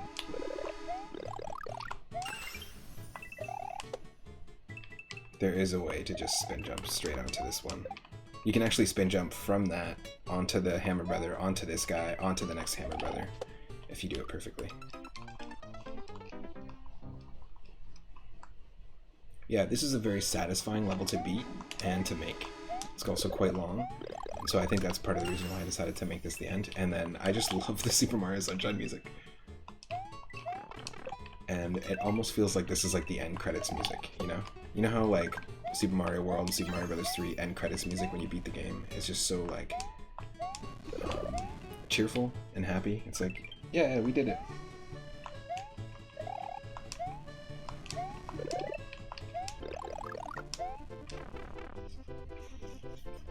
The star does carry over. Cool.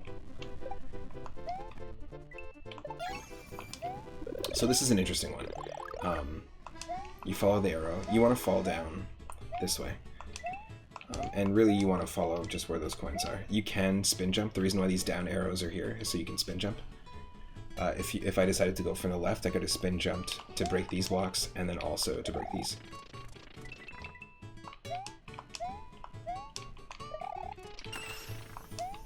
You know what I mean? Now you can see there's an arrow. We had that hidden mushroom, hidden one-up mushroom. Yes, there's a Koopaling up there. We had the hidden one-up mushroom on in the other screen, so I did the same thing here with the power-up.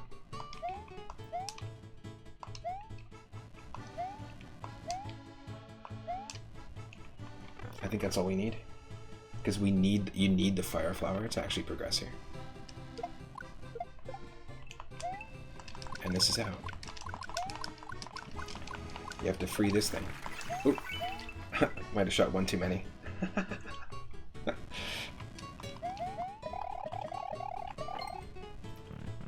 Alright, like, I don't want to get too ahead of myself here.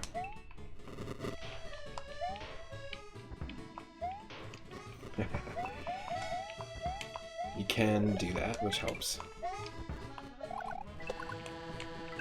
And yeah, everyone see that boo there that's disguising itself as a cloud? Very sneaky. I always thought it was funny that the boos and the clouds actually don't look that different. It just looks like the clouds are like happy and the boos are distressed. At least in these classic games. Oh, see? Ice and lava, fire and ice. Perfect. Perfect.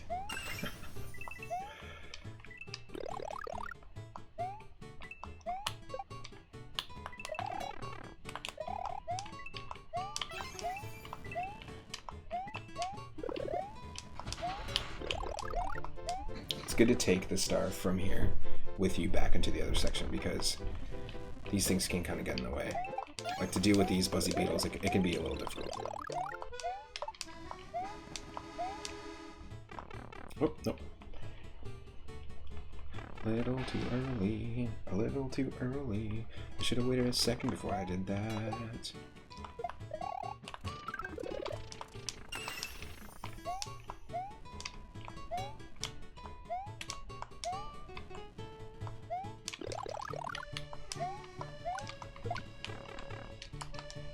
Yeah, I like this. I like this little section too. Like, upon revisiting it, I actually really enjoy these levels. I'm surprised. I was just having fun making them. So I'm glad that they hold out. I'm a little less surprised that people are playing them still to this day. Like, I got tons of notifications like since I last played this. But there's a lot of people favoriting and still playing these levels, and I'm really shocked. I'm just a little less shocked. This is a cool little section too. Clouds can be destroyed by the thwomps, so what I like to do is just like have them clear the clouds out and then go from there. And remember, we were dealing with the Koopa Station? Well, we're going to start seeing a few Mecha Koopas. I wanted to only put a few in near the end, kind of like a reference to Super Mario World. I mean, Super Mario World requires you to know how Mecha Koopas work, and also requires you to use them to defeat Bowser. You can't defeat Bowser without knowing that. You know what I mean? So I think it's just pretty funny. Remember, we had to deal with the giant Rocky Wrench earlier in the very beginning in World 1? Well, this is specifically that Rocky Wrench who's come back. And remember, we dealt with the Rocky Wrench who was working with the Hammer Brother? That had the Sledgehammer Brother on top? Well, this is his revenge. And this is just a troll, by the way. It's a giant flying Magic Koopa, but it constantly dies, so you don't have to worry about it. We can also do this.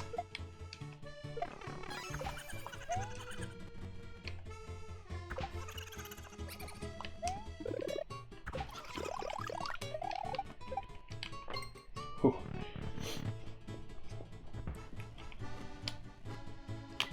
Ooh. It's a tricky one. Oh yes, I forgot. We have Firefish. Of course we have Firefish at the end.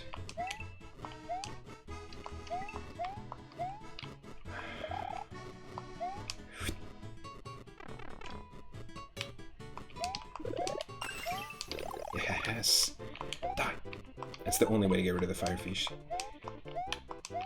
Now we have options. I don't want to actually go through here yet. I want to follow the arrows. I know that's one of the arrows, but let's follow the trail of arrows here. I tried to make this so that it made a little more sense. You follow this specific trail of arrows.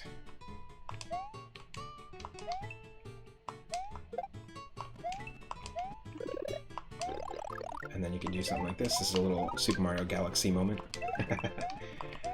I really enjoyed playing Mario Galaxy on the Switch, actually, with the 3D All-Stars pack. I played it off-stream. I might revisit it on-stream down the line, but I definitely will be revisiting Super Mario Sunshine.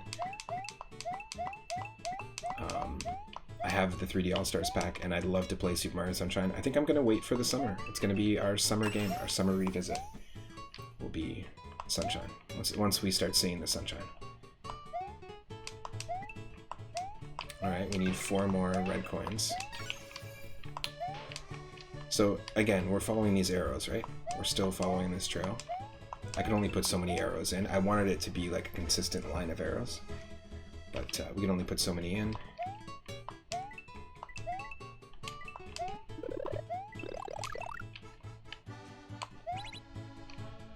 And then, yeah, when you reveal that, it tells you, no, you keep going this way. Keep going to the left. Alright. Keep following these arrows then. Ooh. You're actually supposed to use the...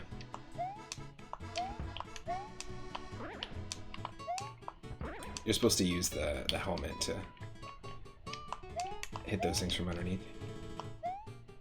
Right? Basically the arrows trace the whole thing, and they even trace the ceiling all the way back. And you can see, hey, why is there a one-up mushroom? Well, similar to earlier. It's telling you there's a one-up. Right? Or where's it leading us? So it points us into this. It points us back. It's kind of a weird design. That's probably my most convoluted path that you have to take, and I imagine people probably get lost in that a lot. Oop, he's back. He's coming back, don't worry. Gotta watch it. And so this is a similar section to the first one, just with some steps.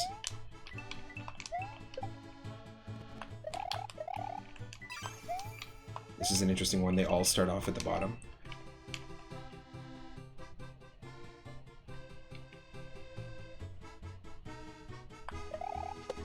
Yes!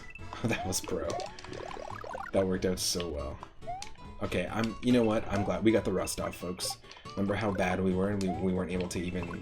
I wasn't even able to, wrap my head around how slow Luigi feels in this, because there's, an extreme slowdown in comparison. When you're used to the original... Gotta hit that one, that's what that little marker is for, to let you know. But yeah, when you're used to the original Super Mario World and playing Mario World ROM hacks, that game feels much better, but you have to kind of get used to the janky, slightly floatier version of Super Mario World physics that this game gives you. Watch us run out of time. It'll be funny. That would be actually hilarious, but terrible.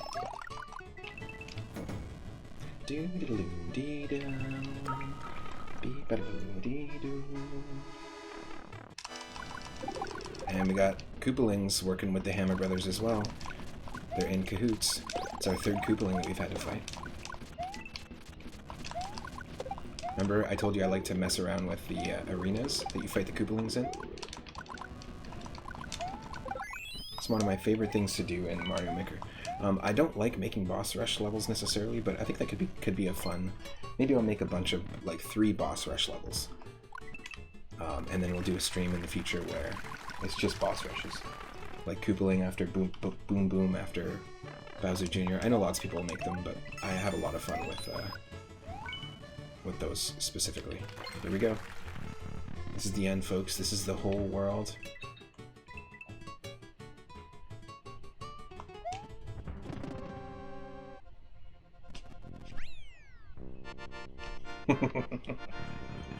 That's the whole thing. That is all, at least the ones that I deemed could actually tell a story, a complete story. 6 worlds. And Luigi saved the day. Thank you, Lord Loki, for hanging out and for the raid. It took us about 4 hours or so to get through all 6 worlds. It would take you longer, I imagine, if you didn't know them. I know a lot of like the alternate paths because I made them, but I imagine it would take you longer. Again, please tell me if you want to play these. Let me know. DM me if you have a Nintendo Switch friend code and you'd like to check these out, or if you want to just, I don't even know how you search people up in Mario Maker 2, to be perfectly honest. I might do a little bit of a late night stream after this, but what I'll do right now is ask you to stick around so that we can raid somebody. I'm going to see who's online at the moment. And yeah, I had a blast earlier today. We didn't get a ton of progress, but we got very distracted in Pokemon Legends Arceus. We were supposed to go tackle Ursaluna, but that didn't happen. If you're watching this on twitch.tv/3up_moon right now and you're not following my channel, click that follow button. Thank you for tuning in live. Thanks for joining with Loki's raid. And if you're watching on YouTube, this is part 1 of our Super Mario Maker 2 playlist. We won't do too much of this, but we will have some fun, maybe trying endless mode and just playing other people's levels. That could be very fun. But yeah, I might do a stream in just a little bit. If not, I'll make a post about it on my Twitter. You can always follow me on Twitter. And I will see you tomorrow at 11 a.m. And the way that it worked this morning is I was just up early and ended up streaming at about 10 a.m. So just keep an eye out. I'll be streaming during the day if you want to check me out. And I will see you in the next Super Mario Maker 2 stream. I think, looking at who is online, and yeah, you know what? We're going to raid our good friend SSJ Go1099. He's a very, very supportive retro streamer. Very supportive of the whole retro community. And right now he is playing some Cuphead. I'm a huge fan of Cuphead. I know the Cuphead show on Netflix is going to come out soon. I have Cuphead on the Switch. I'm awful at it. I will not stream it. I bought it a couple of times actually because I want to support Studio MDHR, and I'm really excited for the DLC stuff. I'm not good at it, but I love watching people play it. I'm a huge fan of Max Fleischer cartoons and the old Popeye and Betty Boop cartoons. So to me, I really, really understand the passion that these two brothers have over at Studio MDHR. Clearly inspired by the other two brothers, Dave Fleischer and Max Fleischer. So let's go hang out over on Goten's channel. He's super supportive, always showing support in everyone's channel. So let's go do that, and I will see you in the next stream. Thank you, and take care.